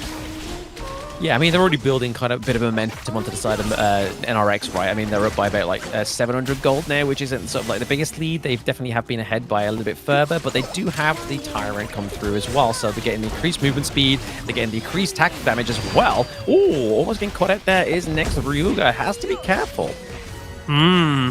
It popped the flash, so it's a common skill burned on the side of AYLO Gaming's sake. Just got to be careful about how far you can overextend, but just knowing his limits. Now, next time RÜYA does step up aggressively like that, got to have the awareness that you can't be as far as you were last time now without the flash. Yeah, exactly. I mean, they exhausted the flash, the ultimate as well. Destructive Illusion was actually committed there as well, but it is going to be a 3v1 dive into the bot side of the map, opening that T1. So honestly, nice. AYLO Gaming's draft in this game one seems to be just like a, maybe just trying to exhaust some of the big picks from the side of NRX, right? Because it's not really bearing much fruit into this early game. Obviously, Doxa, when he gets a little bit more items, you have to dive into the back line, may actually bear more fruit for the side of AYLO Gaming, but right now, they're definitely playing a better game NRX so far in this game. Definitely a good point to bring up too in conversation about this series is even if this first game is not, going your way, if AYLO Gaming are trying to play for, we'll let them have certain power picks so that they can't use it again, thanks to the power of overall global ban. Was that a steal? Oh my god, Alma! How'd that happen? Right, it was a Destiny counter. He just dropped it down. Obviously, didn't quite expect it onto the side of Atix there. He was just like, you know what? They haven't got any smite nearby. I'm just going to go here and not smite it. And then all of a sudden, Destiny counter came through. Boom, done. Not ideal. Well, AYLO Gaming at least be able to claim one objective for themselves and continuing the fight for the blue buff, forcing NRX out of the safety of their own jungle. There's a flash burned by Knight, as he was dangerously low, but now the re-engage attacks on the Dune, latching forward with the ultimate, winding up for the second cast of the first skill, not going to find that knockup, but the rest of AYLO Gaming forced to retreat, and it's still 3 kills total for the side of next RÜYA. Yeah, next RÜYA definitely played a bit more defensive there towards their Azure Golem. They're able to maintain it as well, so good job that was going over to the side of next RÜYA, because again, Dune realized that he has low cooldowns anyway, so to make him even faster is just a benefit for this kit here. They were able to steal the enemy's Azure Golem as well, so they are helping themselves to all blue buffs across the map, but I do have to give points over Solista into this marksman role. He is playing a lot of more presence up into the clash lane, able to get the T1 traded across the map as well, is a good macro play for the side of AYLO Gaming to make sure they're just kind of not like sitting ducks, not getting any objectives, and kind of not taking any turrets, but there is still a lot of presence up into the clash lane. Knight has to sort this out. Gonna see if they can at least stabilize on the Gorge here. The fact that AYLO Gaming able to find that top tier 1, equalize the turret score, and now continue pressure into the clash lane. It does force the response of NRX to defend the tier 2 for now. Already see Ferramon with a 4-man, trying to see if they can at least escape. Forced to use the Furball just to slow down the collapse of NRX, and it was a good call because AYLO Gaming might have been caught out of bounds there. Yeah, they got to make sure they're using it sort of like defensively at the same time, but right now we are seeing that the goal difference is still not the greatest between these two teams. It's like 1k gold, which could literally change in the matter of a team fight, right? Like as soon as that happens, if the team fight comes through, if AYLO Gaming coming out on top of that as well, means that they could take the gold lead once more for themselves. But we're seeing a bit of a fight here for the T1 into the mid lane.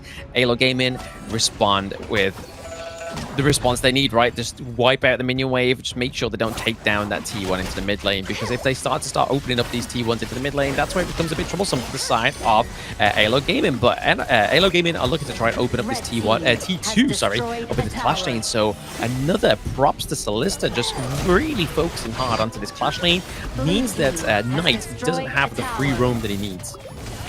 Yeah. And at least NRX are able to use their other pieces on the map to take these towers outside the realm of AYLO Gaming's defense and safety. Another Tyrant going their way. So just racking up these objective scores one by one. And even though AYLO Gaming are not out of it, and thanks to the fact that they at least got a tier 1 on the clash lane, it means that they're still relatively competitive. So now that we're heading into the mid game here, Blam, what kind of item spikes are we trying to see that both teams... you know what? We'll get to that question later. Maybe a little bit of a fight. Furball almost biting the dust, but thankfully for Vermont, able to recall it back to safety. Yeah, I feel like in terms of item spike, it's going to be over to like Chano here. Again, going for more critical kind of damage items as well.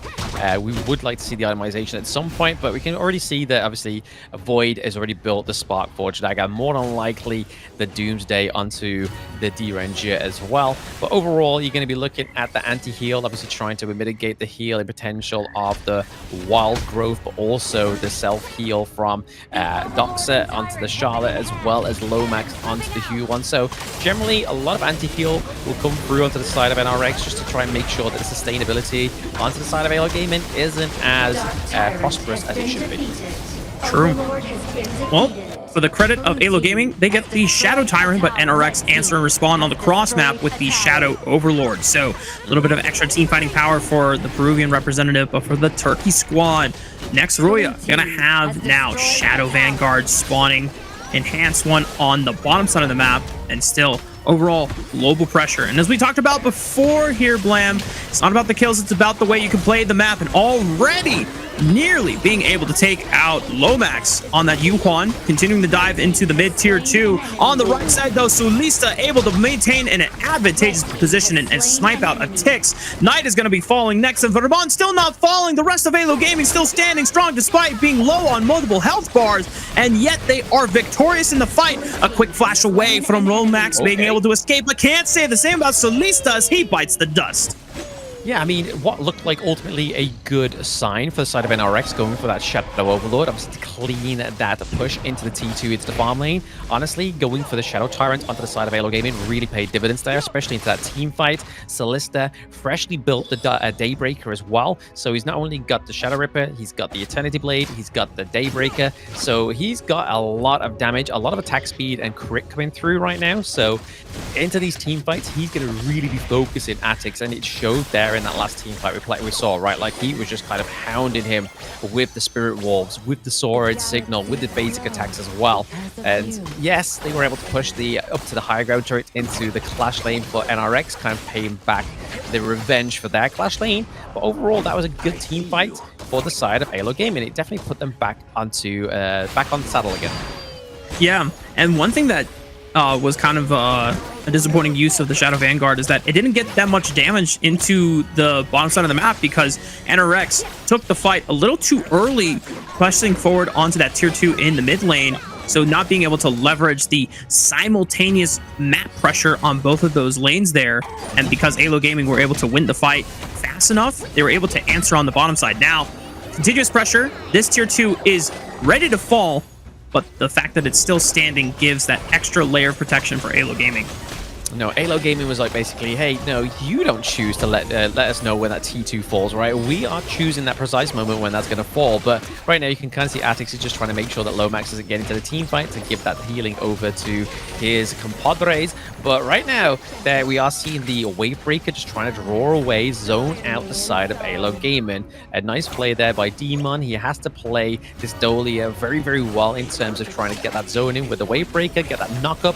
It's going to really put the kind of spanner in the works for the side of AYLO Gaming in terms of the momentum into this team fight. Objectives coming up in the next 30 seconds here, Blam. NRX still trying to push up forward into the mid lane. Gold lead still relatively even, so very competitive for both teams. Just depends on how the team fight angles are taken here. Vermont gonna have to be one of the few members that can safely walk into darkness, into the fog of war, and using Futterball as a way to face check for themselves. Yeah, we saw that Vermont used the release there for the Azure Golem, which means that obviously he does get some magic damage thanks to that blessing. So those that are watching at home that have never actually played Agudo has a unique passive where she can basically release one of the camps within the jungles, and they all have different blessings. And we have obviously extra damage over thanks to the Azure Golem, but they're actually going to take the Shadow Overlord here for the side of AYLO Gaming, which is going to put a lot of pressure already onto that clash lane potentially. It looks like we have a pause here. Not sure what happened necessarily, but for anyone that is just tuning in, AYLO have just successfully taken the Shadow Overlord. Next, RÜYA are on position around the Shadow Tyrant, so opting in for a trade. Last time it was Tyrant for AYLO Gaming, Overlord for next RÜYA. Yeah. Opposite this time around, trying to go for that global pressure so that they can start knocking down some of those outer tier 2 turrets and maybe pressuring a high ground turret depending on which fight they want to go for. Whereas next RÜYA, off of the strength of how well AYLO Gaming were able to navigate the prior team fight, they say to themselves, you know what? Maybe we should pick up a Shadow Titan ourselves. Maybe we should make sure that we also have that team fighting power on our side. Yeah, I mean, it makes sense, right? I mean, the next RÜYA, they haven't been winning the majority of these team fights, so going for the Shadow Tyrant now, especially as AYLO Gaming have the confidence into these team fights, knowing that they can take them with the Shadow Tyrant or without, it means that NRX are going to definitely try and go blow for blow into this next one, because again, the D-Ranger is going to be the thing that the hero that tries to give over the most damage here, as well as the Lady Chen. So we're trying to just make sure that NRX to set up a great team fight, whether it's obviously set up with the Unruly Blade and then laid down with Destructive Deluge soon after to just do that huge AoE damage. But we get to be seen as obviously we're going to get back onto the Gorge soon after this pause.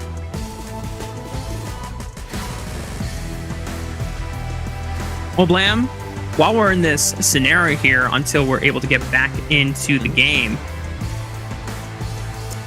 how do you feel about your prediction so far? Because that's it. I remembered now. I found your prediction video, and I was able to determine that, yep, 3-2. So right now, with how even this game is, do you feel like we're going to go the full distance? We're going to go to full 5 games on this one?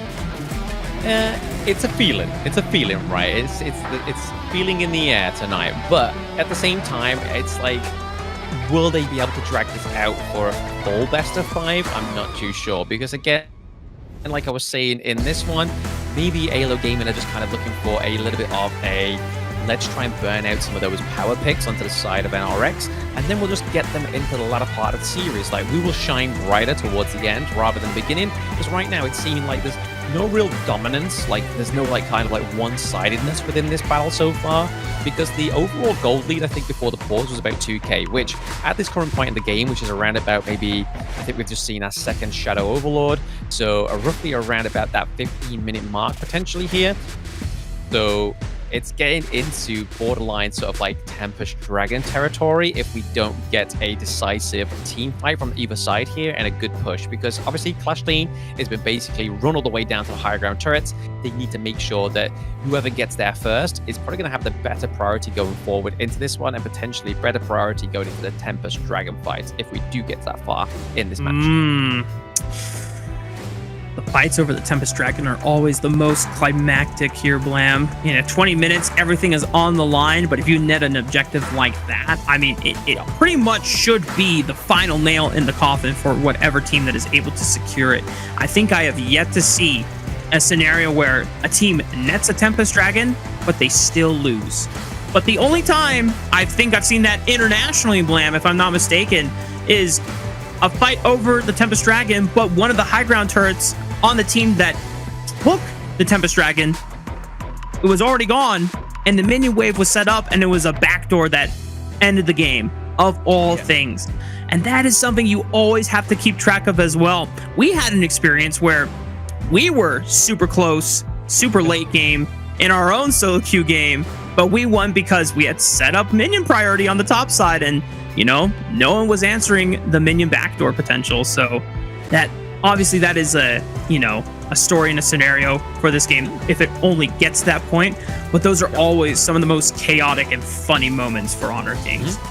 Yeah, I mean, let's expand on that story, right? Like, that was a game we played literally, hours ago, and this was a game where one of our teammates decided to pick a Ganon Mo support. So already into the draft, I was feeling a little bit tilted anyway, because I knew my matchup was going to be a 2v1 up into my lane.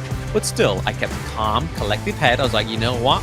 I'm going to go Gudo. I've got Furball with me. That's the only support I need. I'm a no support main who don't need no support. I'm just going to go and crush my lane. And that's exactly what I did. I just focused my lane there. I knew that my team was going to have it in these team fights, and rightfully so. I believe you played Dune Rafa in that game, or I think it was Pei actually. Yeah. And it was the Pei. Yeah, thank you. Pei, yeah. And just a lesson to be learned there for those regulars in chat that are going to be ranked players. Don't lose your tilt in BP. Just focus your strengths. Just push the lanes, and you may even bear the fruits that we did. But we're going to get back into this game one between next RÜYA and AYLO Gaming now. Again, we do have the Overlord that's been taken by the Shadow Overlord, taken by AYLO Gaming. Vermon waiting for that right moment, which is probably going to be waiting until that blue wave down to the bot side, and that clashes closer to that farm lane turret. But once more, we're just pausing again. Maybe they haven't quite been ironed out, whatever pauses is going on here.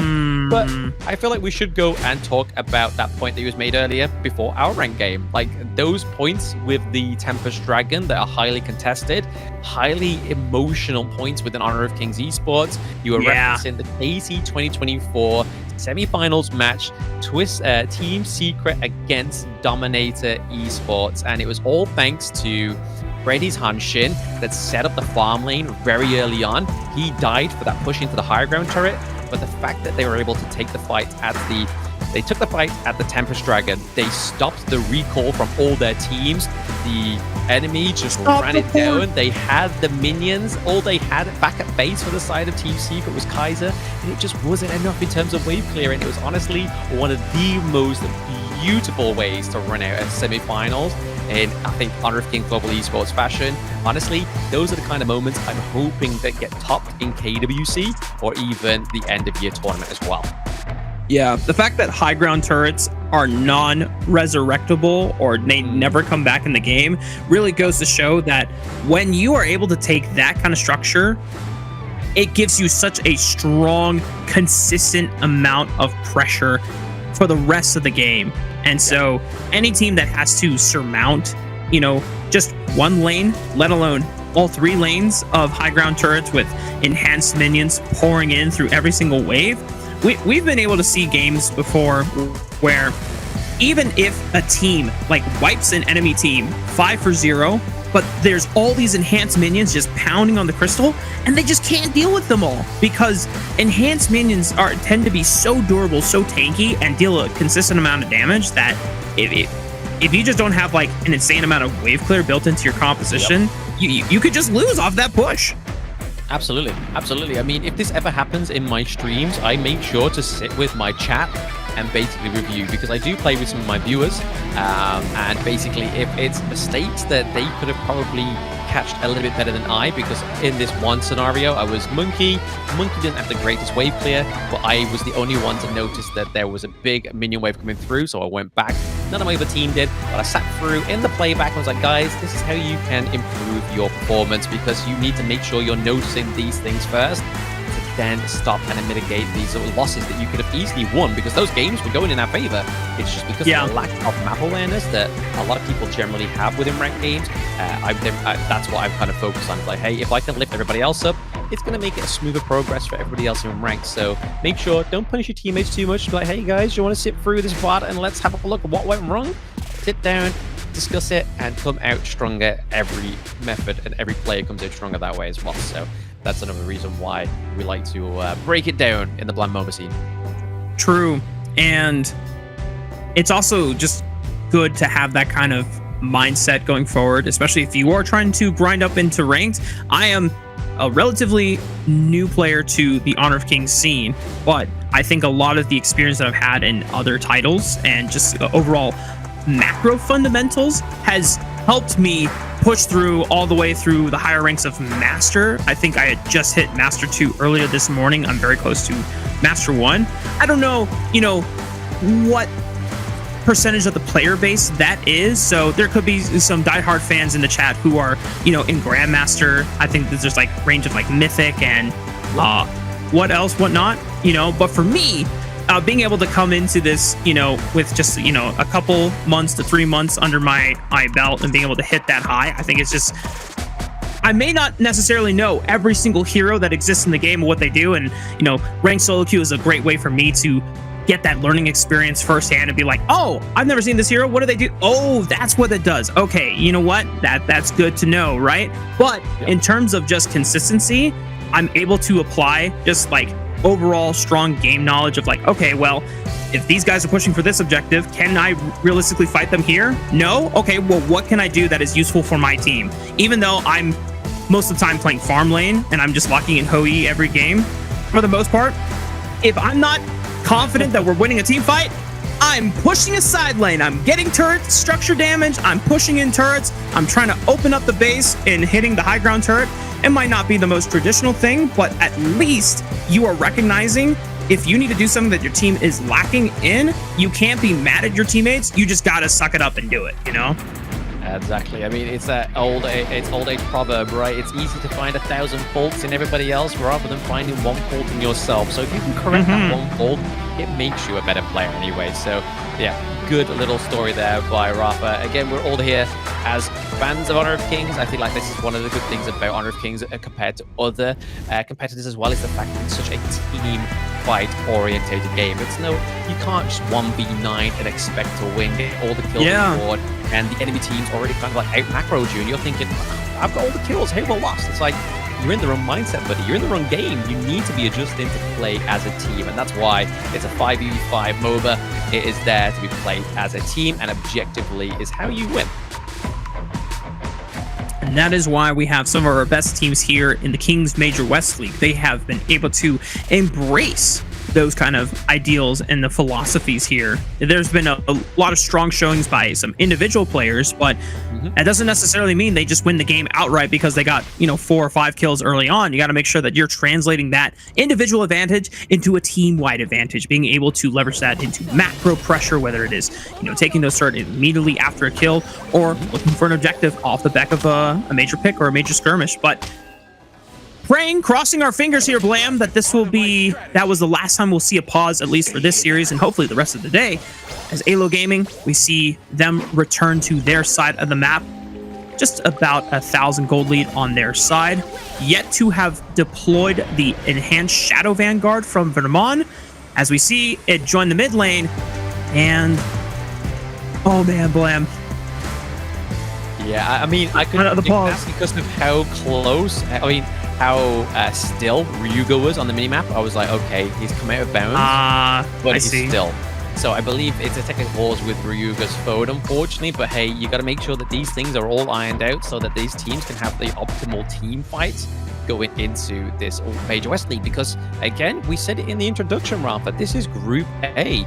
You don't want to be dropping rounds because of a technical pause. We want to make sure that these teams all have a fair advantage going into Group A, so they all have a fair outcome of trying to be the top team that makes it into the knockouts, because it's not only the knockouts that's at risk, right? It's a trip into KWC, and if you don't get the top spot into KWC from KMW, sorry, you also get a shot at the major last call. So obviously these teams want to make sure that their experience on the Gorge, rightfully so, is to scratch. So again, we're just going to go through a little bit of a technical pause here, guys.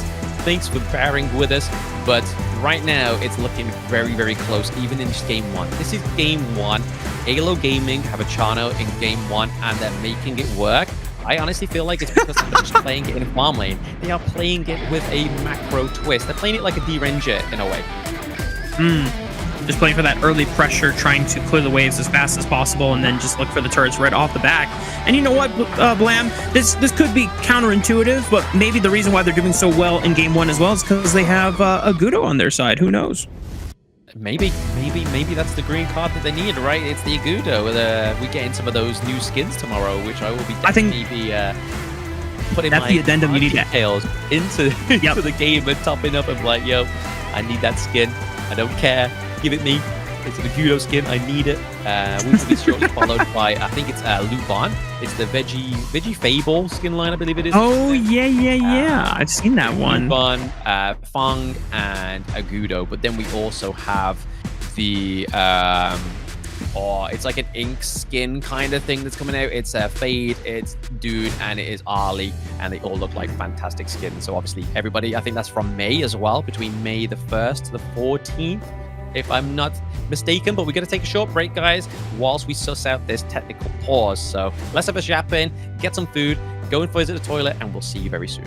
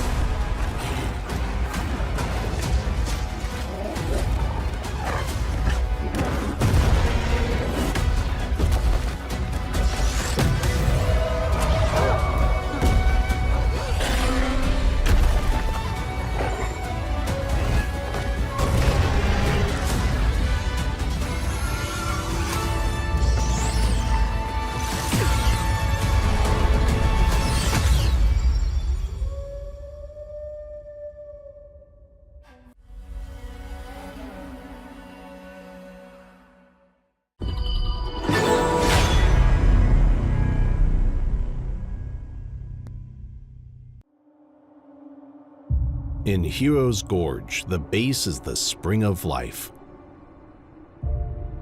In the real world, every forest and plant is the Earth's spring of life. The base nourishes the gorge, just as Earth's ecosystems sustain all life. If the base is exhausted, heroes will lose their home. If ecosystems are destroyed, all life loses their habitat.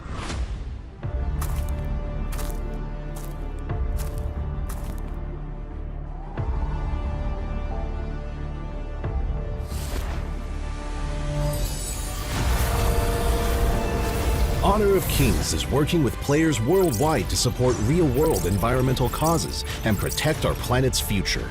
By participating in Protect Nature, Protect All Life, all efforts in the event will contribute to real-world causes. Protect the environment and let us defend the honor of our planet together.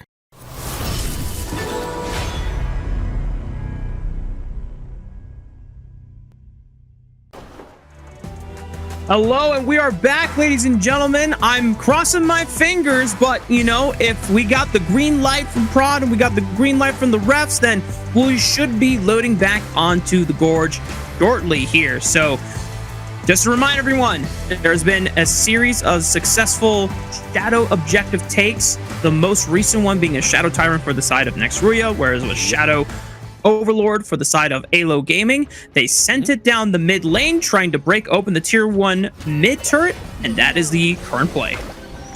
That is the current play for now, right? But here we are going to get back into it. But here we are now. Hopefully, this is it for the game 1. We need to see a bit of a fight back here for Next RÜYA, right? Like, honestly, they need to start dropping down some AoEs, because this wild growth is definitely very oppressive. At least able to find one of the turrets in the mid lane here for AYLO Gaming, but the rest of Next RÜYA able to hold the lines and defenses. And am I not mistaken, was there a turret lost on the bot side of the map there? I believe so, yes. I believe so. There was the push to the team. Oh, dang. Well, yeah. But yeah, I mean, it's definitely the pressure that they need on the side of AYLO Gaming, right? But again, it's one of those low-kill games, so still batting home that situation we was talking about just before we went into a technical pause break, right? Is the fact that it's not all about the kills, guys. It is all about how you affect the gorge and how you control the dominance on the gorge, right? Like, we see AYLO Gaming are still at the the T2 turrets into the mid and to their farm lane, and then for Next RÜYA, which not looking too tight for, is only the T2 into the mid lane. So really, that's their last kind of bastion before their whole jungle starts to really open up for the enemy team.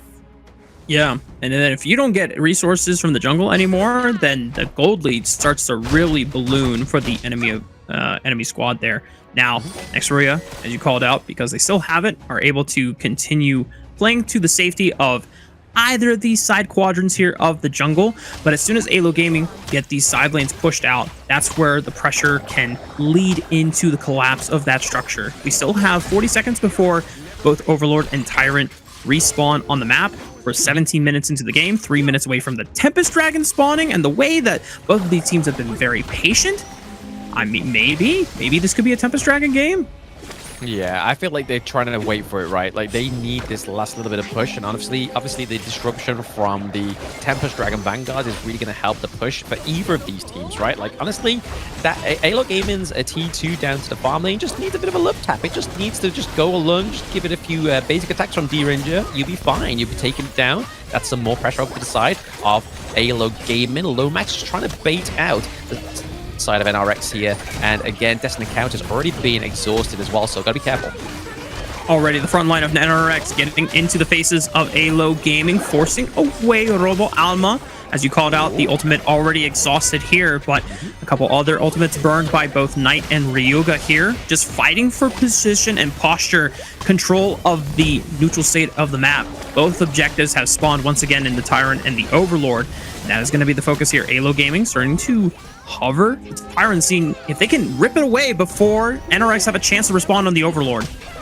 I think this is a good call for AYLO Gaming because they've already got the dominance into the lanes, right? So they've already got pretty much 2 out of 3 lanes pushed, but they need that extra bit of damage to make this team fight just a little bit cleaner for them. So going for the Tyrant over the good pick.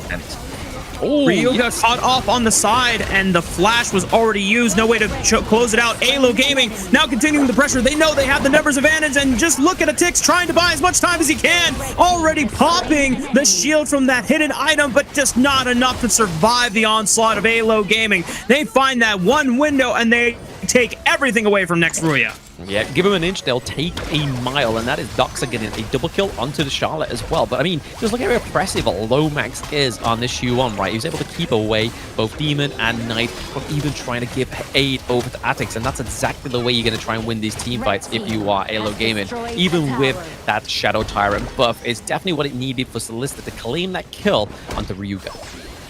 Still another 10 seconds before Atix and Void are both back on the map, but not enough for AYLO Gaming to feel confident about starting to siege into the high ground towers, but they have now fully unlocked every single tier 1 and tier 2 in all of the lanes. So now AYLO Gaming, anytime that they want to, especially with a 3,000 gold lead at this point in the game, they can start making that pressure and forcing those vision traps that we have seen mostly from next RÜYA in previous series, but now AYLO Gaming have the advantage.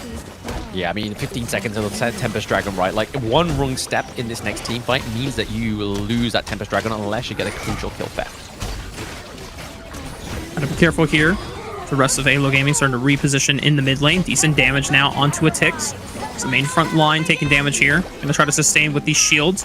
Vermon pressuring forward here as both teams starting to inkling their way towards the top side of the map here.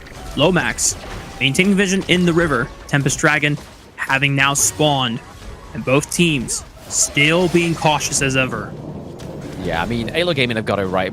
They had the minion wave for the side of NRX pushing through to the higher ground turret, so we could already see that the lane priority was there for NRX. They were really hoping that was going to be kind of the key in the door to start the Tempest, but the fact that Lomax is just constantly trying to bait out those long-range CC moves, and here comes Fairball in as well, pushing. Whoa!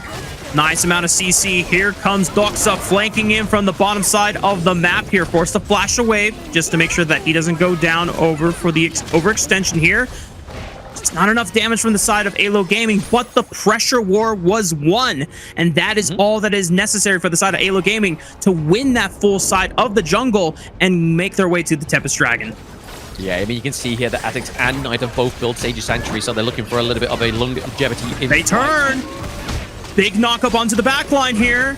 It looks like Roboama was forced out of the fight, but Lomax is separated from the rest of the squad. Multiple low bars on the side of health. Meanwhile, the rest of AYLO Gaming can't decide if they want to finish off the Tempest Dragon or try to turn around the fight, but then it's now a 4-on-5. There's so many low members on the side of NRX, but they're prevailing, they're enduring. They're being able to push through all the damage. The spike comes in, it's Doxa that finishes off the Tempest Dragon. Can they win the fight from here? It's Solista on the channel, being able to space it out thanks to the power of this Wolf Rider, and he is just gliding all over them, firing arrow after arrow against the members of NRX, but Void has returned from the base, but immediately gets blasted in the face. AYLO Gaming, it seemed like they faced their toughest challenge against next RÜYA, but they were able to surmount it, and now they will begin to siege into the base for the win. Yeah, honestly, that was just a battle of Sage's Sanctuary, right? Like, Vermont didn't have it, Solista didn't have it, but then they prepped it because they saw that the side of Atix and Knight took it, but now this is going to be the takedown that they needed, right? This is the Tempest Vanguard into the base. Atix... Wait, is it actually enough?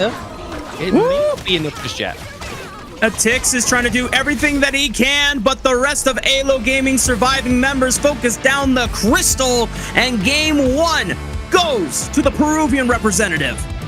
Yeah, even though the technical walls came through there, it didn't break the momentum of AYLO Gaming. Honestly, within that team fight, it felt like that could have gone either way, but the fact that Vermont and Solista both went with Sage's Sanctuary, so kind of imitating their enemy team, knowing that they were going to go and try and sort of like bait out as much skills as possible with that first life that they had, and then kind of just come back sort of like guns blazing as they've wasted all their ultimates, all their moves, all the CC. I mean, it was enough to take down Lomax, right? But ultimately, it just still meant that Solista just had so much damage and burst down the rest of NRX in that whole team fight. Yeah. If you cannot take out the farm lane carry at that stage in the game, there was a lot of, strong moments, though, from the side of next RÜYA, but just the inability to lock him down reliably then Salisa just running around, you know, full movement speed and popping the ultimate, and you just have that flexibility of being able to kite freely without having to stop, you know, as normally you would do with other farm laners, where you have to, you know, put yourself momentarily in that instant to auto attack and then move again. You're just freely moving as you cast. You know, no cast time animation for those attacks is such a powerful, underrated thing for a farm laner, especially at that stage in the game. And now moving forward into game 2, I mean, what else we expect from both of these teams? I mean, I think we're going to expect pretty much a little bit of the same throughout the entire of this series, right? Like, obviously, I predicted this to be a 3-2. We've got AYLO Gaming already at 1 point as well. Obviously, it is next RÜYA. I've got the bidding on here to take the overall victory because naturally, they generally have a little bit more of a hero pool coming through. Statistically, we've seen quite a few different picks from the side of NRX as well, especially with some of those offline games as well that we saw that NRX played. I believe they even played something like along the lines of like a butterfly, and definitely some of like the weirder picks against Twisted Minds as well, right? So they played not only that, they played the John Koi as well, they played Lubu. So again, we know that they kind of, even though they lost a 10-minute and 47-second match against Twisted Mind, they're not afraid to bring out these sort of like unorthodox picks that you don't see within within competitive naturally. Well, I would be a fan of seeing some Lubu on the Gorge here, and just scream "Tremble, mortals!" as that is such a cool ultimate to see in the game. We take a look at the post-game graphic. It was definitely a banger for sure, Blam, being able to see the Tempest Dragon be the ultimate decider and conclusion to this exciting opener of our second series of the day. Yeah, I mean, look at that, though. I mean, we see very little deaths overall. It was only towards the end, especially around that Tempest Dragon fight, where we actually started to see some deaths come into reality, right? Like, the fact that it was a very low-kill game just meant that they were trying to play the map a little bit too much, and either of them couldn't take a solid team fight until the late game, right? Which is what we saw with Solista. He had the Sage Sanctuary. He did 182k damage overall, right? So, once again, just harping back on that point that you were saying about the leader stance ultimate from Chano, just makes him a very much more sort of like a move-in sort of barrage of attacks rather than kind of like basic attack, stop moving, basic attack, stop moving. It becomes more fluid and just a way better way to execute the marksman, and it's definitely a unique mechanic for Chano there, and they actually were able to get a game 1 win with Chano. So maybe this is the turning tide. Maybe this is the turning tide for Chano, and he will maybe get some more first game of the series wins. But honestly, he gets the first game of the series win for Chano, and he definitely deserves the MVP here. Solista with 6-1-2, 37% of the damage taken, damage dealt, sorry, and 15% damage taken. So still very slippery around the Gorge. Solista picking up another MVP for himself. Definitely has, I believe, some of the most racked up on his team, respectively. Now, when we take a look back at the highlights, oh yeah, I mean, the only highlight we needed to see was definitely this Tempest Dragon fight, and I'm just going to keep my eyes glued onto Solista in general, because he doesn't pop the leader stance until about after he gets resurrected by the item stance, and then this is where he recognizes, all right, this is my time to fly. Yeah, he tries to back out of the team fight as well. He makes his teammates try and run down Artix onto the Dune, right? Dune manages to get out of there, so Artix actually gets out alive, but it's actually going to be Knight that gets bursted down. Void, coming back from a death timer, walks back into the team fight, and then it's just like, oh, I'm dead again. Well, unfortunately, that is the woes of being a farm laner. You know, you pump out the damage, but if you got no one to stand in front of you, you're just as susceptible to getting blown up as well. But AYLO Gaming, game 1 in the books, success on their side. As you predicted, Blam, you think this one's going the distance, and it might be next RÜYA favored, but I think it is definitely fair to say that it's still anyone's game, because game 1 was such a back and forth. Oh, very much so, yeah. Very hotly contested, especially even with the technical pause as well. They didn't quite break the momentum for either of these teams. They definitely tried to fight tooth and nail all the way to the end of that game 1. But that's it. That's only game 1. It feels like we've been in this series for longer than that, but it means that we're going to be seeing a lot more kind of like different picks come through. Obviously, the global ban effect's going to come through as well. It is a full best of 5. But before we get into game 2, we're going to take a short break, guys. So make sure you don't go anywhere, and we'll see you for game 2 action.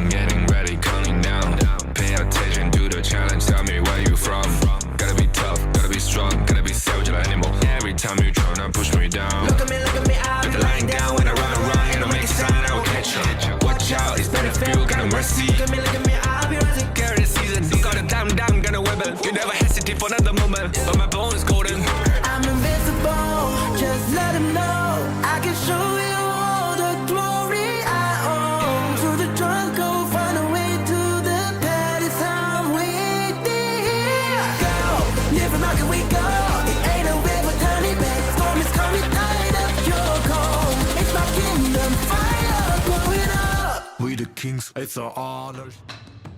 And welcome back, y'all. We're getting ready for game numero dos of series numero dos of week numero dos. Boom, 2 back to back, right? You know, right in your face. Bam. That's all I had prepared, Blam. All right, I need you to solo cast this one. I'm leaving the building. That was my only bit I prepared. I'm just kidding. It's AYLO Gaming against next RÜYA, and off of a victorious, triumphant 21-minute banger. After all those pauses, AYLO Gaming keep that mental cool, that fortitude strong, and they're able to push out for the first game win.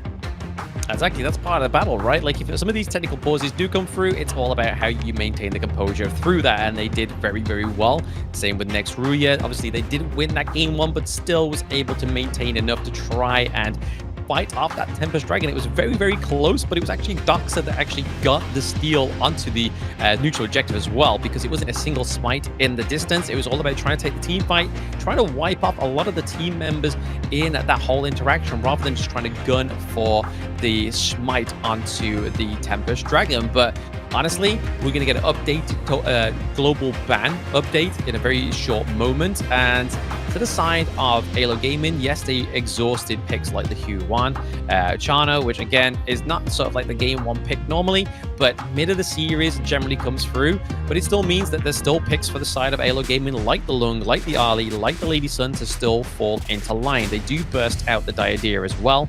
But look at NRX. There's a lot of big picks on their side that they've already wasted in game one. True. The fact that they're able to overcome the blam stats of Chano game one win rate and bring it now out of the darkness of 0%. I think you're just going to have to addend it with also synced up with the Gudo, because it definitely fits the narrative here. But Bobnet actually being subbed in for Demon, and just making sure that next RÜYA can continue fielding the best roster possible. Maybe the swap will give them the key to success in game two. Yeah, I mean, that's it, right? I mean, the sub-in, maybe at this point, might be the thing that they need, right? Bobnet coming in. It looks like it might be Bobnet up into the... no, so nice in the Clash Lane. Sorry, I just saw a reverse thing. It completely thrown me off there. It is early morning. It's 5 a.m. Forgive me. I only have a few mistakes. I'm still human. But there we go. Bobnet into NRX here, which is going to be interesting. A bit of a throwback to Season 1 for me. I mean, it seems so long ago. 2023 or early 2024? No, last year, yeah. Early 2024. Dang. Well, that was, you know, more than 12 months ago. Yeah. But it does definitely seem like it could have been yesterday. Next RÜYA, though. In our second game, what are the bans that are going to be leveraged against AYLO Gaming? We've already seen things like My Shiranoi and Arlie be the consistent bans on the red side, so more than likely that should not change up going into game two, unless there's something that they're trying to bait out, but doesn't seem like the case. Whereas NRX, it's the Dolia first ban. The Dolia first ban. They don't want to give over the Dolia. Obviously, they picked the Dolia in game one. Again, AYLO Gaming, when they first fought against NRX, they had the Dolia with them, and they actually took that victory as well. They took it with the Shangguan. They don't want to see that come through, because honestly, I don't blame them. Lomax's performance in game one makes me fear what he's going to pick for this one, right? Like, we know he's a maestro on the Ganon Mo. We would love to see his Shangguan on broadcast. So maybe we'll get treated. It is a best of 5, but NRX locking in the Dharma this time around. So blue side Dharma going for Knight. Very interested here, trying to catch off the back line, but once more, maybe if AYLO Gaming was watching the last series, it's all about dominating that clash lane so that Dharma does not have the pressure onto your side that allows him to be a free spirit onto the gorge. True. If next RÜYA are able to protect the Dharma and allow him to get a couple of those items under his belt, he does become such a team fighting menace for AYLO Gaming to deal with. But their response so far doesn't seem like they're that much concerned, not investing into, you know, early aggressive pressure in the jungle role if it is something like the Ogren that tries to, you know, gank Dharma and put him down a peg or two. But that Ganon Mo that you alluded to, it is confirmed for Lomax. We already know that this was something that AYLO Gaming confirmed to win against next RÜYA in their previous series during week 1. I mean, it pairs beautifully, right, with the Ogryn. Anything that has a long range, like the Motsu, like the Ganemo, pairs so nicely with this pick. So honestly, that's going to be taking the brunt of the damage, especially like paired with like something like what was the Dune in Game 1 for NRX. There is a lot of sustain for Ogryn. Vermont is going to be controlling the Gorge with this one. If he has the early game aggression, he could start a snowball momentum with this one. And then having Lomax just behind him, just laying down that artillery, is going to be very frightful for the side of NRX. So much burst coming through, and then they lock in the D-Ranger. So always we see the D-Ranger come through when the enemy team has the Zhongfei, because that Imperial Order gets that physical damage reduction as well. So again, Ganemo doesn't need physical damage reduction anyway, because he just bursts through. But imagine that is going to be some hotly forged, freshly forged couple blades coming through for the side of AYLO game. True. And into the second round of bans we go, baby. Already farm lanes were acquired by both teams. Support only one side and Clash Lane the other. And of course, jungle and mid still up for the taking on next RÜYA side. And that is where a lot of the focus is for AYLO Gaming, taking away Sh and Nuwa, whereas NRX, they know that there is yet to be a Clash Lane locked in to answer against the Dharma. And two answers, Mayeen and Elaine, taken off the board for Doxa. Yep, Mayeen and Elaine both been taken off. They do still have the Byron pick if they really want to go for that. They didn't have that in Game 1. They expanded the Charlotte for the side of Doxa there, but they could also lock in something like the Sunset, right? So Sunset coming through with Set Sail would really set up a huge engage for Ogryn, but also for the freshly forged couple blades from Ganemo. But now they're pairing up with the Sunbin, a pick that is probably notorious with AYLO Gaming throughout this competition. Yeah. It's not one that you see on any other teams. However, speaking of unique picks, I don't think we mentioned the Kongming, but that would be super cool to see. But it does put a question mark on where it would be going. I guess mid lane. Mid lane. Wow. Okay. Yeah, I mean, it's going to be good for using his teleport, right? So if he knows that the couple blades are going to be landed down, he can kind of just teleport out of the way. There is the Sunset that's been hovered over here. It makes a lot of sense into this draft. I mean, the good thing about AYLO Gaming here as well, right, is that time lapse and time bomb from the Sunbin. I played in a game with Rafa earlier, and I believe we won, right? Yep. Like, I was getting a few kills on this Sunbin. It was going crazy.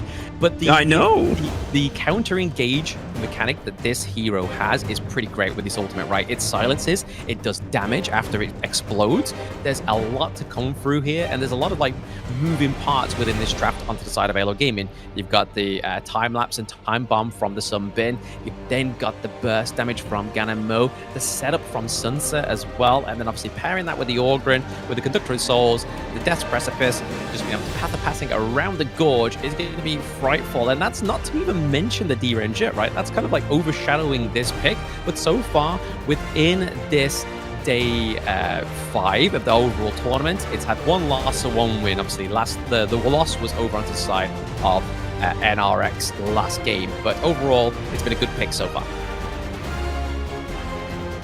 The overall Time Flux is such a unique utility that is underappreciated in MOBAs in general. But if you give a burst of movement speed to a carry, or hell, even a frontline like Ogryn, who wants to just flow in and out of battle using the path of passing to his advantage, that is a slippery frontliner that you have to deal with that happens to also, you know, be able to execute people once he's in the seer state and they're low enough. But it goes so well with everything that AYLO Gaming also has, because you already talked about a powerful combo with Ganemo who can supply that long range damage safely, while Vermont is just, you know, causing a disruption into the backline. And if they get low enough, then yeah, Ganemo doesn't need to be the one that gets the finishers. It can just be the seer state executions.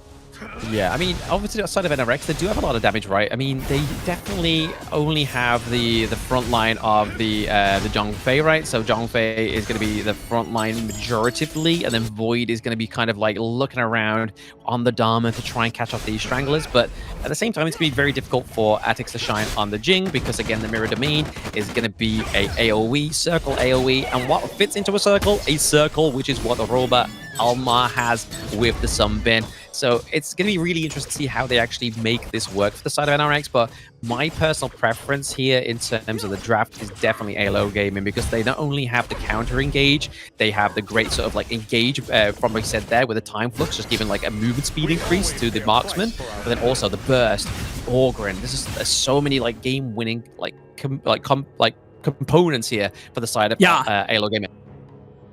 And as we alluded to earlier during the draft phase, if you are just joining us here for the broadcast or have not gotten a chance to see NRX play on stage yet, or during like week 1, you are not mistaken. That is Void taking the Dharma and is actually playing Clash Lane, even though this invade for Vermont not going so Gucci for his sake.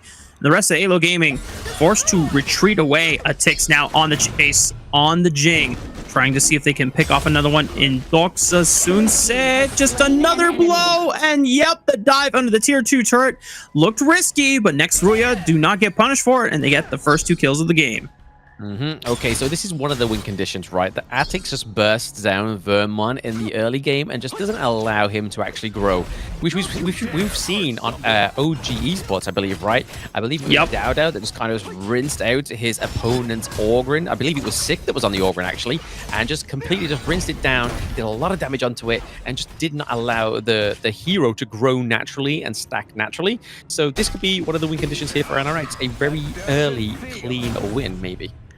Yeah, it's all down to continuous pressure. Meanwhile, AYLO Gaming at least able to answer it back. Ooh, the time bomb, not enough damage, but it was definitely close to finishing off RÜYA as he retreated away in the mid lane. Vermont able to at least contest for his own red buff on the top side this time around on the respawn, as NRX, if you're going to do this strategy, playing something super aggressive like the Jing into the Orgrin, it's not just about, you know, killing it once and getting first blood on it. You got to do it relentlessly. You have to be in the face of the Orgrin, never letting him come online, because if Vermont is able to rely on the safety of his teammates and being able to get the early wave priority so they can collapse in and protect him on future invades, then AYLO Gaming still have a way to scale up on this front line. Yeah, you got to make him wish he never picked that pick, right? You can just be like, hey, guys, I know you went for the Orgrin. That's very pretty of you. So nice. I'm so happy for you. I love this. But I am going to pick the Jing, and I'm just going to burst, damage you down in the early game, and make sure you don't get that growth. But right now, up to the top side of the map, we do see the set sail has been committed, as well as the mirror domain there. So two ultimates, just to kind of not get anybody die there, is definitely something you got to make sure and be paying attention of for the side of NRX and AYLO Gaming. You don't want to keep expanding these ultimates just to stay alive. Sure. NRX got to be continuous with the pressure here. Potential 3v2 in the bottom side. That was a flash, it looked like, but not quite. Just the quick dash on Ryuga's Kongmin there. But enough pressure to force them away. Tyrant being started up by next RÜYA, and Lomax, unfortunately, does not have a smite, so even if he wanted to step up and see if he could look for a steal, not likely going to happen. As the Tyrant goes down, and a quick pick! I think Void came out of nowhere, didn't even need to use Flash, but definitely used the Truth Mantra to set up the stun on the Lomax, and now bottom lane of AYLO Gaming under fire. The action does not stop here. Blam, next RÜYA being absolutely ruthless with the pressure.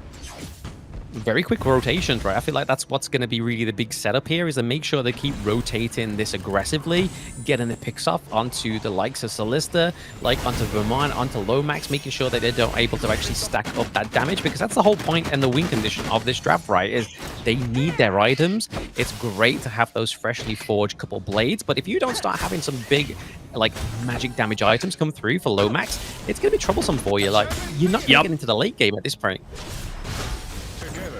AYLO Gaming gotta be, you know, clutching on to their safety and defenses at the moment. They are not down that much gold. It's just above barely 1,000 for the side of next RÜYA. There is an Overlord for the taking, but that's usually not an objective that teams tend to go for early on to the game. If you see an Overlord being taken, either something has gone super incredibly awesome for one team and they're just taking it because, like, hey, there's nothing else better to do on the map, or the other team is like so desperate that, like, guys, we cannot farm any other lanes because we just lose, so we need something back.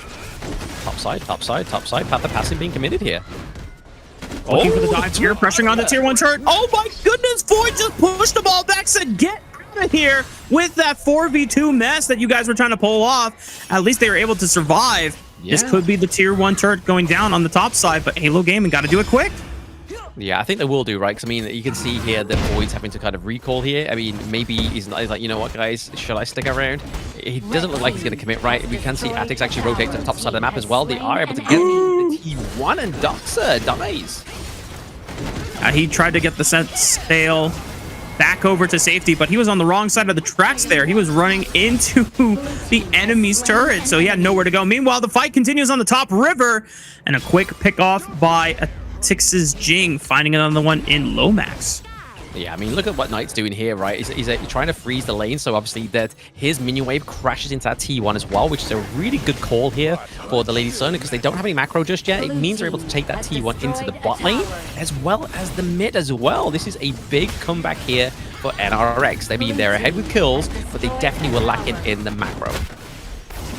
It seemed like they just woke up. Vermont being able to sustain a lot of health there thanks to the Conductor of Souls, but not going to be enough to at least give AYLO Gaming any ground to work with, because they have lost out on the tier 1s on both the mid lane and the farm lane, I should say. So now, this bottom side quadrant of the jungle, very susceptible to just getting bled out by NRX if they want to focus their members there. Yeah, I mean, if we rethink what we was actually initially thinking about this draft, right, the reason why Ganamo works is because he's given range. When you are being stifled by the enemy team and not given range, he cannot do anything, just like Bobnet. Yeah, Roba Alma getting the brunt of the CC train there from next RÜYA, definitely running him over and trampling him in the wake of the onslaught. Next RÜYA now going to continue the pressure here, finding the Overlord in the wake of that pick. And AYLO Gaming just praying that they can survive another few minutes to get these items online, but I don't think next RÜYA are going to give them that chance. Doxa trying to flash away will be able to get enough distance to escape. And meanwhile, AYLO Gaming are just trying to find advantages wherever they can on the map, but if next RÜYA make this collapse, it could be trouble. Yeah, I mean, they're just trying to play like a bit of a macro game here for themselves. They know they can't take team fights, but they're still trying. I mean, they're not taking them on their own terms, right? That's the problem with AYLO Gaming's draft here, is they haven't had the time to kind of activate, but at the same time, they're not playing the team fights on their own terms. They're kind of like, hey, well, let's get some pushes in these lanes, and then all of a sudden, 3-man dive onto one person. It's just like, yeah, you're trying to stop the team fights and dodge them, but we're going to take the team fights to you, which is the problem here for AYLO Gaming when NRX are playing so aggressive. I like Atix popping the mirror domain just so that he has an easier chance to solo out this second tyrant of the game.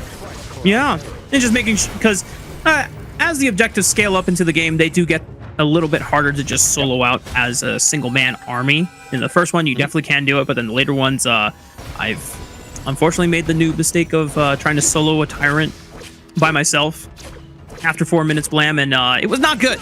It was not good. You need to make sure you get that tier 3 jungle item. That's what you need to do. Get the tier 3 jungle item, get that stack damage. But right now, in terms of damage, we're just using the time bomb there just to keep them away from engaging. Just a bit of a zone mechanic for the side of AYLO Gaming. At least for AYLO's sake, trying to put the numbers and the pressure where they are safely able to. But a 4-man collapse. Goodbye, tier 2 turret on the bot side. Yeah, AYLO can't do anything about that. Yeah, no, it goes down so fast, right? Like, they're trying to replicate that onto the side of NRX, as you can see, towards the Clash lane. They do have the Tyrant, but... Ooh. Doxa just falling in an instant there. Next, RÜYA being able to just brute force their way through the high ground turret. Meanwhile, on the other side of the map, AYLO Gaming was trying to do the same thing with the high ground turret, but it was a 2v1 for themselves, so they're not going to be able to get the same results, whereas next RÜYA being able to dedicate 4 members against a overall 3-man defense.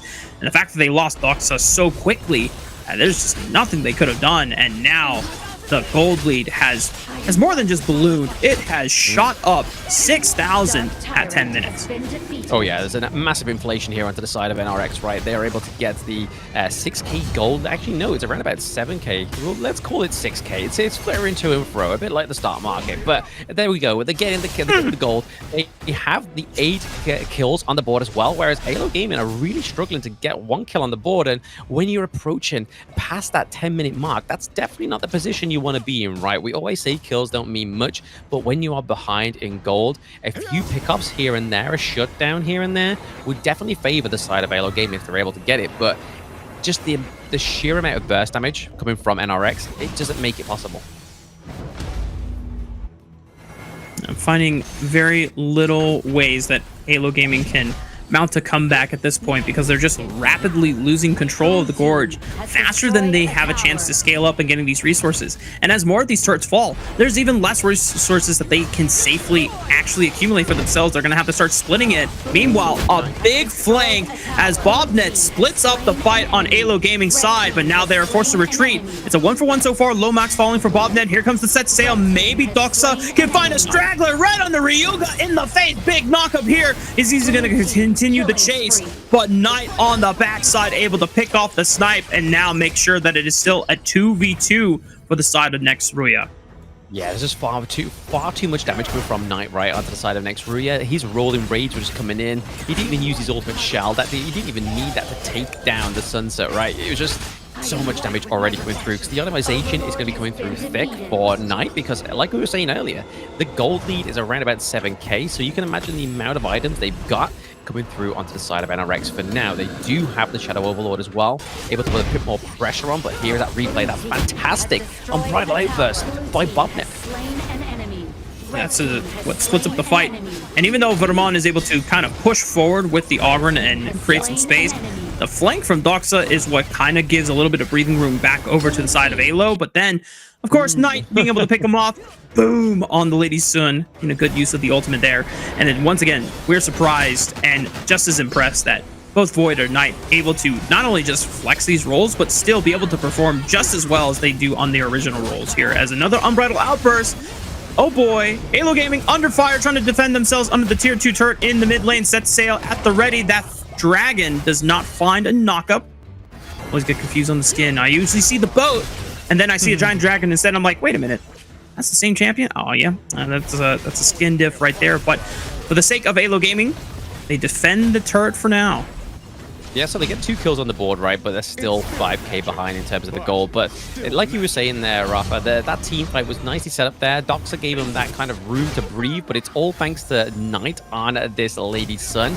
Just dealing out the damage right. He's gone for the Blood Weeper as well, so he's also going to get some healing for himself. He doesn't have to kind of rely on any kind of like support item coming through or any healing on his team because they have none actually with the support pick. They only have the shield, and so Blood Weeper coming through here for Knight on the Lady Sun means that he's going to be a little bit more sustainable into these team fights. The more kind of basic attacks he does, the more lifesteal he gets. So he's kind of being promoted to play a aggressive playstyle here on the Lady Sun.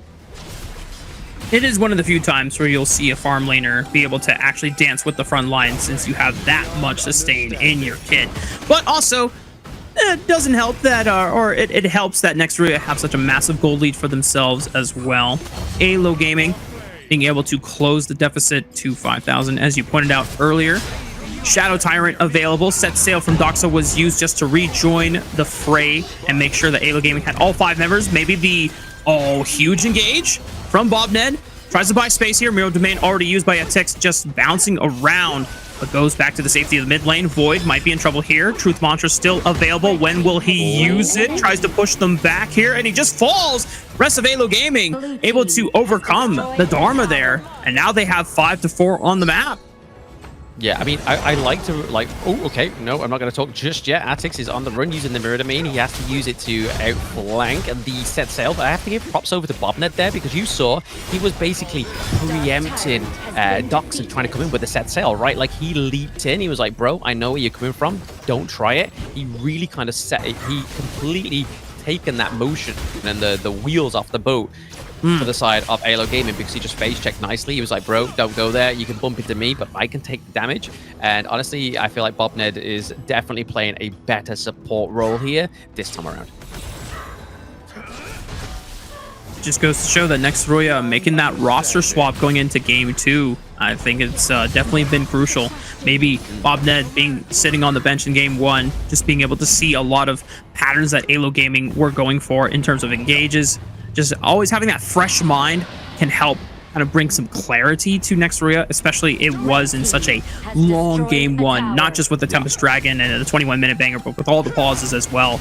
And now next RÜYA have been playing not only a lot more proactively, but a lot more decisively. One of the few wins that we have seen from AYLO Gaming, though, in just that previous fight, being able to wrestle away one member off the gorge and being able to take the Shadow Tyrant, is now maybe a fight here. Quick flash already, but Solista is under fire here, but they deflect the pressure, and the Seer State execution from Vermon's Ogren finishes off Void's Dharma. Now Lomax is isolated here. Atix trying to finish him off, but has no more Mirror Domain access, forced to retreat over the wall. Bobnet trying to escort him out, and AYLO Gaming, however, got them on the retreat. Knight does find Doxa there. Is going to continue the chase, but once again, Atix, oh my god! They execute somehow, some way, but AYLO Gaming, they now have the smite advantage since it's Vermon up and Atix down. Yeah, that was probably like the worst call to actually get Atix to be taken down there. They have no smite. Obviously, they do have Bobnet with the smite here, but is he going to be able to steal this? Can he get into it? Can he make it happen? No, not quite. Vermon is clutch with it. You already see that the smite did come down from Bobnet, just not able to time it just right. So AYLO Gaming, grateful that they've somehow brought the game back from what it seemed like was the brink, but the goal deficit at one point, Blam, was nearly 7,000. Now it's just under 2K. Under 2K, this is definitely where they want to be, right? They need to create the space for Lomax on the Ganamo, right? Like we saw that the trade between the Jing and the Ganamo was definitely what they needed to set up that Overlord, the Shadow Overlord. And you can see that Vermon is holding onto this. He needs to press this at the right time. More than likely, when the next wave comes through into the bot side of the map, just to kind of clear it out, it means that Doxa's going to have a little bit more of an easy time. But it looks like they may have potentially put it up into the Clash lane, the weakest lane they have onto the side of NRX. Both either side lanes would have done. Robot Alma getting jumped on, but able to use the time lapse to speed himself out, and now using another one onto Bobnet, who got slowed to all hell. Thankfully had the Unbridled Outburst, but here comes a ram from Doxa with the Dragon of the set sail. Doesn't find the knock-up onto the support. Next RÜYA gonna have a chance to reset on the map here, and AYLO Gaming just playing off the pressure of this enhanced Shadow Vanguard coming through the Clash lane. It makes sense with the Shadow Vanguard now why they put it down here, because there's already trying to take a fight to the top side of the map. So there's like, right, if we want the minion wave, if we want to take the fight, we need to have this control come through. High ground turret looking to take down into the Clash lane here, and it does go down. Nice comeback here. Oh! Set sail right on top of Ryuga, trying to run away, or that should be Void, not Ryuga, my mistake. But AYLO Gaming continuing to be relentless with the pressure. Now that they found their way back into the game, evening up the gold lead. Yes, some individual members are still down in terms of their counterparts, but they are rich enough that they have the item spikes necessary to feel confident in these fights. Yeah, I mean, we saw the Void Staff being built there by Lomax, so he's going to be shredding even more. That armor pen is going to come through hot and thick for the side of AYLO Gaming. The only problem that they're going to have is obviously the housekeeping onto the side of the farm lane, but respectively, NRX needs to do some housekeeping themselves. Look, that mini wave's crashing into that crystal. Yeah, they have to send Void to defend it, and this now gives AYLO Gaming the confidence to set up a 5-on-4, but instead, Doxa is actually just going to play spoiler to the top side. The rest of AYLO Gaming, they don't have to commit to the Tyrant. They have to just wait for Doxa to set up the minion wave push, let it threaten the open crystal, and then they can resume the dance with the Tyrant. We're going to get a second Tempest Dragon here, Rafa. We're going to... This is 2 games to another Tempest Dragon come through. Nothing short of a victory here. Doxa going in with a set sail, sets up, and gets the knock-up onto Bobnet. Tyrant has been defeated. Doesn't find any kill setups, but it's just the pressure that pushes NRX out of the jungle and away from being able to contest the Tyrant. That's the second Shadow Tyrant that AYLO Gaming has been able to pick up after being able to claw their way back into competitive state with the game. Remember, even though they lost their high ground turret on the bottom side of the map, just what almost seems like, 8 minutes ago, 9 minutes ago, they were able to get one back on the top side. And so now it is just... this game is still winnable for either team. Yeah, I mean, we saw that NRX were able to get that high ground turret, but they didn't really do anything with it. They weren't really putting the pressure or trying to take the team fights on that side, which I feel like is their mistake, and they kind of just gave too much time over to AYLO Gaming, getting into this late game phase of the game, right? There's a lot of scaling coming through from the side of AYLO Gaming, and the Tempest Dragon is up. It's all about who takes this Tempest. Will AYLO Gaming go for a second Tempest victory this time around in this best of 5? NRX trying to play with the power of the enhanced minions pouring in on the bottom side of the map, which is why Solista is answering that push. But meanwhile, it's the same story on the opposite side. AYLO Gaming sending Doxa to push on through the Clash lane, and Void has to answer it. But the advantage that you get as Doxa is that you have a set sail that you can traverse through the map super rapidly and get back to the other side at a moment's notice. Yeah, exactly. I mean, he definitely put the pressure onto the top side of the map, which he needs to, right? Because if they kind of force this, it means that they need to make a little bit more housekeeping onto the side of NRX. We do see that Void has already gone back as well, just to try and preempt potential minion waves coming through. But they've just spawned at the base, so they've got a bit of leeway here. Someone who doesn't have leeway is Doxa. He needs to be careful he doesn't get caught out here. His team could really need him, but at the same time, Atix and Void are looking to try and collapse here. At the same time, it's like whoever makes the wrong move here, it's over. Yeah, you can see that constant communication was being made by AYLO Gaming. As soon as Doxa got eyes onto Atix's Jing, they started up the Tempest Dragon, but then as soon as he starts walking away, he's probably pinging, okay, back, and the rest of AYLO Gaming immediately stopped leashing the Tempest Dragon. They have the time and pressure to be able to wait and be patient. It's them that forces NRX to dance to their own tempo, as now they saw Void trying to answer onto the top side. AYLO Gaming going to give it up for now, but this is next RÜYA's window to try and keep the Tempest Dragon leashed to see if they can look for a smite contest right now. Vermont has to stay in range, now fighting for the mid-wave pressure as they drop the leash onto the Tempest Dragon. Here's a set sail looking for the backline. They're super low, almost going low, but RÜYA is the first one to fall. Atix finds Lomax into the backline, a revive from the Jing, but it's not going to be enough. Vermont will execute it in the Seer state once again, and now the Tempest Dragon is available for the taking, and there is no smite contest unless Bobnet can be a hero on the Zhongfei. Sometimes all we need is a hero, right? I mean, we do see that Robot Alama is going all the way back to actually just wipe out that minion wave into the farm lane. But yeah, like you said there, Rafa, we do have a smite on the board. Is Bobnet, is he up to the job? The rest of AYLO Gaming playing such a strong defensive game, ensuring that Bobnet cannot get into the pit. Knight tries to force his way into it, look for the smite steal. Bobnet is into the pit, but Vermont is clutch with the smite on the Tempest Dragon. It was so close, Blam, I could feel it, but NRX just falls short of the pressure, and AYLO Gaming have netted themselves the second Tempest Dragon of the series. Yeah, that's just like a little bit of hesitation from the side of NRX really cost them the crucial kill theft over to the Tempest Dragon there. They have everything in their grasp onto the side of AYLO Gaming once more. They have that second Tempest running down in these lanes, and honestly, it's just a matter of time. They are trying to run this minion wave into the mid lane as well. Jing is not going to have that same pressure that she once had in this fight. Void gets his Sage's Sanctuary procced. I mean, he's just trying to force something in the mid lane to stall for time for next RÜYA, but it is just not going to happen. Came at the cost of the resurrection of his item. AYLO Gaming now having a full-on 5 versus 4 on the map, ramming the set sail under the high ground turret into the bot lane. The Tempest Dragon Vanguards being able to just pound their way through the structures, and Doxa will fall, but they have the pressure, they have the damage to go for the open crystal. One last time from NRX, maybe it's impossible. Look at Knight, he's pumping damage on the arrow attacks. It's gonna be enough. AYLO Gaming now forced to be pushed back, but now it's down to Ryogun, and it's only down to Knight. 2 backliners, a lot of damage, but do they have the durability? Do they have the health bars to be able to compete with AYLO Gaming? They're pushing through. They're pushing Ryogun back. The Tempest Vanguard's coming in. Just a couple more on attacks. Knight falls, and that's it. AYLO Gaming endure. They prove that resilience is much stronger than NRX's, and they're up to match point. Yeah, what a game 2. Honestly, this feels like it should be like, what, maybe game 5, but we're getting such a highly contested series, and we're only 2 games into the series, right? And this is just AYLO Gaming coming back from such a battering defeat in the early game as well. They were taking the blows onto the Orgren. We were honestly thinking, man, they've wasted the Orgren pick here. Atix on this Jing is ripping it apart, but then all of a sudden, NRX did the wrong thing. They gave it too much room to breathe. Blam, do it with me. This was absolute cinema right here. Absolute cinema. Absolute throw cinema. Yes. Beautiful. Yes, throw up the Beautiful. hands.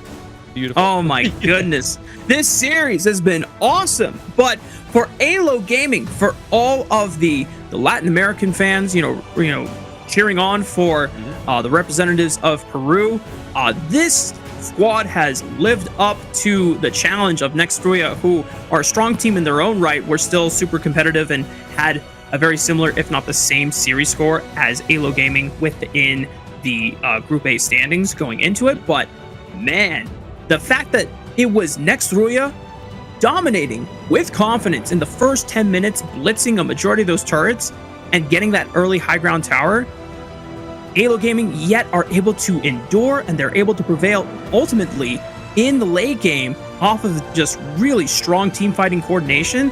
And now they're the ones, instead of seeing a 1-1 series score, which is what it seemed like that game 2 was playing out to be, it's now match point for AYLO. We are potentially going into match point, right? But I mean, this is AYLO Gaming basically saying, look, in ranking week, we 2-0'd you. We can't go into survival week and not get that same kind of scoreboard come through. So they're really just like, hey guys, yes, we see what you're doing here with the Jing. We see what you're doing here with a lot of the damage coming through, especially Knight on this Lady Sun was honestly just fed to the maxes. But it was the fact that the scaling from AYLO Gaming was just kind of like nearly just unmatched contested into the late game, right? The sustainability from Ogryn on Vermont was just too much for them. And then once the sustainability from Ogryn came through, that's where Ganamo finally got that room to breathe, that room to place down the artillery.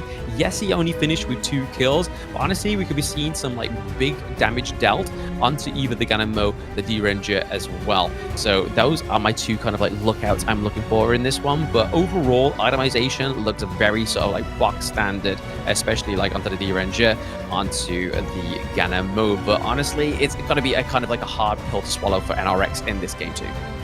Yeah, and if anything for them to look at this game and just take away, they know that they were super successful in setting up that strong early game. It just came down to their execution of being able to clean out some of their macro decisions and where they wanted to position some of their fights around the bottom side of the map once they had the first Shadow Overlord for themselves, because we saw that they were willing to make that trade. They didn't quite sync up their fight in the mid tier 2 sequence against AYLO with the Shadow Vanguard, you know, crashing in. Whereas when we saw, oh man, that is tough. Look at that huge red wave on the gold graph, man. That's like literally like, hey guys, this game's in the bag. They were peaking. They were peaking around about 10 minutes, right? And then it's like, guys, what are we doing?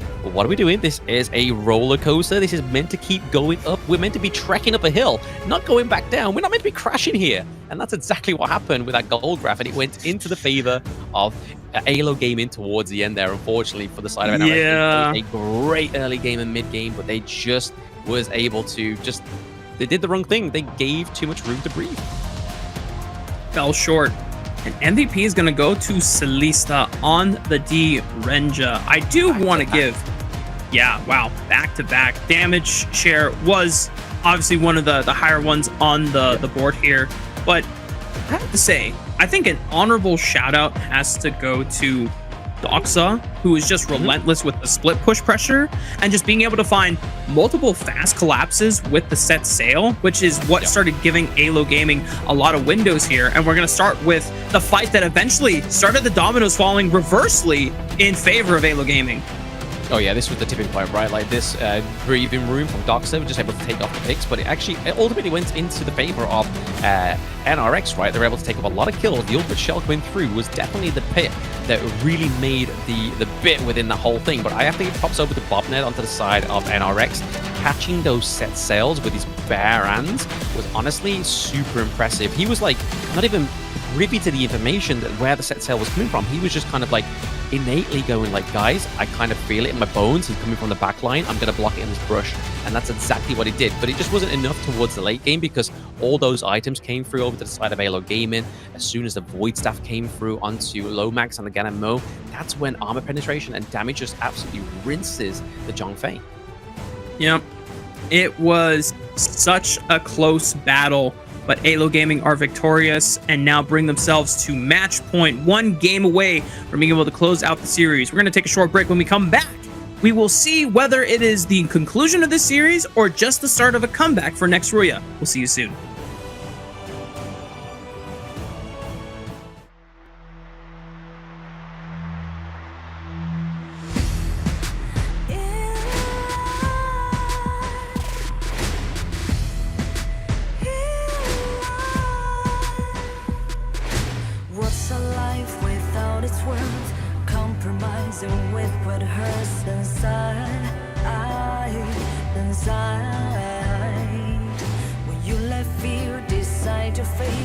You don't choose which path to take alive. In life, I'm finally letting go of everything that still holds me. I'm against all odds, but I won't give up, 'cause it's my time to shine. Standing in the spotlight, can no one back me down. Destiny is calling Welcome back, y'all. We're getting ready for game number 3 of our second series of the day between AYLO Gaming and next RÜYA. And if you missed out on the first 2 games, well, both of them have gone the distance here, Blam. Both of them spawned Tempest Dragons, and AYLO Gaming was able to secure both of those objectives, which gave them the final nails they needed to slam into the coffins of both of those games. But surprisingly, the story for both of those games and how they turned out were very different from each other.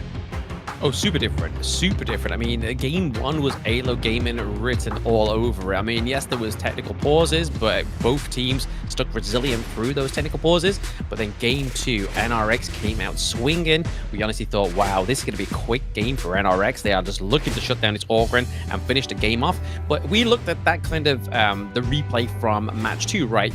We saw that higher ground turret was already taken down at the 11-minute mark. So that higher ground turret must have been taken off the cards around about 9 or 10 minutes. So that's saying that NRX had like 11, almost around about 14 minutes of exposure into the enemy base, but didn't do anything with it. That's the troubling thing for NRX here, is knowing that they got so close, but in the end, it didn't matter.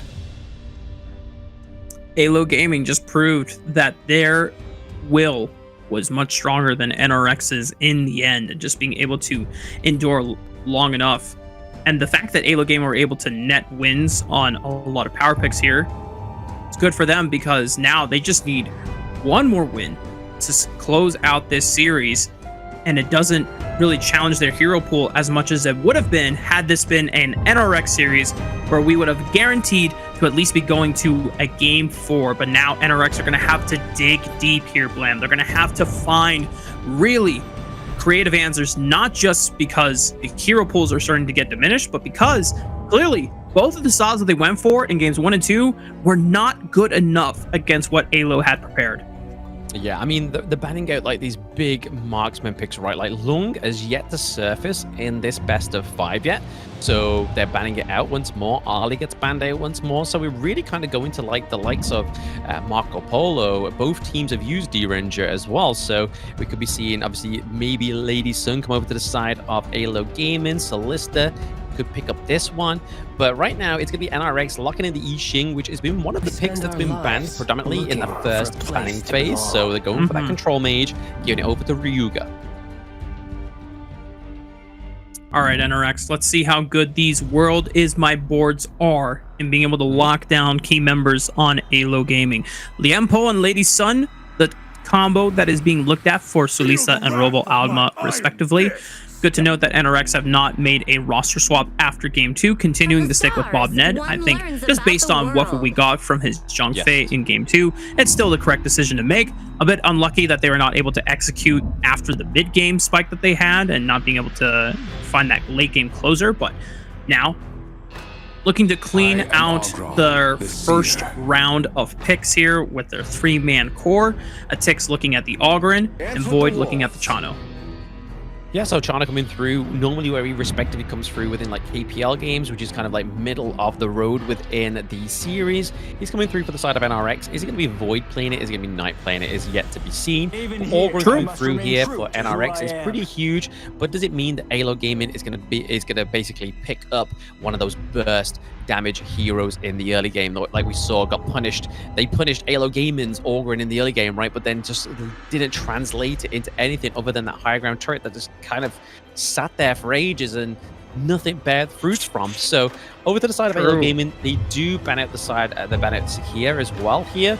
So Sakia goes down. I believe they've already picked up the Diadea onto the side of NRX, so potentially not coming through this time around. They ban out the Luna. They're going for those highly mobile, high damage burst. Actually, it would be the Diadea that they haven't chosen on NRX. It was AYLO Gaming, so they banned it out here. So already trying to bring down that support hero pool.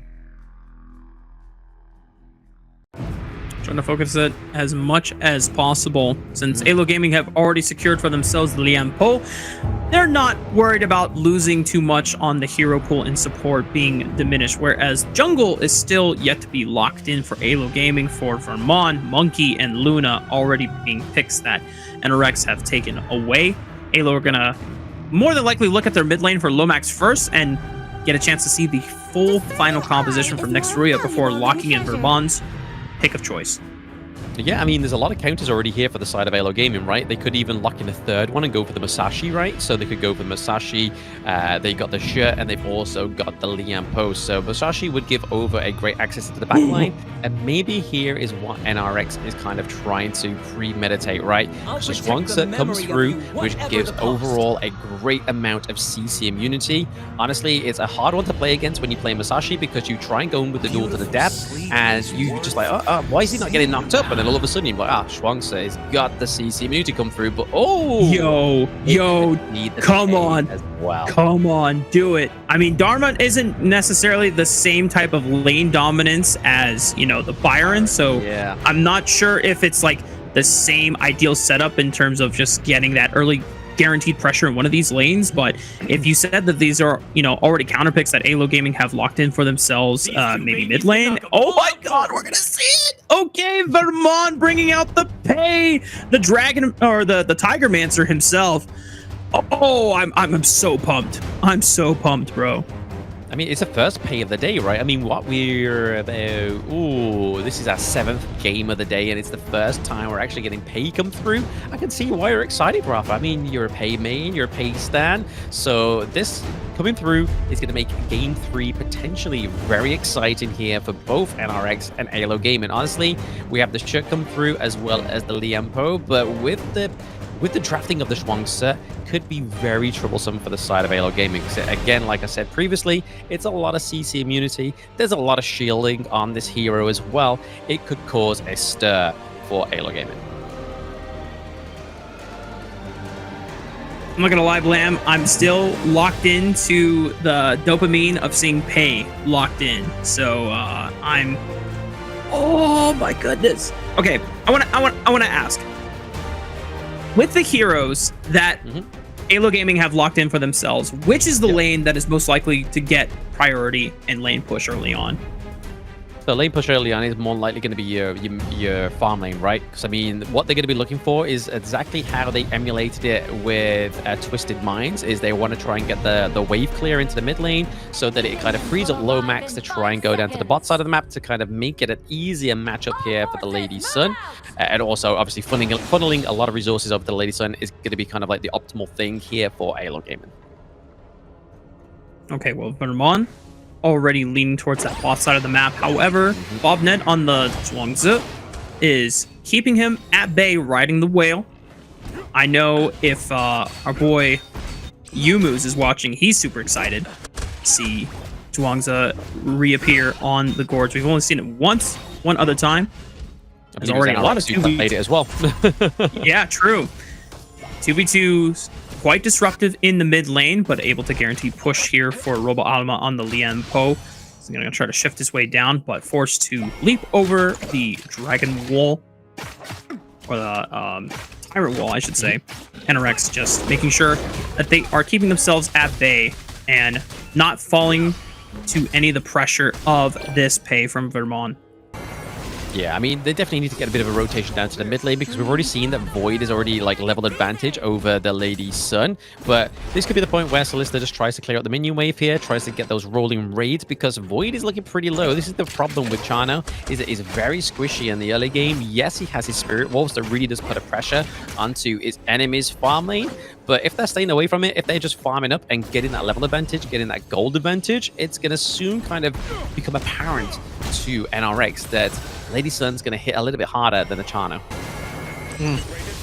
So far, Atix has been able to survive any chances of an invade coming out from Vermont. I think they've been taking a majority of their camps on their own side. Vermont has not been able to really leverage a lot of the pressure that has been normally you would want to see out of something like a Pei.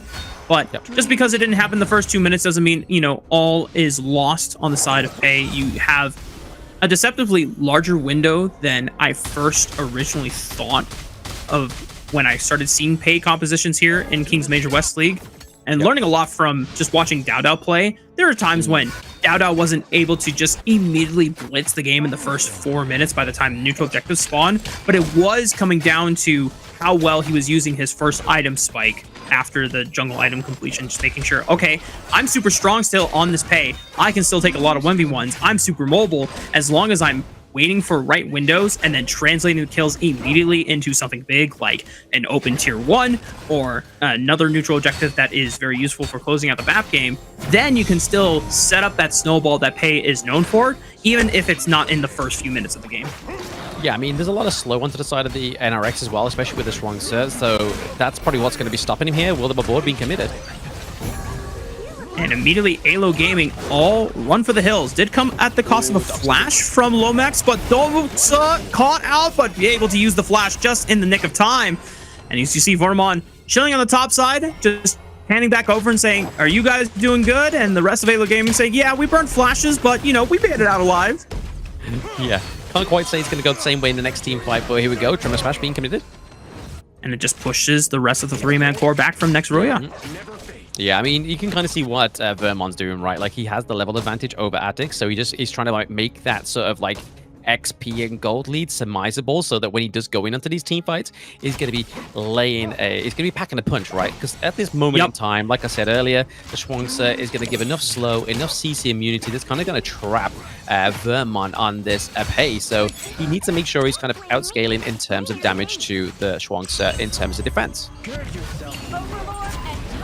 Now getting a chance for Vermont to rotate his way to the bottom side of the map, leashing over the first Tyrant of the game.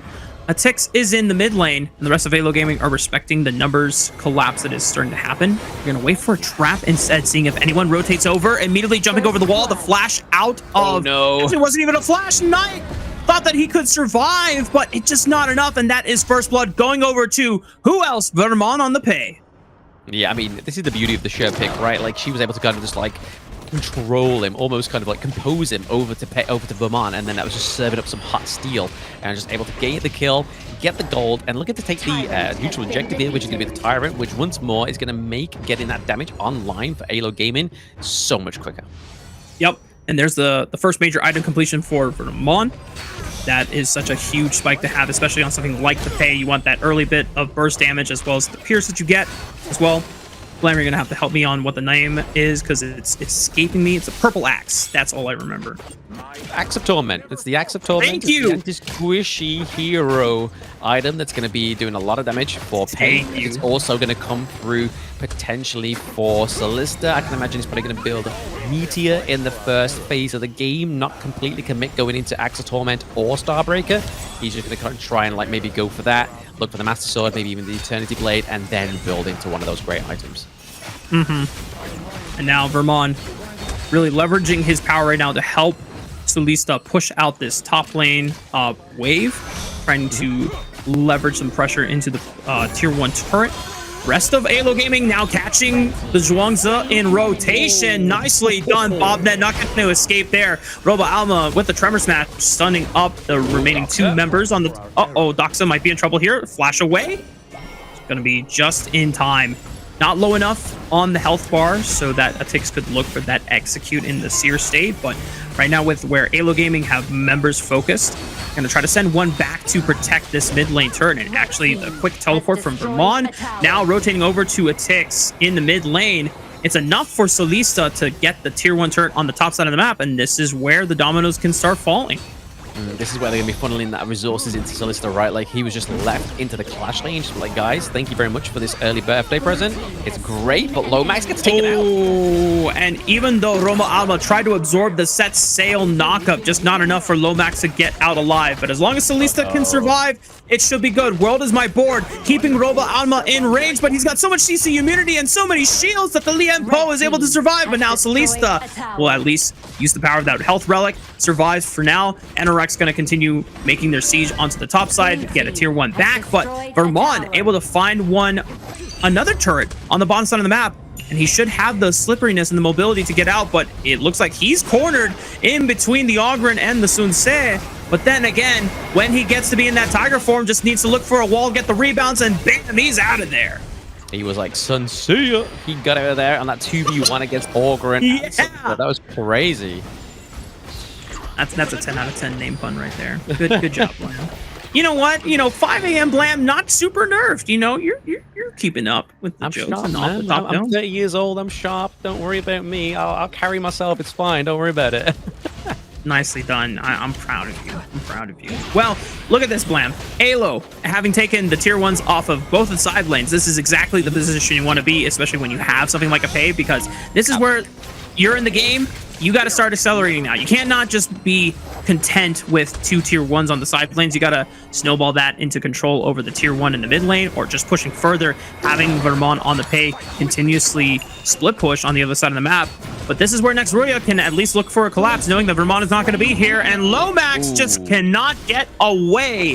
The Empo, Roma Alma trying to buy some space. Oh, the re-engage from Vermont, but does he get too far forward? Remember, you are super squishy on the pay. Has the mobility in the Tiger form to make his escape. And Solista keeping his distance for now. NRX almost getting a free pay dinner right there. Yeah, I mean, that's this collateral damage, right? The fact that they lost Lomax, and then they could have potentially lost the Vermont, which would have been crazy, because it's going into, the 9-minute mark. He would have been off the cards for, just before the next Shadow Overlord and Shadow Tyrants come through. So, again, he just got out in the nick of time. He needed to get out there, because if they lost anymore, it means that the pressure into the lanes would have definitely fallen off for the side of AYLO Gaming, and they don't want to let this 3k gold lead slip any further. Really good secure by Vermont, yoinking away the Tyrant before the Shadow objective starts spawning. Roma Alma opening up the fight with the Tremor Smash, and the rest of AYLO Gaming just keeping their distance, playing with range. Doxa not able to find another follow-up there, but it used the Truth Mantra to slam some people into the red buff wall. Yeah, it's just a bit of a brewing up here. We do see that Robert Almada will just get caught out here. Oh, a lot of damage coming from Yixing. He's able to get out of it, though.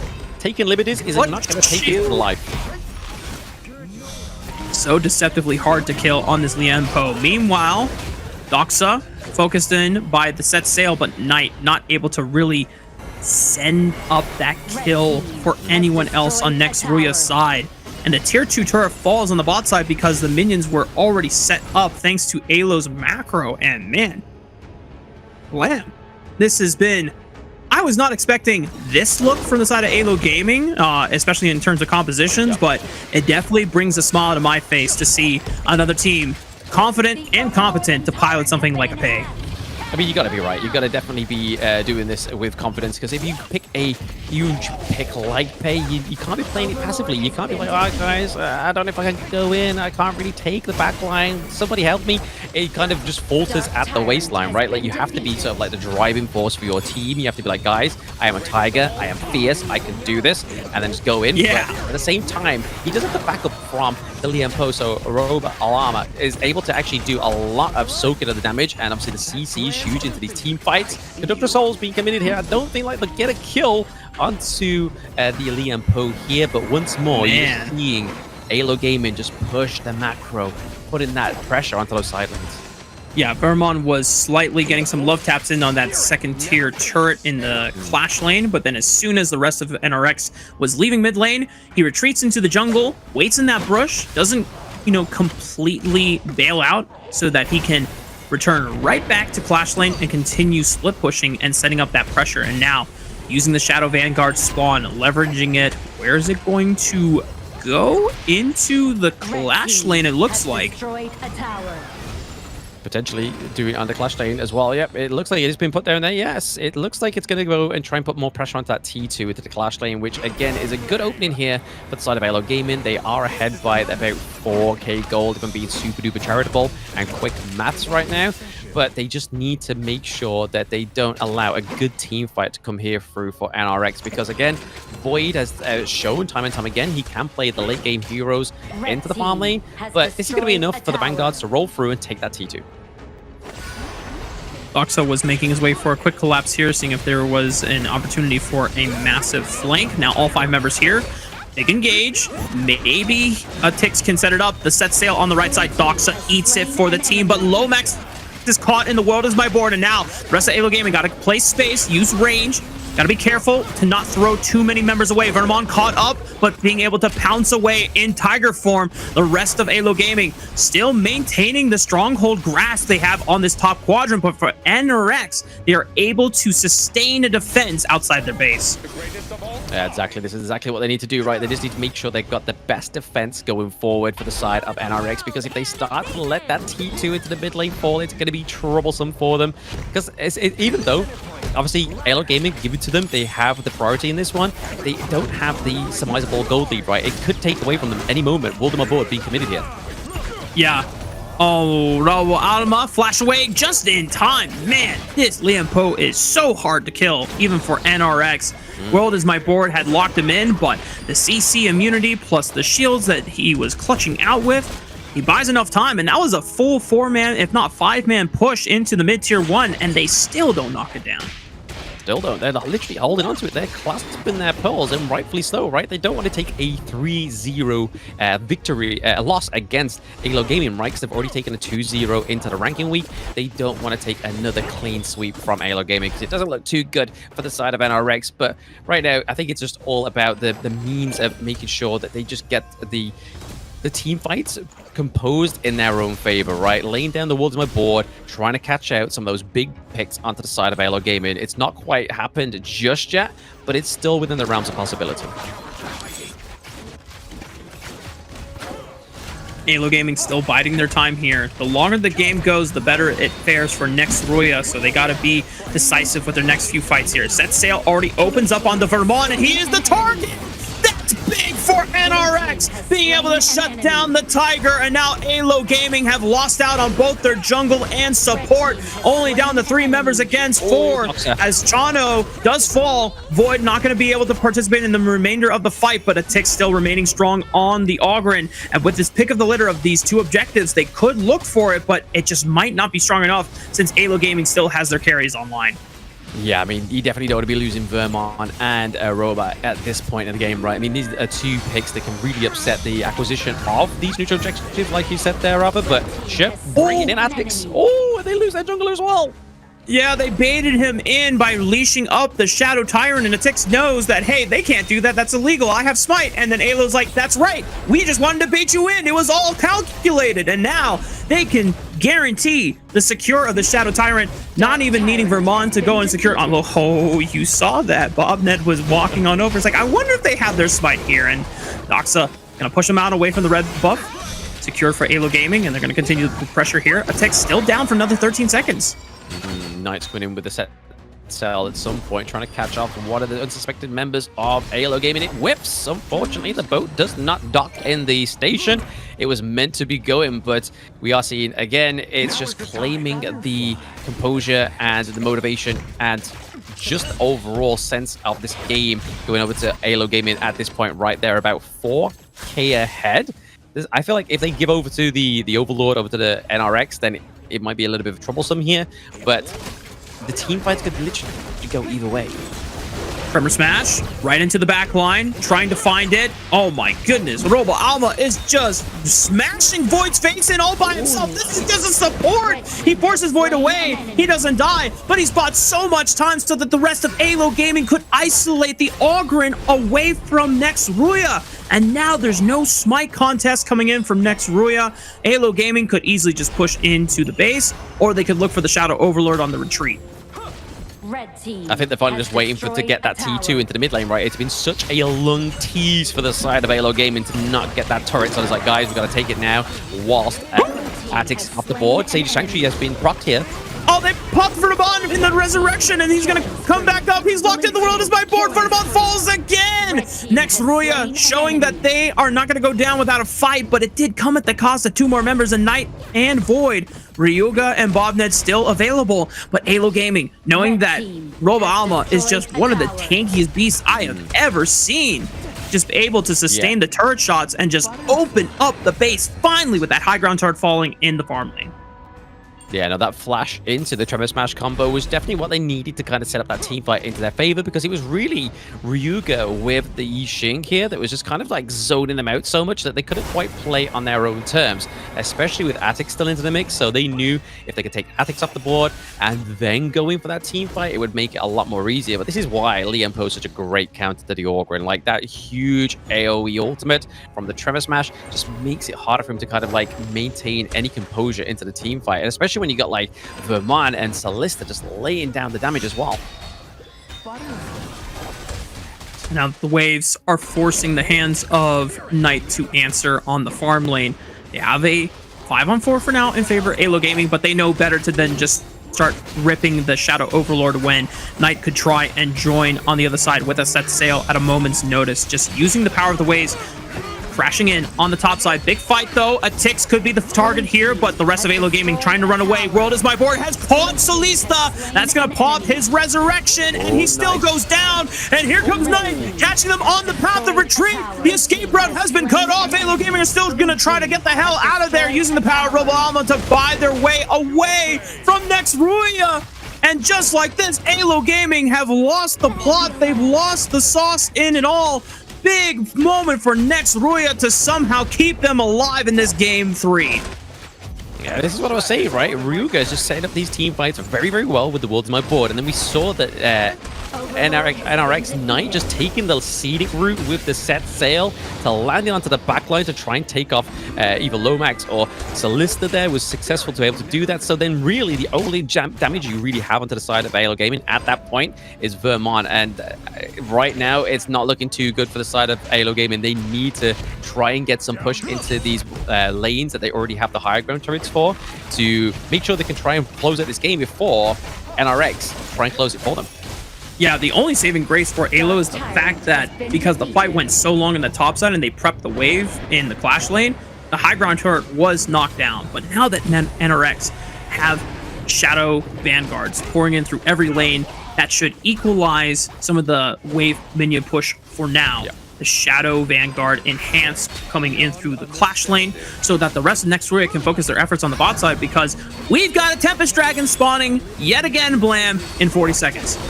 Hey, may as well make it the hat-trick, right? May as well make it the hat-trick this time around for this series. I mean, what would be a game without a Tempest Dragon at this point? I would feel so incomplete, but there we are. The set sail does actually land onto the backline of AYLO Gaming there, but right now we're seeing Vermont just trying to stop the Vanguard up into the top side of the map. They've got to try and just mitigate as much damage as possible for the side of AYLO Gaming. Next, RÜYA do find a tier 2 turret on that farm lane. Meanwhile, Doxa is trying to push back the minions at the moment and the Vanguards. Knight not going to take a chance to all in for a 1v1 against the Dharma. Needs to make sure that he is alive so that he can rotate quickly with the set sail. Tempest Dragon about to spawn. There we go, Blam. Big boys on the gorge. Let's see who can take it. Is it going to be AYLO Gaming taking it for the 3rd game in the row to finish off this series? But honestly, I feel like it's hard for these two teams to go up against any of the teams in this competition, right? Like, if they always have to get to the 20-minute mark, it shows that there needs to be some kind of clear adjustment and improvement for the pacing of these games. We'll see. Right now, the first step is just cleaning out the series if you're AYLO Gaming, or NRX mounting an insane comeback right now.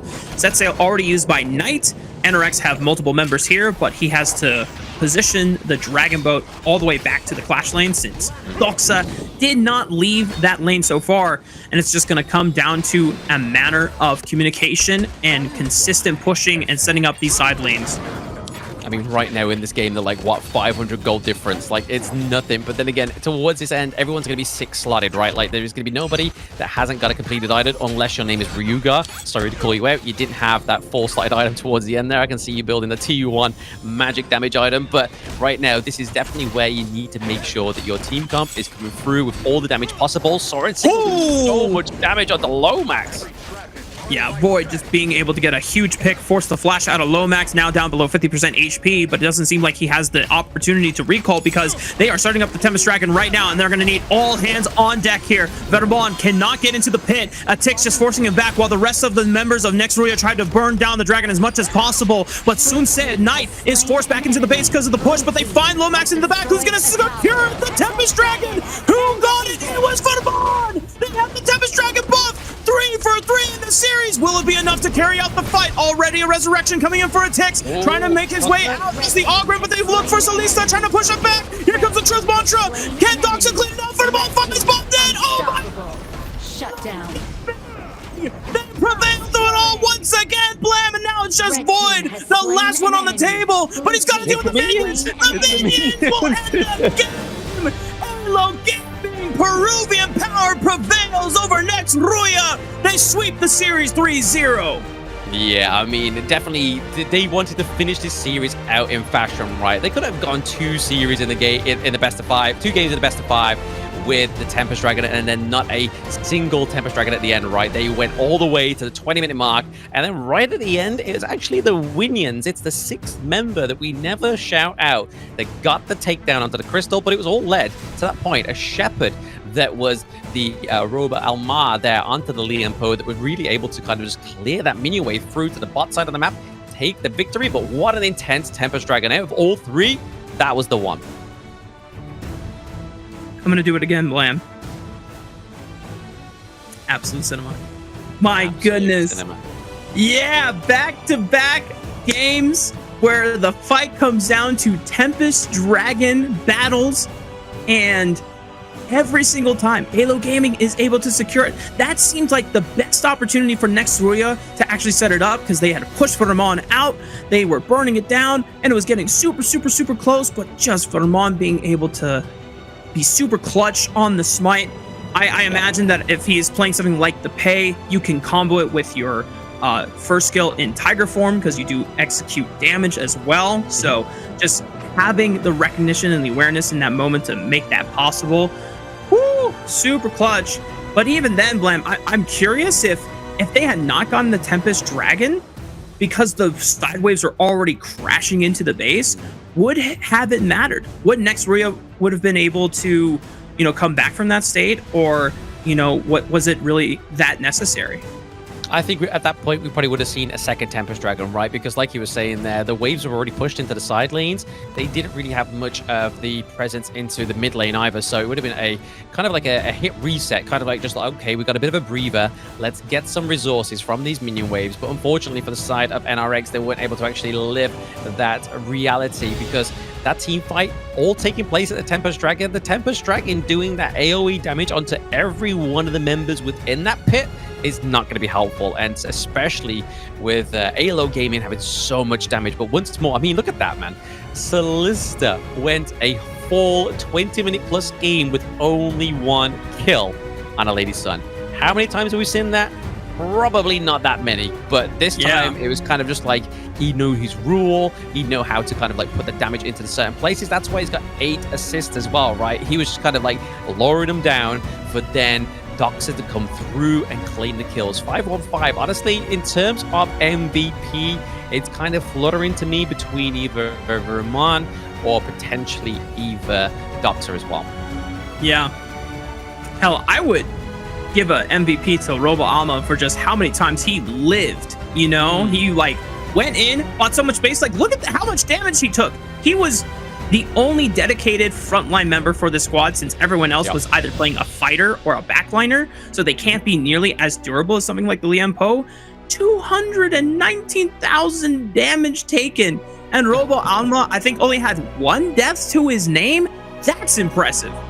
Oh, very impressive. That's the might of Liam Poe, right? It's a certain point, especially if you don't have a lot of damage onto the enemy team, you basically become pretty much unkillable. You become very tanky into the late game. Well, honestly, you saw in that gold graph there was like a very sliver of hope within the red coming back, where we saw a bit of a wipe onto AYLO Gaming, but it just wasn't enough for NRX. NRX just did not have the momentum into those side lanes to take that game free, but MVP is actually going to go over to, there we go, Doctor. Okay.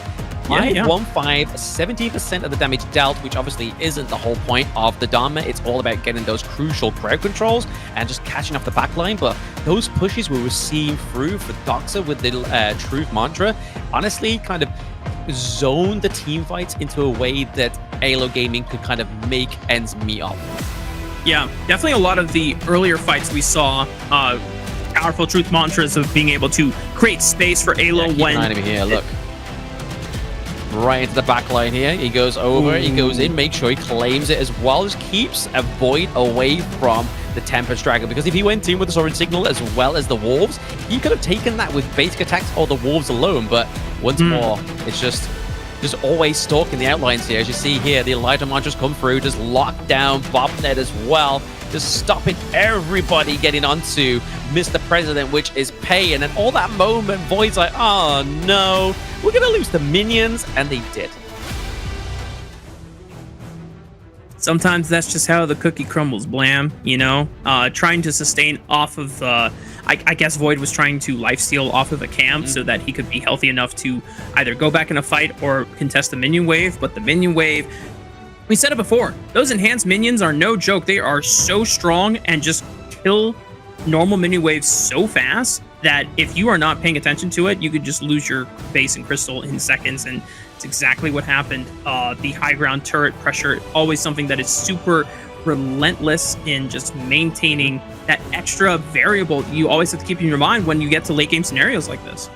Yeah, absolutely. They come in like a wrecking ball towards the end, right? Just punching the heck out of the crystal is definitely what they do. I mean, they've got one job only, is to finish the game. And that's why they're there with their empowered fists with those minions. But yes, there we go. AYLO Gaming take a 3-0. Again, they took a 2-0 off NRX in the ranking week. They take a 3-0 off them in the survival week. I think the most important part to take out back from this is NRX will verse AYLO Gaming again at some point within these next 3 days as well. Do they actually overcome this hurdle, or will they falter once more? Yeah, and for AYLO Gaming, the fact that they're able to show different playstyles now gives, you know, AYLO Gaming fans a little bit of hope against their other opponents in Movistar Koi and Virtus Pro. But of course, that concludes the second series of the day. We still got one more series coming right after this break.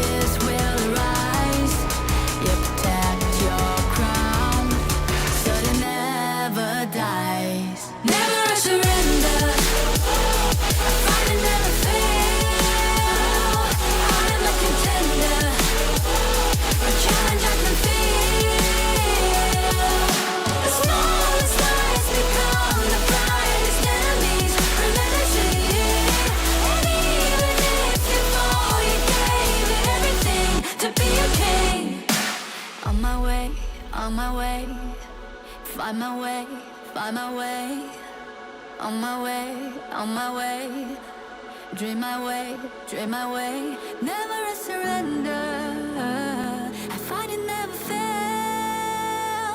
I'm a contender. And change I can feel. The smallest lies become the brightest enemies. Relentlessly.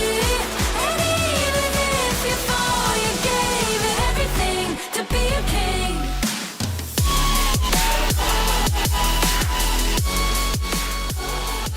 Welcome back, y'all. We're getting ready for our third and final series of our first day of the second week of the Kings Major West League. It's still Rafa, it's still Blam. We've been going at it now for the past 4 or 5 hours or so.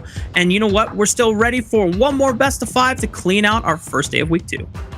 Absolutely. I mean, I know there's a few people in the YouTube chat that are definitely looking forward to this one just because there are a few KK fans out there as well. But yeah, this one is going to be a banger to finish off the day 1, right? Like, this is potentially a little bit of an underwriting of the finals, right? This could potentially be a finals matchup, which is Twisted Minds against OG Esports. Both of these are top 2 within the Group S at the moment. So the actual vying for in Group S is making sure that you can basically play up in the upper bracket of the playoffs, because if you get to that position, if you fall that upper bracket finals, you can then fall back down to the lower bracket and then continue to try and make your journey back up to the grand finals once more. So there is still a lot to play for in this Group S, and it's definitely playing for that second chance when it means the most. Yep. And the way that we have set up these two teams in the past when we saw their epic battle on the final day of week 1 was these were two teams before meeting each other were undefeated in series score. After the clash, OG remains undefeated. They have yet to drop a single game, not just series, a single game, 12-0 overall in their entire week 1 sprint. And for them, if they can maintain a momentum like that, where not a single team can find one game win against them, they will be soaring through the bracket and soaring into finals with the most impressive record that anyone has ever seen here in Honor of Kings. Oh, very impressive, right? I mean, to be honest, it's kind of like the same story within Season 3 Invitational, right? Like, they were basically didn't drop a single round until they got into, I believe it was the quarterfinals, which is where they fought against Nova Esports. So they definitely were dropping a lot less rounds compared to other teams within Season 3 Invitational. So a little bit to be expected of OG Esports, but they are definitely seeming like a little bit more cleaner. They've had more time to kind of get used to each other, play with each other on the Gorge as well. So honestly, it's definitely showing in terms of how they played so far in the Kings Major West League. Of course, as we are talking about both of these teams here, we're going to get a chance to meet them in just a moment here. Twisted Minds being able to overcome 9ZG just earlier today. You know, maybe for them, they've gotten a little bit of extra warm-up on all their hands and fingers to see if they are a little bit more locked in than OG Esports, who are coming in fresh, playing their first series and only series of the day. But a lot of the things that we have to, start talking about when it comes to both of these teams is where Twisted Minds want to be able to emulate some of the compositions and playstyle that OG have. OG are the original when it comes down to early game blitz style. Yeah, I mean, there's a reason why they got the OG branding, right? Like, it's a bit of a written in the stars kind of thing. It's like True. OG Esports comes through as the partner to West Europe team, and then they get to pick up the OGs of some of these master classes of performances within the Kings Major West League. But we'll be getting it, obviously, showing you guys once more, introducing them for what seems like the umpteenth time within the West League. They've started to actually get a lot of fans behind them for both these teams, right? Because both of these teams have started to build up a little bit of history within the Global of Honor Kings esports scene. But let's go ahead and check out Team A, which is none other than Twisted Minds. See the fire in your eyes. Gotta fight for it. Let's go. The battle's calling. You better give it all you got. You gotta fight for it. The time is right for you to raise a bar. Yeah. Cause you could be the greatest of them all. Yeah. Let's go.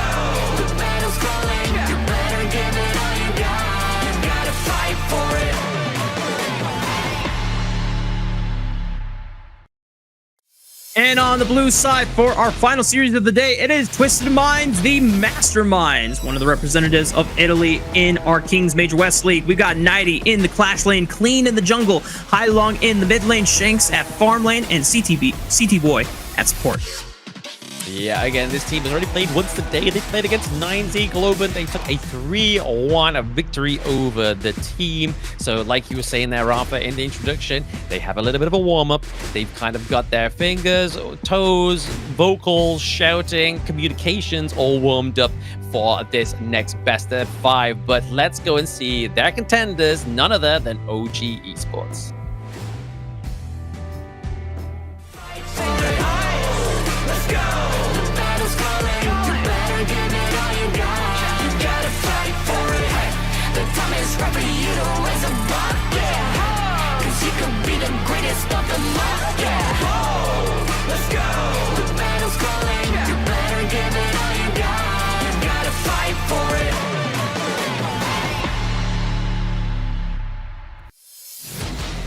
And here they are, the top contenders for the Major West League. It is none other than Keke into the Clash lane, Dao into the jungle, Wen in mid, On in the farm lane, and that is paired up with Muchin into the support role. So this is the team that is undefeated. Dream OG coming into this best of 5 against Twisted Minds.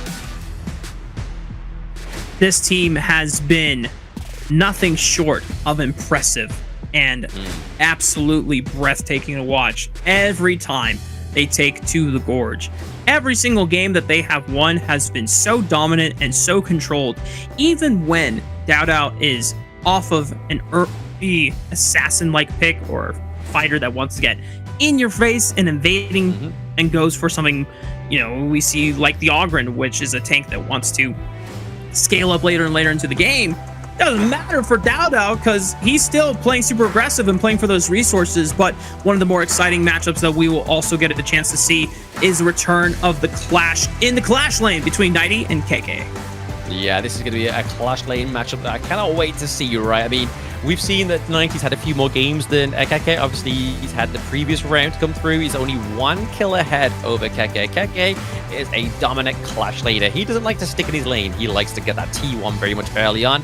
He likes to make sure that he's free as a bird to navigate the Gorge, help his teammates, and just close in on those team fights. We're getting ready for our first draft. Since OG is on the red side, a lot of the times that is where you see the Mai and the Arlie immediately get banned away. But we actually have OG on the blue side, so that means either they, I'm not sure how the side select is determined early on, but if Twisted Minds had the option to select it and they opted in for red side instead, makes me wonder, what do they have in store? Yeah, I mean, it's again the staple bans for the side of OG Esports, right? Keke always going into that Guan Yu. Doesn't want it to come through. I was watching a few KPL matches earlier as well, right? And they generally prioritize banning out the Guan Yu as well. So it's clearly something that they've translated and learned from their bootcamp time over there as well. So it may be a little bit of KK mental mind games, but at the same time, it's still a good prio ban, especially with 2 Clash laners that are just this good in the competition, right? But OG Esports looking to lock in the Diadea prio here for Muchin. Muchin having a fantastic performance so far on this pick. Yeah, it has been a common pick and a staple for the side of OG Esports. However, Twisted Minds knows that because they're on the red side in the first game, they get a chance to lock in a powerful combo that OG Esports have pretty much been the staple and wrote the playbook on. It is that Byron and Pei. It's going to be locked in. Yeah, I mean, as soon as I saw that come through, I just saw your eyes light up there, Rafa. I was just like, he's getting back-to-back Pei games. Like, this is clearly like his birthday coming through right now. But OG Esports are going to go for the Ogre. We know that obviously it has the potential to lock down the Ogre and the Pei. It just got to have that great early game for them. But we are going to get on the Lady Sun. So again, a hero we saw play in the previous series, played very well by Solista. Very minimal kills, but max maximum impact on the Gorge. In the name of the law, I will punish you. And Twisted Minds answering with their farm laner of choice for Shanks. It's the D-Renja, so just a little bit of extra power in the early mid game there for the side of Twisted Minds. Just really adding up to how many lanes Clean can reliably play through, whether he wants to play through the early pressure of Byron or just the early wave clear of D-Renja. He's got options now, and it comes down to what they can use as answers in the mid lane for Hylon. I mean, Highline could go for something like the shirt, right? It normally comes through when Orgrim comes through. It's not the biggest burn in terms of mid lane picks, but at the same time, they need something that's kind of like, it needs to be a bit tanky, a little bit more control. Right now, they've got the knockup from Byron. They also have the Imperial Order from the D-Ranger. So again, the physical damage reduction coming through with this one. The shirt looks like it is going to be the call here because again, just having those silky threads means that you're going to be able to kind of just maneuver your enemy around the Gorge yourself, compose them into the place you want them to be. I mean, hey, we saw how well that worked out for AYLO Gaming, using the power of Shi and just commanding your opponents to walk into a Tiger for an easy takedown. OG Esports now have to pick their choice of a mid lane for when into Hylong Shi and still have a Clash laner they need to settle on. There were a lot of bans in this pick and ban phase. Nearly 4 Clash laners taken off the board, plus the Byron. So it leaves things like maybe the Mayeen or no. Let's go. Let's go. Wait a minute. I'm gonna wait. I'm gonna wait until the timer locks it in and confirms it. More than likely a Yixing for when that definitely makes sense. But this would be the first Mulan of the tournament. It is the number That's how it's done. one favorite for KK, and ladies and gentlemen, we're getting it. Mulan locked in for KK. This is the pick that won him the 1v1 champion in Season 3 Invitational against none other than Elevates Azar, playing his D-Renji, his big pick, but coming in with the Flash ultimate combo is going to be KK on this Mulan. Honestly, I'm here for it. The CC immunity is going to come through very well, especially now that Twisted Minds locks in the likes of Liam Poe as well as Shirt. You're going to need something that has that CC immunity, and Mulan is that pick. Oh boy, this is awesome. I mean, what a way to kick off the series. OG Esports gonna already throw down their trump card of KK's most signature hero here in the Mulan. We had not gotten a chance to see this hero at all throughout the first week during the ranking stage, and Twisted Minds now gonna have to, you know, recompose themselves and just remind everyone, okay, how does this hero work? And for all the viewers at home, if you've never seen a Mulan before, Blam, why don't you give us the lowdown? I mean, she has like 2 sets of like weapon mastery. So she obviously has her longsword, but then she also has her daggers. Her daggers do apply a slow, but then she also has her ultimate that kind of like, she becomes CC immune, but she's also attacking in a front line. So again, it's a huge power play. It does a lot of damage. And like I said, in that 1v1 championship, pairing it with the Flash kind of almost like, it's almost kind of like a newer Annihilation Flash combo, right? You just readjust and just lay so much maximum impact with this pick. You're going to see on roll. I think there's nobody else better in the Major West League to actually show this hero come through for the first time, other than Keke. All right. So when are we seeing the spikes? Is it early on? Does Mulan match the early prowess of Byron, or is it something that you want to wait a little bit for? I mean, we are going to be looking at this matchup very, very soon, right? But we have to give a shout out to EWC. So the thrilling season of the major leagues is made possible with the support of EWC, helping bring top tier competition to fans worldwide. We'll get a chance to get the lowdown on Mulan, but first we got to remind everyone that our players are geared up with the Realme 14 5G, built for performance, made for gaming, smooth, cool, and reliable, just the way that esports demands. So if you're ready to level up, get yours now, and you'll feel the difference. Feel the difference indeed, but right now we can already see the difference happening here because again, the level 1 advantage for Byron is probably going to be a little bit too much, especially with the HP regen onto the Mulan, just helping Dao Dao get a bit of a faster wave clear so far within the jungle. makes sense. Just kind of escort him through those first couple of camps, and so that Dao Dao doesn't fall too far behind when it is likely into the, or it is into the likes of a Pei matchup. But a 3v2 onto CT Boy. We know Liam Po is super tanky and has the flash to be able to escape harm. Yeah, exactly. Just escape harm. I think that's the thing they need to do, right, is just make sure they don't drop first blood, because if you allow OG Esports to get first blood, or at least a sense of first blood, they're like sharks. They'll be all over you. They'll be going for it like we see here. The flash from Hai Long not able to escape danger as the rest of OG's three-man core, led by On, picks up first blood. Huge first blood already for the side of OG Esports. Like I said, if they smell it, they will take it. Fish are food, not friends, in the case of OG Esports. Damn. That's a good quote. I like that one. OG Esports. KK having to give up a lot of the minion wave experience and gold to the tower until Dao Dao was able to take some time to help push back the wave, but already being able to leverage some of that advantage back into KK's side so that Mulan is not falling too far behind against 90s Baron. As we return to the map, the teleport from Dao Dao returns to the mid lane. Twisted Minds just trying to continue finding those advantage in the early game. Yeah, I mean, right now they definitely have the advantage in terms of the gold lead, right? Like, they're steady ahead by 1k gold in less than 3 minutes, which normally takes some of the other teams within the Major West League a little bit harder to maintain this ferocious but fast pacing into the far lane. Like, honestly, look how fast they clear in the mid wave, right? Like, this is the masterclass on how you kind of just clear it out very quickly. It's the aid of the I Ching as well. Just so much damage in the early game. It allows him to just freely roam down to the bot side of the map, giving over more support to on this Lady Sun, which is exactly where you need it to be. As long as OG can keep the early game super stable and allow themselves to scale towards 2 items and the 3 items, then Twisted Minds not going to be happy with OG getting a free pass. Now, Dao Dao just using the path of passing to just slink on over the wall, pick up the minion waves. Meanwhile, 2v1 on the top side. 90 forced to flash away. World is my board. Gonna cut off his retreat entrance. And what a way for the game to open up. Second kill of the game. It's actually going to the hands of KK's Mulan.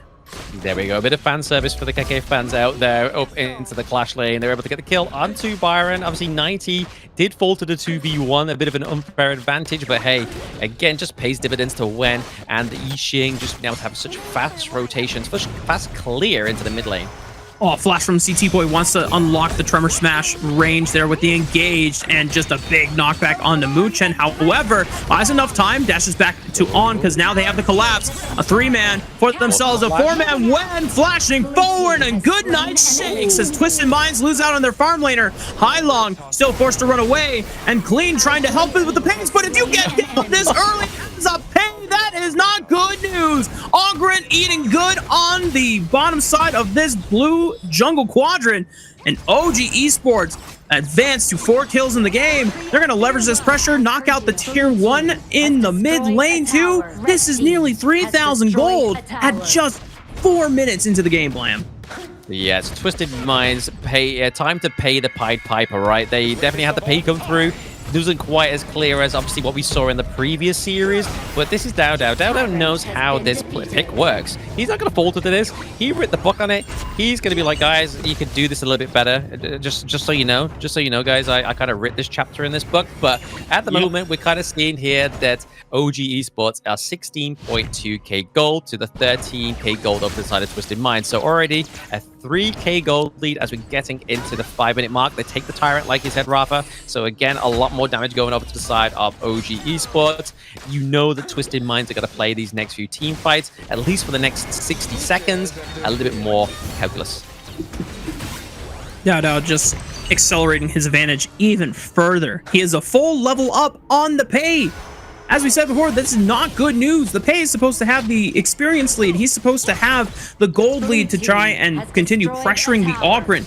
But because Twisted Minds were not able to leverage that further into the game, and the one fight that Clean was really involved in goes awry, that snowball advantage from the Pei feels pretty much neglected now for the rest of the game.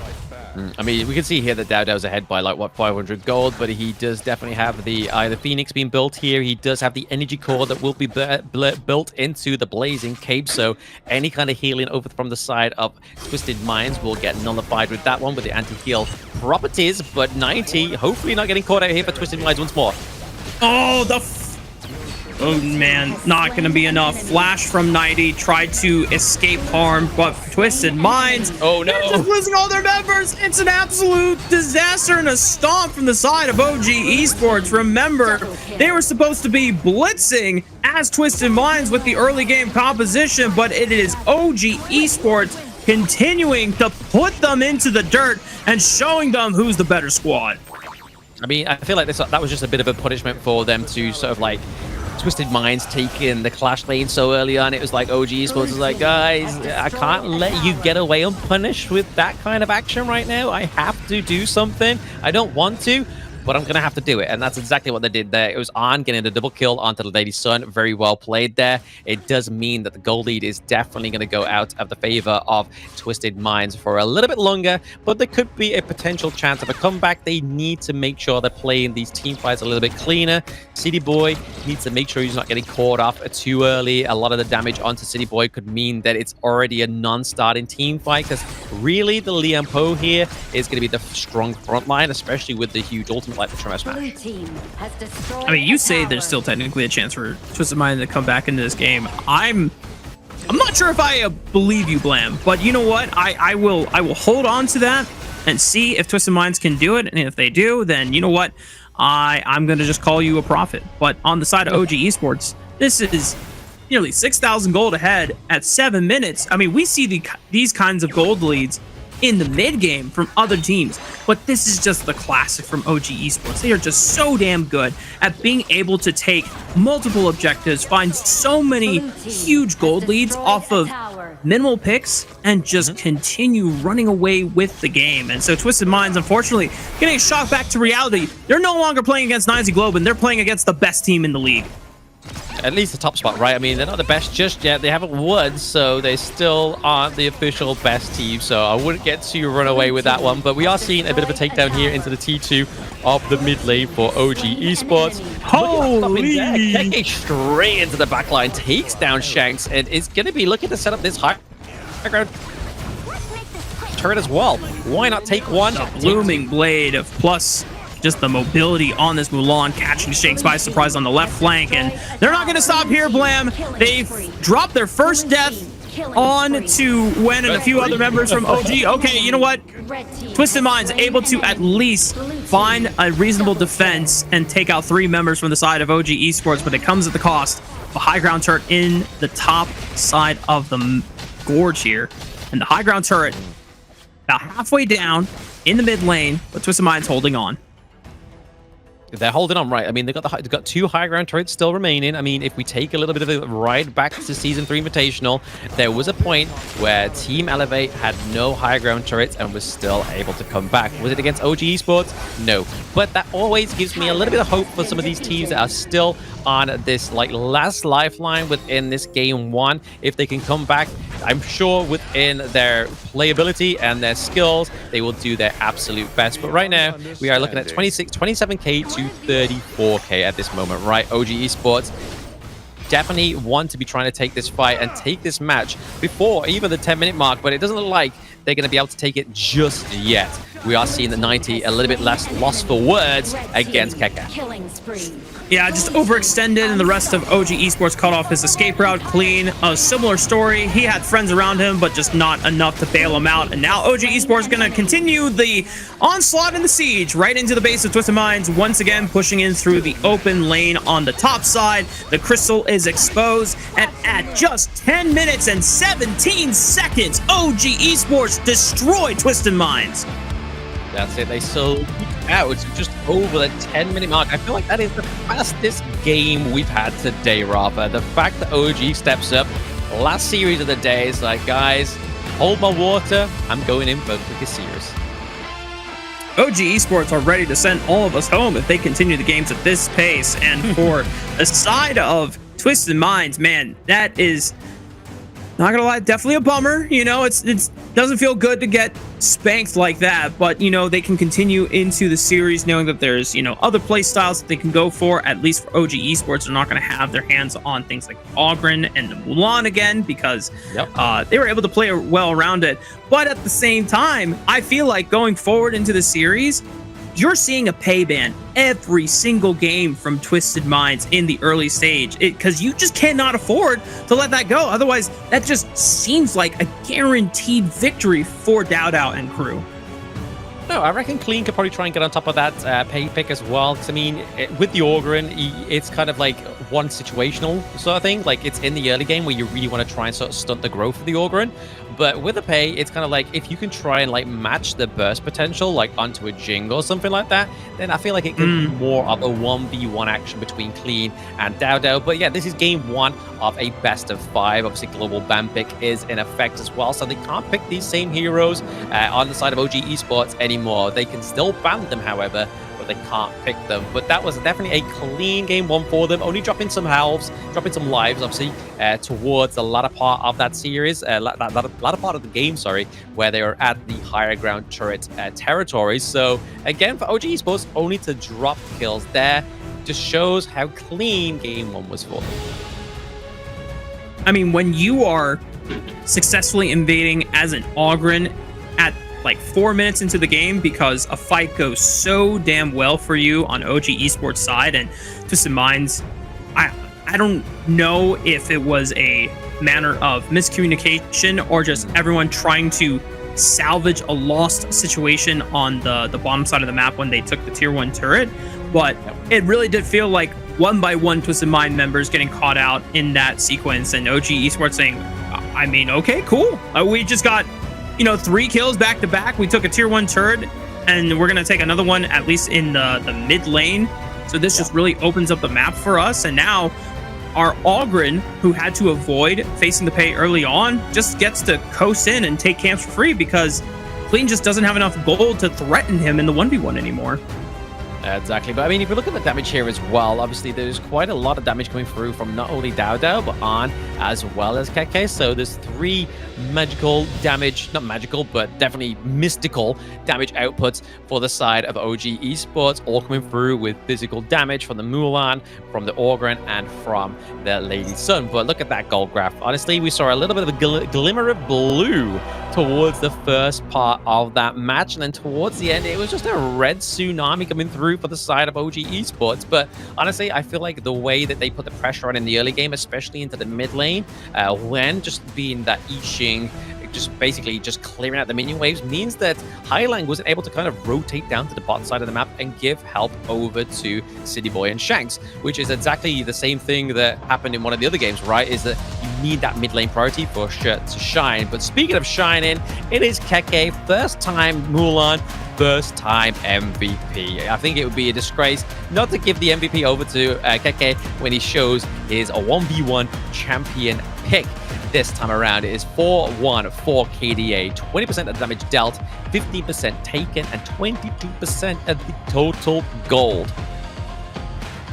Some of the flanks that Keke was able to find on the Mulan just completely decimated some of the backline members. I know on the siege in the mid lane, that was one of the big reasons why they were able to break open the base for the first time at such an early pace. But as we roll through the highlights, just pay attention to this sequence here. Like, Clean thinks that he has space to operate in his jungle quadrant, but just not paying attention to it looked like it was KK just flying in on the left side and just ambushing him.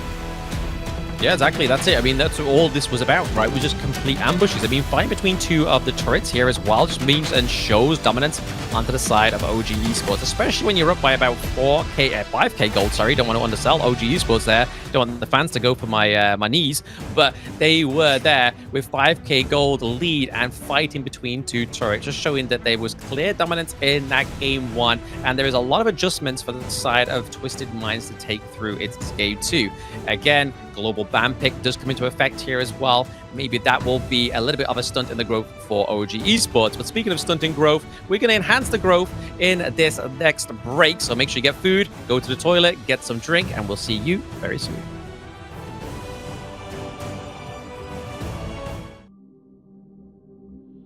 In this world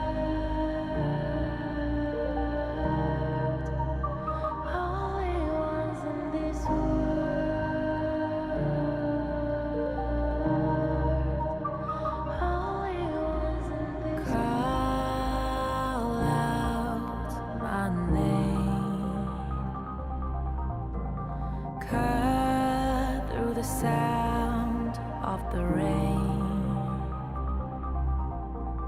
No matter how I feed the flame,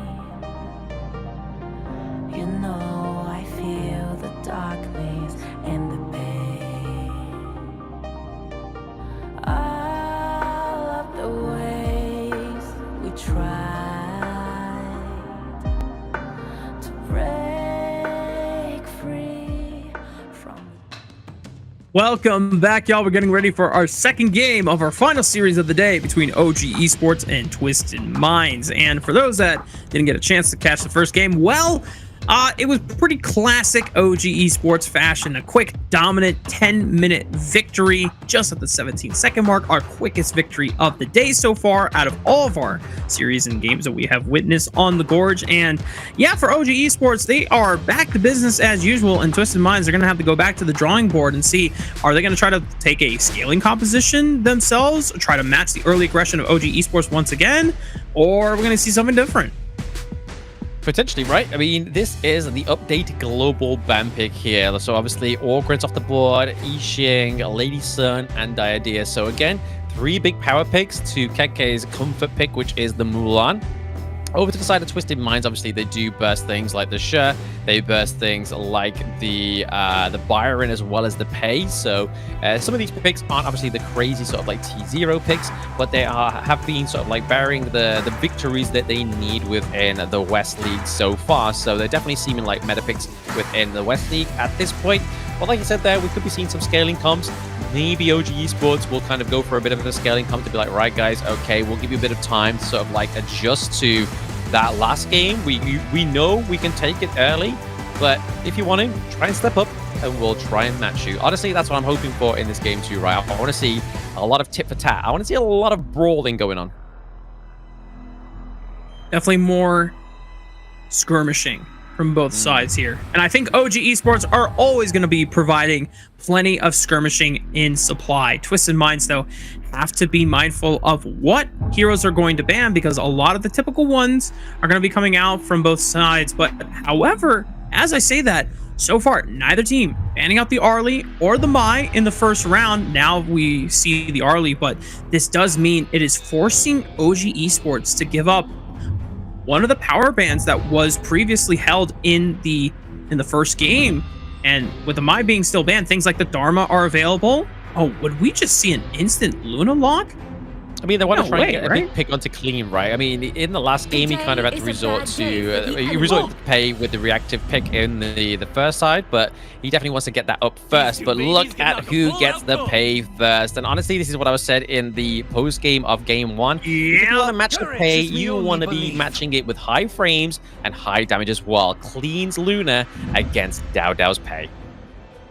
We'll see if Clean's Luna is up for the task of withstanding the Tiger of the West here. Dao Dao once again returning to the Gorge on his signature Pei, and KK getting that Byron for the 2v2 combo here in the jungle and Clash Lane power duo, having one lane that you can reliably play for in the early game. And what it would not be the same with this Pei and Byron if we didn't have the late game insurance policy slammed in for On with the Lung. I mean, this is pretty much the staple OG 3-man core we see in almost every single game that they've played in a series this week. Oh, absolutely. I mean, it's just absolute brutal power, right? Like the burst from the Flaming Palms, Pei in the early game, especially on Dao Dao, very aggressive, and then obviously Byron as well has very nicely with the Pei, as we've seen throughout the ranking week of the West League. But going over to Twisted Minds, they're going to go for the Yixing and the Zhongfei combo, which we've been seeing quite fruitful today, right? Like, this seems to be like the new power couple within the meta right now. As from last week, it was the Princess Frost and the Liang, and still is the power couple because they get the respect, they ban it out on the side of Twisted Minds. But it does mean that OG is going to be picking up a Motsu, creating a lot of space that is more likely going to be going over to Muchen. Could potentially go into the mid lane though, but right now I feel like it's definitely going to be a great setup here for on the Lung as well as Muchen into the bomb.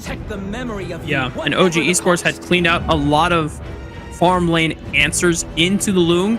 one of them being the Ho Yi as well as the Lady Sun. So Twisted Minds, what is their answer? It is the Consort U, and we already saw a Consort U being used to great success earlier on in the day. The power of those oak bolts with the snipe, such a deceptive amount of damage that comes through, but if you're able to line it up, whoo, it's a great way to finish off low health opponents. But Twisted Minds using the power of the Sensei, at least in the clash lane, to see if they can find some collapsing and fast rotations with the set sail to answer back and set up those macro plays. And this is all tied up for OG Esports, the Lady Gen, for when in the mid lane. Taking a look at both of these compositions, we've already talked about a lot about the early power that OG Esports have with the Pei and the Byron. But when you look at Twisted Minds, where is some of that early agency that they can rely on here, Blam?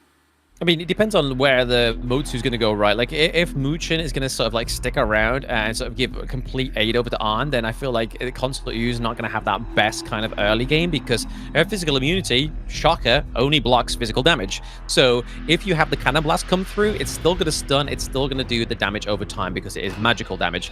But into the mid lane, this is where we could probably be seeing a little bit of a bit flirting between Wen and Highlang, right? Because I mean, Yixing in the last game, amazing wave clear. Lady Chen, not the fastest wave clear, but still very powerful, especially into those team fights. So there's going to be a bit of like a power struggle to get both of these heroes rotating to the relevant sort of side lanes. Here we are, Blam. Second game of the series, OG Esports against Twisted Minds. And already Dao taking that pounce, the second skill in the Pei to just get onto the Gorge faster and be able to kind of make his way into getting some early vision control, see where he could look for the invade. But the early help from 90, ensuring that Clean is able to clean out this blue buff rapidly, means that Dao is actually going to turn his attention towards the top lane, help get level 2 for KK, and now we'll give an opening for OG to maybe look for a proactive invade into the top side. Yeah, I mean, they're looking to steal one of the camps over the top side, but I mean, look at that. Dao's not even touched any of his jungle, right? They're looking to steal one of the jungle objectives from the side of Twisted Minds, and to say, like, hey, we kind of like the look of your resources. They look a little bit shinier than ours, so we're going to take some from you, and then we're going to help ourselves to our own jungle. So he kind of just fastens up the pace of the Pei right now, and he's only about, like, 200 ahead, so kind of like a... It's not the biggest lead, but it's definitely sort of like what you can already see starting to play out, right? Yeah. At least for Twisted Minds, they're able to, play out the early stages for Clean's Luna to get him accelerated and safe from any aggression and invades from Dao's Pei as long as possible. This is a full clear that has come out, so Clean has already gotten the most amount of gold possible in this rotation. Meanwhile, KK in trouble, flashing away, but I mean, he's on the wrong side of the tracks trying to sustain off of the minion wave and get to maybe level 4. Pops the shield on the ultimate. Is it going to be enough? Oh, you could see where the theory was, but just unfortunately not enough in that 2v1, and First Blood goes over to 90. Yeah, this is what I meant, right? Like, this is where the power struggle is going to really come from, is like when they try and clear out that minion wave in the mid lane, who are they going to go and help? And right there, that was the right call for Highlang, getting up into the clash lane to help out 90. And oh, Shanks is so low, just wasn't able to kind of close that gap. They are able to freeze the wave though, which is really good here. City Boy looking like a sitting duck for now as he's trying to maintain the T1 into the farm lane. Yeah, a lot of decent damage down onto the tower.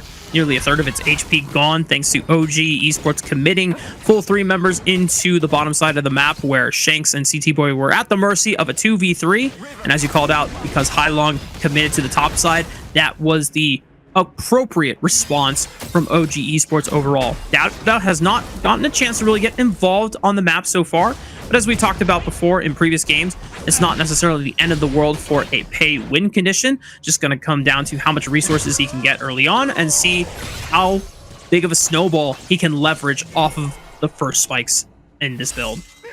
Exactly, yeah. He's just trying to kind of like out-damage the Luna at this point. So Clean on the Luna, he needs to try and out-damage that. But I mean, Clean so far definitely has the EXP lead, so he has to be careful. So I feel like the the contesting for the Tyrant when it comes through in the next like 40 seconds or so is going to be a bit of a peak interest for those watching at home, because both of these teams are definitely going to be wanting to pick up that Tyrant, because obviously it not only just aids Dowdow, it aids on as well as Wen, so a lot of damage, a lot of movement speed coming through if either team claims this in the next 26 seconds.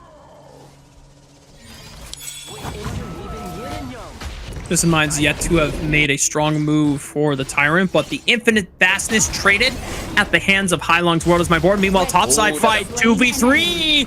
Dowdow comes in at the nick of time, and just like that, finds the execute on Clean, who was trying to set up that 2v2, but falls to the Tiger of the West. And just like that, two members falling on the top side opens up that tier 1 turret for getting fallen here just at the 4-minute mark, where the shields have shattered and the extra damage reduction is gone. OG Esports going to be able to open up the map successfully.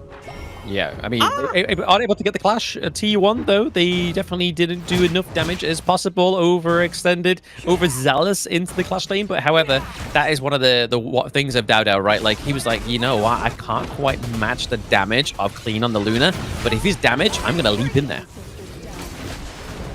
Yeah, that low health target, super susceptible to a Dowdow Tiger form execute on that first skill, and now he's made his way over to the bottom side where the Tyrant has yet to be taken. Should be swept up unless Hailong can get something funny there, but clean execute by Dowdow with the smite.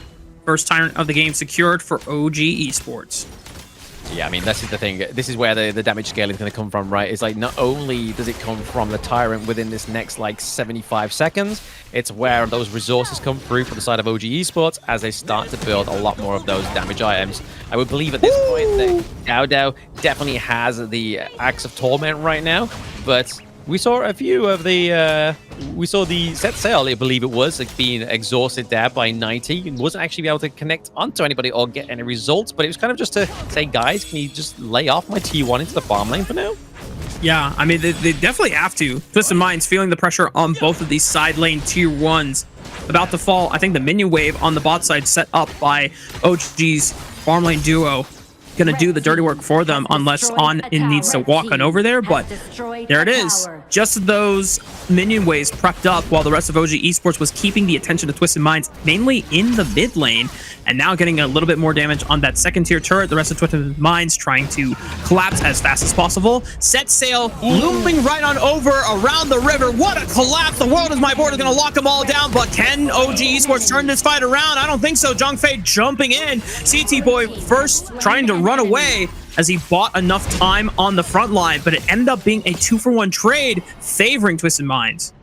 2-for-1 trade. I mean, we could have seen OG on actually like try and commit his common skill if he had it, which would have been huge for him. The infinite fastness there is going to save him from Clean trying to take a takedown onto On. But honestly, the damage coming through for On right now, he's a whole level ahead of Shanks. They have to be careful because those flaming palms, honestly, City Boy had health, and then a brief moment after, City Boy had no health. Yeah, that's crazy. And OG Esports, despite a really good flank from 90's Sunse, and it was a big fight, unfortunately, they weren't able to find any objectives off the back end of it. It was still OG Esports jungler in Dowdow, who was mid lane, not involved with the fight, able to push in the mid lane and then get the tier 1 turret off the back end of it, because the rest of OG Esports, who were up, prevented Twisted Minds from being able to rotate and make that defense possible. And just look how the objective sequence has been. Tier 1 mid turret opens up the top side map, Overlord taken off the back of it as well. I mean, OG Esports, even with such a nice pick from Twisted Minds, just not enough when it comes to the macro game. Yeah, no, the objective takeover is kind of like a bouncing ball. It's just like boom, boom. It's all tactical. It's like a ping pong ball in a machine, but so is 90 there. He gets now. Tiger of the West for a reason. Look at this guy go. Dowdow has yet to fall on something like the pay in any of these games. A triple kill for Dowdow. Are you kidding me? There's a reason why this guy has earned the title of the best pay in the West, and he just continues to lay down the pain on the other side of Twisted Minds. Yeah, I mean, what was that? 4-0 trade overall for OG Esports. Again, rocking down into the mid lane here, trying to take the T2, especially with the aid of the Vanguards as well. They're not looking to kind of like pull the brakes anytime soon. They were like, guys, we've seen that there has been like an inkling at a full best of 5 so far within day 1, but we really aren't interested in getting to that point. We just want to kind of claim victory, go back, have some snacks, go back again tomorrow. I mean, OG Esports were definitely snacking on the corpses of Twisted Minds right there, and the way they ran them out of the jungle. Whew. We are now staring down another 6,000 gold lead, this time at 8 minutes, not super early on like we saw in game 1, but the win condition, the way that OG Esports in the past have been able to manifest these strong snowballs off the back of something like Dowdow on the pay has arrived, yet all the same. All the side lane turrets had pretty much collapsed. 1-tier turret stands in that clash lane, and yet on with the flaming palms, just doing a number to the health bars of Twisted Minds. I'm just so flabbergasted by these cannon blasts that are coming through from Muchin. Like, he's predicting his enemy team's movement before he's even saw it. He's like, guys, I'm living in like 2 seconds ahead of life, and he's just laying them down. We see the set sail trying to be committed, but it does exhaust the infinite fastness. But at this point, when OG Esports are being that aggressive, it's not really the be-all or end-all, right? Like, yes, you exhaust the ultimate, but at the same time, they've got minions coming into all 3 of their lanes. It is just too damn easy for OG Esports at this point. They blitz through the high ground turrets in the top lane and the mid lane. What is my board? Is going to keep them in, but they're not there. With Twisted Minds, Twisted Minds is locked in with OG Esports as now the crystal is exposed at just a finisher, a faster one. 9 minutes and 54 seconds. OG Esports moving back under point. 10 minutes that one. They're trying to just like surmise on their previous victories. Like, guys, okay, we took over 10 minutes. That was a little bit too long. Coach Andy was like, guys, what are you doing? We know we've got a sub 10-minute game in you. And it's like, right, okay, we'll go for game 2. We'll do it under 10 minutes, and then will you be happy? And then Coach Andy's going to be like, no. You got to go sub 8 minutes next game. I mean, I wouldn't put it past them at this point. Now, they don't have access to the Pay Byron combo, so I'm not sure if there is another, secret hero composition that is faster than Pay and Byron at this point in the draft phase, Blam. You're going to have to fill in the knowledge for me if that is the case, but, at least to my limited hero pool knowledge, I mean, that is going to be the quickest that we're going to get, unless, Twisted Minds just really, buckle under the pressure. I mean, the global ban pick obviously affects both sides, right? So both sides are getting the picks that they really want, and we're now getting into the potential match point as well. Obviously, in that game 2, there were quite a lot of like T0 exhausted picks. Obviously, Pay over to the side of OG Esports, as well as the Byron, as well as the Lung as well. So quite a lot of these picks already being taken off the side of OG Esports, as well as the Lady Chen as well. So already we're getting further and further down into the global ban pick. So game 3 is definitely where they're going to be starting to kind of like see if there is that kind of like fast-paced kind of team comp that you're looking for there.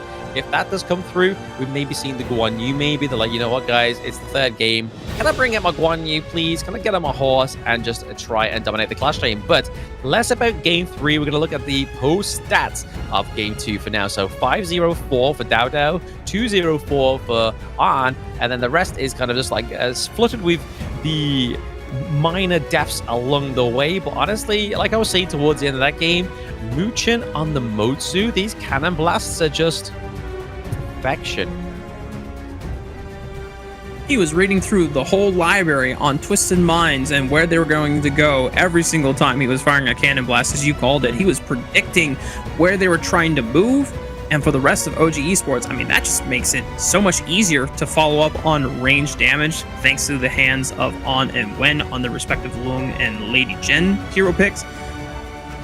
KK, yeah, did get focused down early on by Twisted Minds. There was a couple of picks onto the top side of the map, thanks to Hailong making those roams and collapses on over. But as soon as Dowdow got involved into the fray, oh yeah, KK was back in business, being able to push out those side lanes, and then it just came down to OG Esports maintaining 4-man coordinated push on whatever side of the map that Dowda was not on until they needed him to join into those fights. And then the 5-man overwhelm, what can you do at that point as Twisted Minds? Exactly, it just all rolls out, right? Like we were saying towards the beginning part of the game where we saw Dowda kind of just like getting the feel for himself onto the page, just getting that resources, getting that damage spike come through. And then when the perfect time came through, he initiated the thumb and was like, bros, I'm going in, I'm getting the counter clean, and I'm making this personal. 5-0-4 KDA, 20% of the damage dealt, only 16% of the damage taken, and a total of 26% of the gold. It's going to be Dowda taking MVP in game 2. So he hasn't had the perfective series of having all MVPs, because Keke got the first game 1, but this is where we started to see him shine. Look, pounce off the wall, straight onto clean. He did not let any moment slip, and then Keke picking up the second kill there. But this was a nice little sandwich here for Twisted Minds, right? We had the set sail, we had the unbridled outburst, as well as the world is my board. Like, so much control being exhausted there, but only so little results, which is the problem, right? When you're going against a team like OG Esports, you need maximum results. And the big thing too for Dowda is, even if this wasn't necessarily like the most bloody game from him on the pay, where he was racking up a significant source of the damage, just a split even 20%, which is, you know, makes sense, 50% of his total team damage share. The big thing is that not only he was deathless again on the pay, but also he was getting so much objective control done on the map whenever his team was absorbing pressure from Twisted Minds. But now we find ourselves at match point 4 of the series. OG Esports, one more game is all they need to close out the series. We'll see if Twisted Minds can find a way to come back, or if it's just going to be OG Esports taking the series home. We'll find out after this break.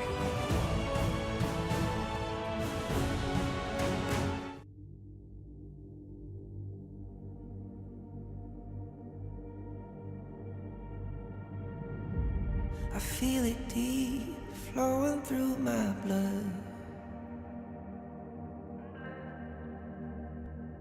Rising up to become someone, and taking it all on my own. What a sweet victory. And taking all of my control, awaken something deep in me. Like flames, feel it burning inside. Take a hold in pursuit of the prize. I've been told ain't no way to survive, keeping all of this fire that's locked up inside. When this is the time, enter the ring. All those mental chemicals doing their thing. I got flashes of battles inside of my dreams. I was made for this moment. At least now it seems like it's time to come face to face with your fear. But battling reason. Welcome back. We're getting ready for our third game of the series between OG Esports and Twisted Minds. Could be the last game of the series if OG Esports decide to continue their undefeated game streak here in the Kings Major West League, or could be going for more if Twisted Minds show up and, you know, do the unthinkable, which is making OG Esports bleed and causing them to drop a game.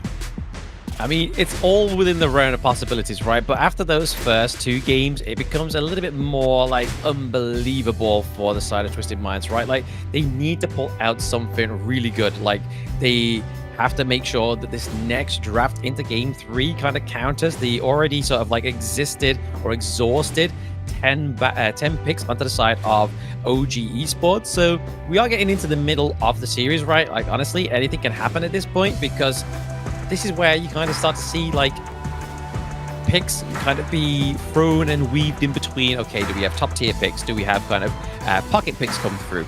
We'll have to wait and see, but BP will come through very, very soon. When we look at the hero pools for a lot of these characters here and the players, I mean, it is now coming down to how creative you can be. Is there some niche pick that Twisted Minds can pull out that OG Esports don't have that much experience playing against? Is there something like the Shungguan that we have seen from others that have pulled a number on people that were not really expecting it? Or is it just going to be OG Esports continuing to run the show? Twisted Minds going to take to the red side, and OG Esports are banning the Ogren here, just making sure that they recognize that, hey, we already played the Ogren before, so we can never use it again. So now it's up to us to make sure that they never get a chance to use it, especially since we've already exhausted one of our main counters in the Ogren by playing the Pei in game 2. Exactly. I mean, if they allow Twisted Minds to not ban, well, I mean, it's up to Twisted Minds here, right? Do they ban out the Mai Shiranui and then hopefully to take it in the first 2 picks, or they'll give it over to Wen? They do ban it out. Honestly, Highlang here was looking for that pick, but here we are. I did say it potentially in the end of the post game 2 that Keke is looking to bring out that Guan Yu in that 3rd match of the series, and he is. Guan Yu instantly slammed. First pick on the side of OG Esports. The Red Mare Rider will take to the Gorge once again. Twisted Minds now have a chance to lock in their counter pick of choice for 90 in the Clash lane to see if they are fearing any chance that OG Esports will try to snipe away those options in the second round of picks and bans. And right now, Twisted Minds locking in their solo laners of choice, Nuwa for Hailong and Mayin for 90. Ooh, okay, so the Mayin, again, looking for a lot of CC onto this pick, right? So again, using the whatevers to try and catch up the backline, but this means that OG Esports is able to lock in the power CC couple that is Liang and Princess Frost. This is going to be going over to Muchen and Wen. So again, we're going to be seeing some quite heavy rotations down to the bot side of the map. We're going to be seeing the suppressions come through, potentially onto the Mayin if they decide to go for any of the high frame heroes onto the side of Twisted Minds. But for now, they're looking at kind of creating a bit of distance between Twisted Minds and OG Esports with the Motsu pick. Yeah, if I ever see Muchen with his flash skill available and he's post level 4, something has gone wrong. I need to see Leon constantly flashing with the ulti to set them down and lock them in for the Princess Frost ultimate to come out on top as well. That has just been such a staple we have seen emerge over the course of week 1 here in the Kings Major West League. Now, Twisted Minds have a chance to ban out some farm laner options for On. First one on the table is that D-Renja, whereas OG Esports recognizing that Dianwei is starting to creep up in playability and priority for some of these teams, and not just limited to, you know, the one-off we saw in the first couple of series, but now just starting to pay some respect to Clean, pulling it out again here. Absolutely. I mean, we are seeing the Chano ban, so we're not going to even get a Chano. If this does not go to a best of like another round, the Chano is not going to come through for the first time in the day, which seems a bit like a bit of a fever dream at this point. But we are going to get the ban onto the Lady Sun as well as the Dion Wei. Again, the burst potential from this pick is pretty huge. But we're going to get the Ho Yi for Shanks onto the side of Twisted Minds. So using that Burning Sun arrow to try to get the lockdown. It's obviously going to be paired very nicely and synergized very well with the Cannon Blast. If you can land the Cannon Blast and then from downtown becomes a Burning Sun arrow, that's when we could see a big burst damage pick from the side of Twisted Minds come through. Maybe something like the Jing here could be very well for Clean. Yeah, now you have double range CC that can set up for someone on Twisted Minds to just pounce on a stun target. Nuwa can at least aid in with some more extra long range damage, so I like the idea of maybe something like the Jing for Clean, whereas for OG Esports, this is a new one. Feng being locked in for On and Musashi. We've definitely seen that hero before a few times in the tournament, but might be a first time for Dowdow if I have to go back and confirm in my stats. But yeah, this is exciting stuff. I don't think we've seen Fang in this stage in the tournament so far. No, we don't see the Fang at all, but it's going to be the Musashi going over to Dowdow, and then Arn will be on the Fang. So again, it makes complete sense going and drafting into the Ho Yi, because there is so many skills onto the side of Twisted Minds where if you use Fang's second ability, he becomes untargetable. So if you roll out, he's not going to take the damage. Say, for example, if he knows the Burning Sun arrow is going to land on top of Fang, he could just roll out the way and it's not going to land onto him because he becomes untargetable.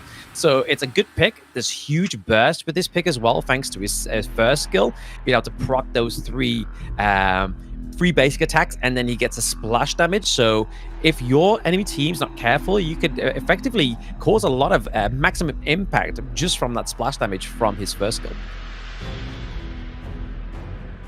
So awesome to see the creativity of the hero pool starting to be explored thanks to the fact that we are now playing in double round robin best of 5s for the rest of this week, both in Group S as well as in Group A. It's already starting to make its way, and I wanted to say toll, but toll sounds too negative. You know, it is starting to show the effects as we're heading into our 3rd game of the series, the first time where we have seen, you know, a 3 consecutive game series from the likes of OG Esports and Twisted Minds. Just credit to the fact that OG cleaned house on them in the previous best of 3 that they played in on last week, the last day of the ranking week. But now we're heading onto the Gorge. What could potentially be match point for OG Esports or a start of a comeback for the side of Twisted Minds. Yeah, I mean, I do like the pick of the Musashi here, right? So it gives access into the back lane, especially onto the likes of Shanks or even the Nua, right? That's where you're really going to be seeing those duel to the depths really being committed there. So he's able to get in there, use the extreme speeds, or even use the Illuminating Slash, which can block a projectile as well. So a well-timed Illuminating Slash, which is Musashi's first ability, can block out a lot of projectiles. So if you've never played Musashi before in your ranked games and you think that's a cool mechanic, definitely give him a try. Build him tank. Some people like to build him with attack damage, but honestly, he is still probably more preferred and best suited to the tankier role. And the nice thing about tank items in Honor of Kings is that it allows you to do a significant amount of damage, even if you're not building directly damaged items. Because if you get that gold lead, then you just stat check people with the amount of base stats from all the level advantages that you have over the opponent. A lot of projectiles that you can block in this game, things like the Cannon Blast as well as the Burning Sun Arrow. Meanwhile, OG Esports, a lot of early proactivity. Some checks here on the top side. 90 getting taken down super low by Keke on the Guan Yu. However, not enough, as Hailong at least will escort him back to the safety of his tier 1 turret, whereas Ans Feng was getting pressured by the Motsu. I think he's constantly getting stopped on the recall here over the Cannon Blast. Yeah, I mean, the thing is with Lam, he's able to kind of get the wave clear that he needs to. With his first skill, he can kind of like roll. When he rolls out, he leaves a bit of a trace behind him, and that does damage over time as well. So it's a very useful skill, and it also procs the passive, the damage over time from his first skill also.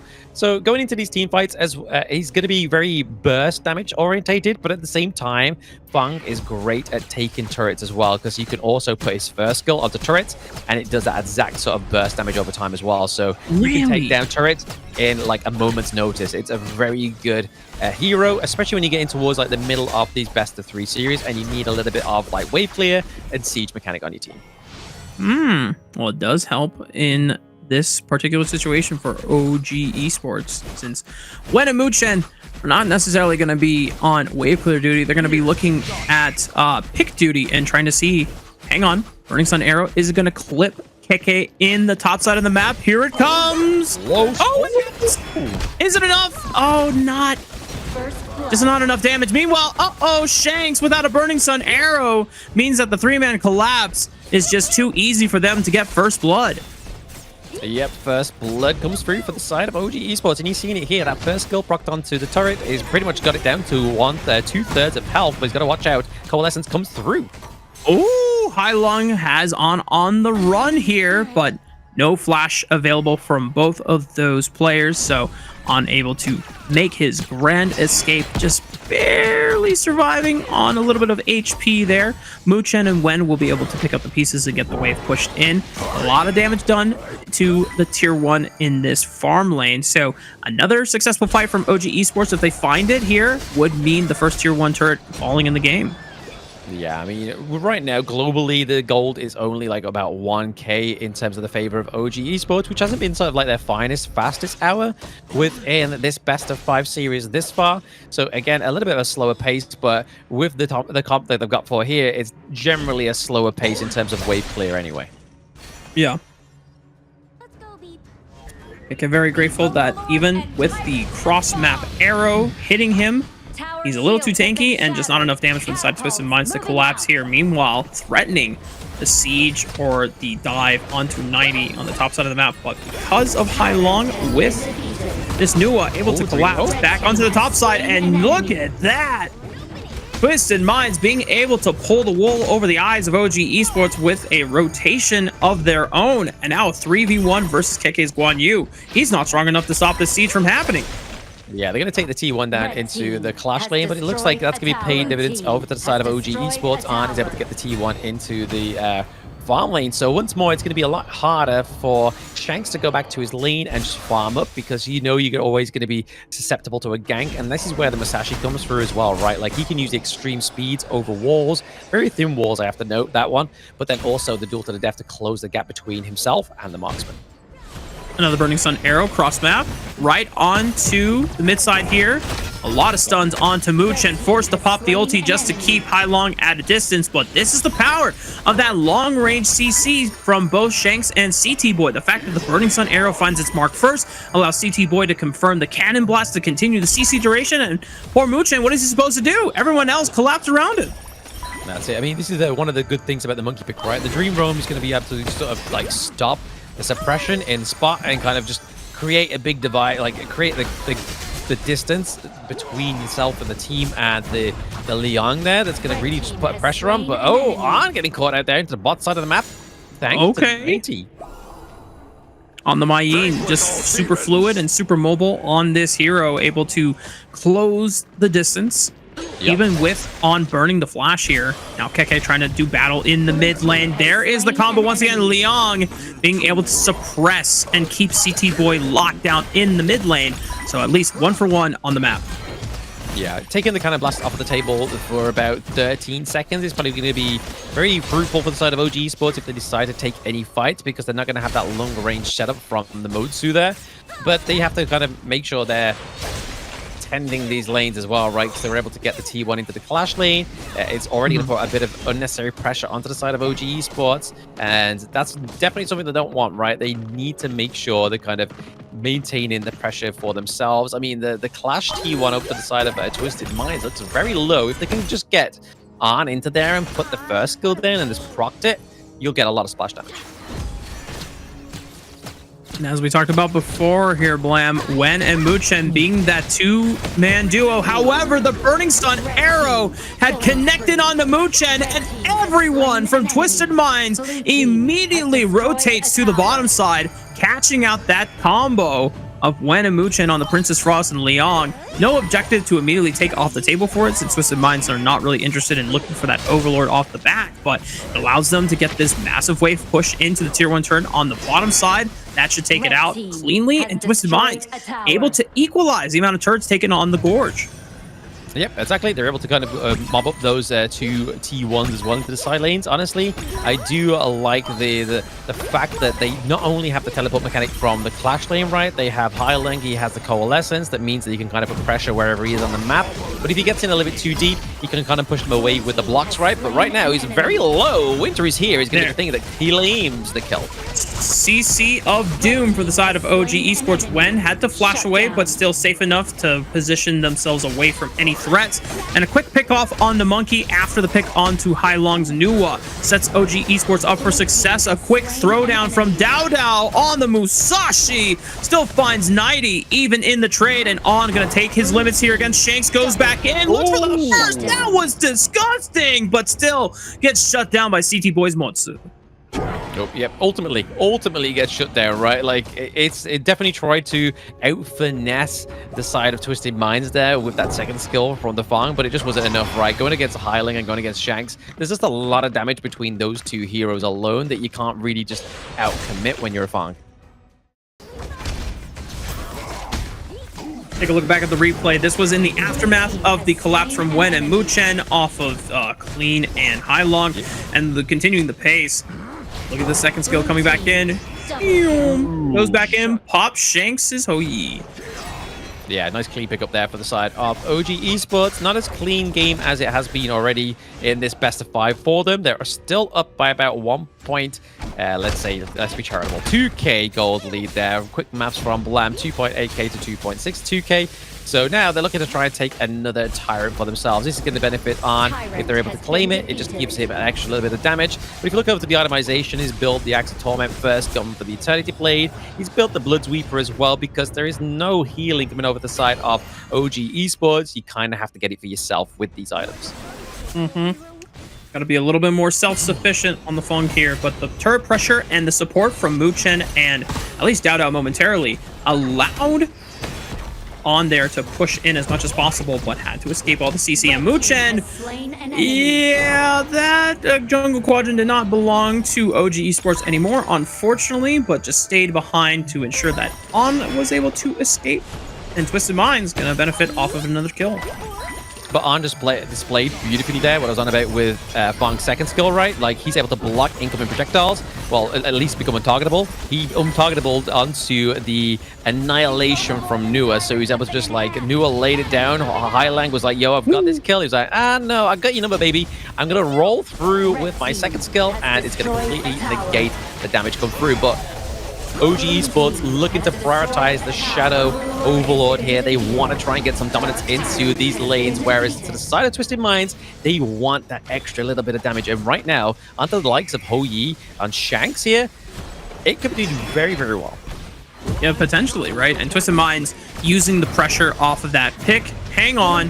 CT Boy in trouble, and KK just from out of nowhere smacks him in the face with the front-facing power of that Horse Stampede. And OG Esports is making sure that they are maintaining the macro pressure despite Twisted Minds taking the tier 2 turret on the bottom side of the map after the pick. They got the Shadow Tyrant for themselves, so they have a little bit of extra team fighting power, but OG Esports knows the money is in that macro pressure, being able to take turrets as fast as possible. Burning Sun Arrow already used, stunning about the front line, but it looks like it's just so easy for Dao to just annihilate the backline and make his way out, still maintaining the deathless streak that he has. Now oh baby, Mighty just making sure that he can trade one back, but still falls on in the trade, and Shanks still alive, but Burning Sun Arrow's gonna clip when in the back should be enough for Clean to finish him off. And they got CT Boy being able to assist in the 2v1, and Twisted Mind still not giving up this game 3 without a fight. Not giving the game 3 without a fight, right? But I mean, you can see there that OG Esports have threaded the Vanguards through the needle, just straight into the Crystal territory, right? Puts a lot of pressure onto the side of Twisted Minds. It means that Dao can just basically have free roam onto all this jungle resources for himself, as he's starting to see here, going onto the Lizard and then going onto the Azure Golem. Again, Musashi really needs that Azure Golem, especially for those cooldown reductions on his abilities, as well as the...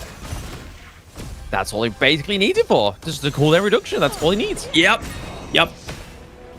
More spamming of the cooldowns means more times that Dao can defy death, as he has done so throughout this series, throughout the tournament. Still maintaining, I think, only 5 deaths so far. I do not recall him ever going down as the Ogryn in the first game. So if that is the case, no one has taken more than 5 kills off of Dao in the entire Kings Major West League. It's just such an impressive feat, an impressive stat to boast when you're already, you know, rocking the top of the standings alongside OG Esports and really making yourself known as probably the best jungler in the tournament. Oh, absolutely. So far, I mean, this pressure coming through here. They have to get City Boy out of there. He does force, actually, he doesn't force the flash. He's able to just get out there with the dash for Dream roll. Both super. Okay. Clean is into the back line looking for On, and Goodnight farm laner, but collapse from Keke on the Guan Yu, trying to aim himself for Shanks in the back line, but he's pumping out the arrows as much as he can. But the CC, he just gets trampled by a giant horse. That is just some tough luck right there. Twisted Minds trying to survive off the back of Clean, but he falls next. And now look at this. OG Esports are just dancing in between the second tier turret and the third tier turret. The high ground turret was opened up some time ago on the bottom side of the map, and GG, well played to Twisted Minds. They thought it was going to be enough, ranking it as competitive as possible, but still not enough to take down the Titans in the Kings Major West League. OG Esports sweep the series.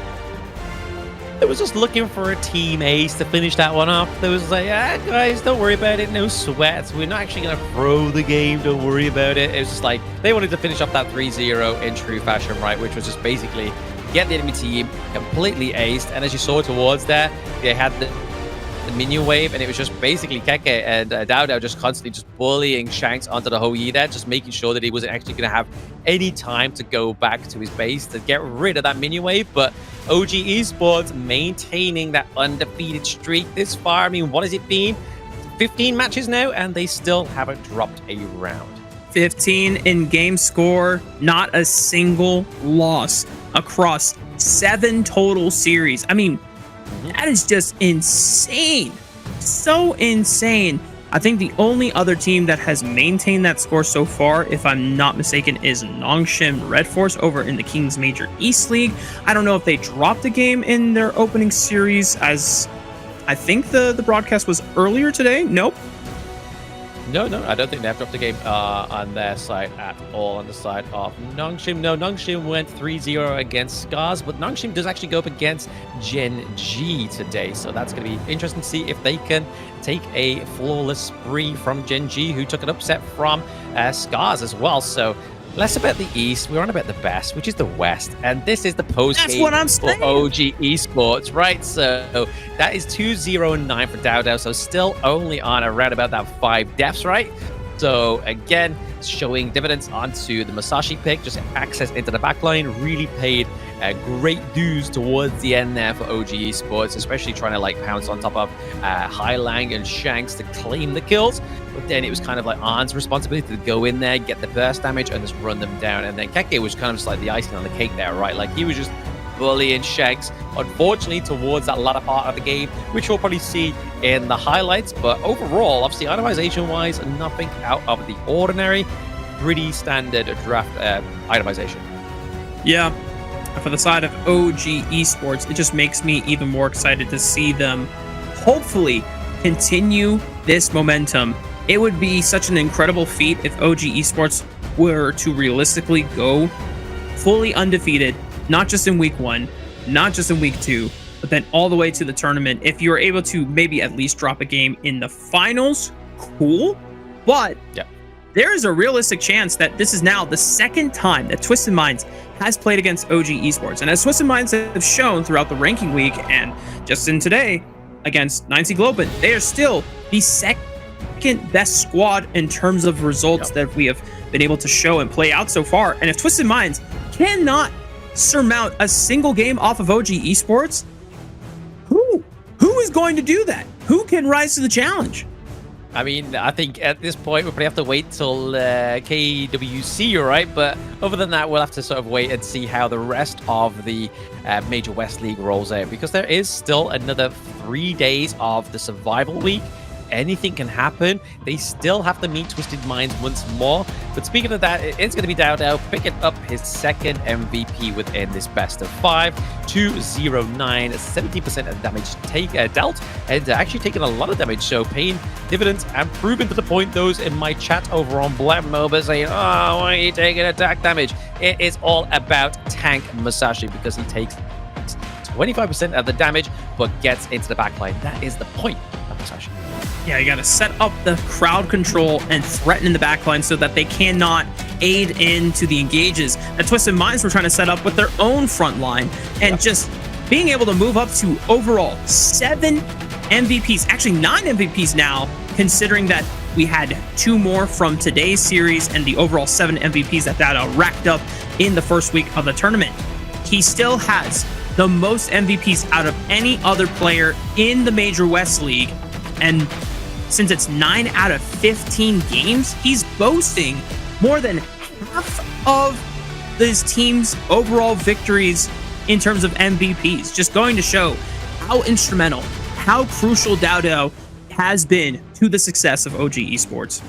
Oh, absolutely. He's definitely one of the spearheads on the team, right? But I don't think like there is a weak link on the team. They've definitely drafted a fantastic roster, right? Like, honestly, there's moments where Arn shines, there's moments where Keke shines. Muchin, like we were saying in Game 2, his Cannon Blasts on the Motsu were just kind of so ahead of the time that it felt like they were ahead of the time. They were just kind of like always calculating where his enemy was going to be. And then obviously went as well into the mid lane. He's picked up a few MVPs for himself. Maybe not in the Major West League at certain points, but also within Season 3 Invitational. So honestly, like a really rounded roster here for OG Esports. Looking to take a lot of promise going through to the rest of the West League.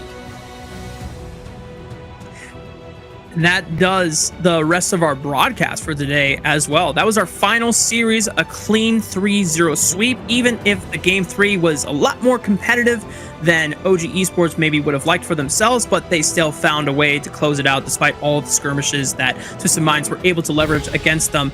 But With the conclusion of all 3 series, here are the results of those 3 series in case you are just tuning in now or didn't get a chance to catch the earlier games. It was a 3-1 victory overall for Twisted Minds against 9Z Globin, 3-0 for AYLO Gaming against Next RÜYA. That was a banger series. Don't let the game score fool you. Go back and watch it if you want to watch Tempest Dragon epic battles in all 3, because that's exactly what happened, Blam. Yeah, I mean, that was honestly one of my favorite series of the day, right? Like, even though with a technical pause in Game 1, I will obviously let those guys know that, but those Game 2s and Game 3 all the way to the Tempest Dragons was huge. But here is the current standings for the Survival Week. So, OG Esports at top of the lead here in Group S, whereas Twisted Minds, they're just a 1-1 game, but lost 1 match as well. So they're second of the lead, but then the only team to play within Group A is AYLO Gaming and NRX. Played AYLO Gaming right at the top with a 3-0 victory as well. So already a stern start for AYLO Gaming. I mean, you can't spell Group A without Group AYLO Gaming. Woo! Look at that. I mean, maybe it was just predetermined. Now, we are getting ahead of ourselves here, as we still have yet to see the first series from Virtus Pro and MKOI being played out, which I imagine will be the case as we look ahead at tomorrow's schedule. No MKOI series yet, but Virtus Pro will get a chance to play against AYLO Gaming for the first time, not just against AYLO, but also on the Gorge. And remember, this is a double round robin best of 5 series. So even if the series does go one way, doesn't mean that the enemy team that is the victim of the series loss means that they are just completely done and over. They have another chance to play against that team later on in the week. We have, 3 more overall days of competition in our Survival Week. And of course, 9ZG to start off the series against OG Esports, as well as another Group F series to close out the day.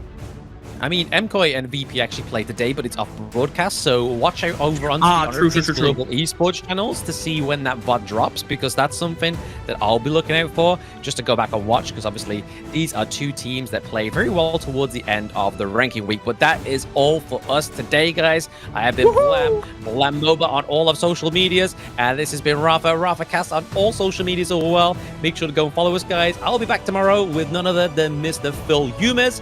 Make sure you tune in. The action is only going to be even more intense, so see you guys tomorrow. Ciao. Yumus gang, rise up.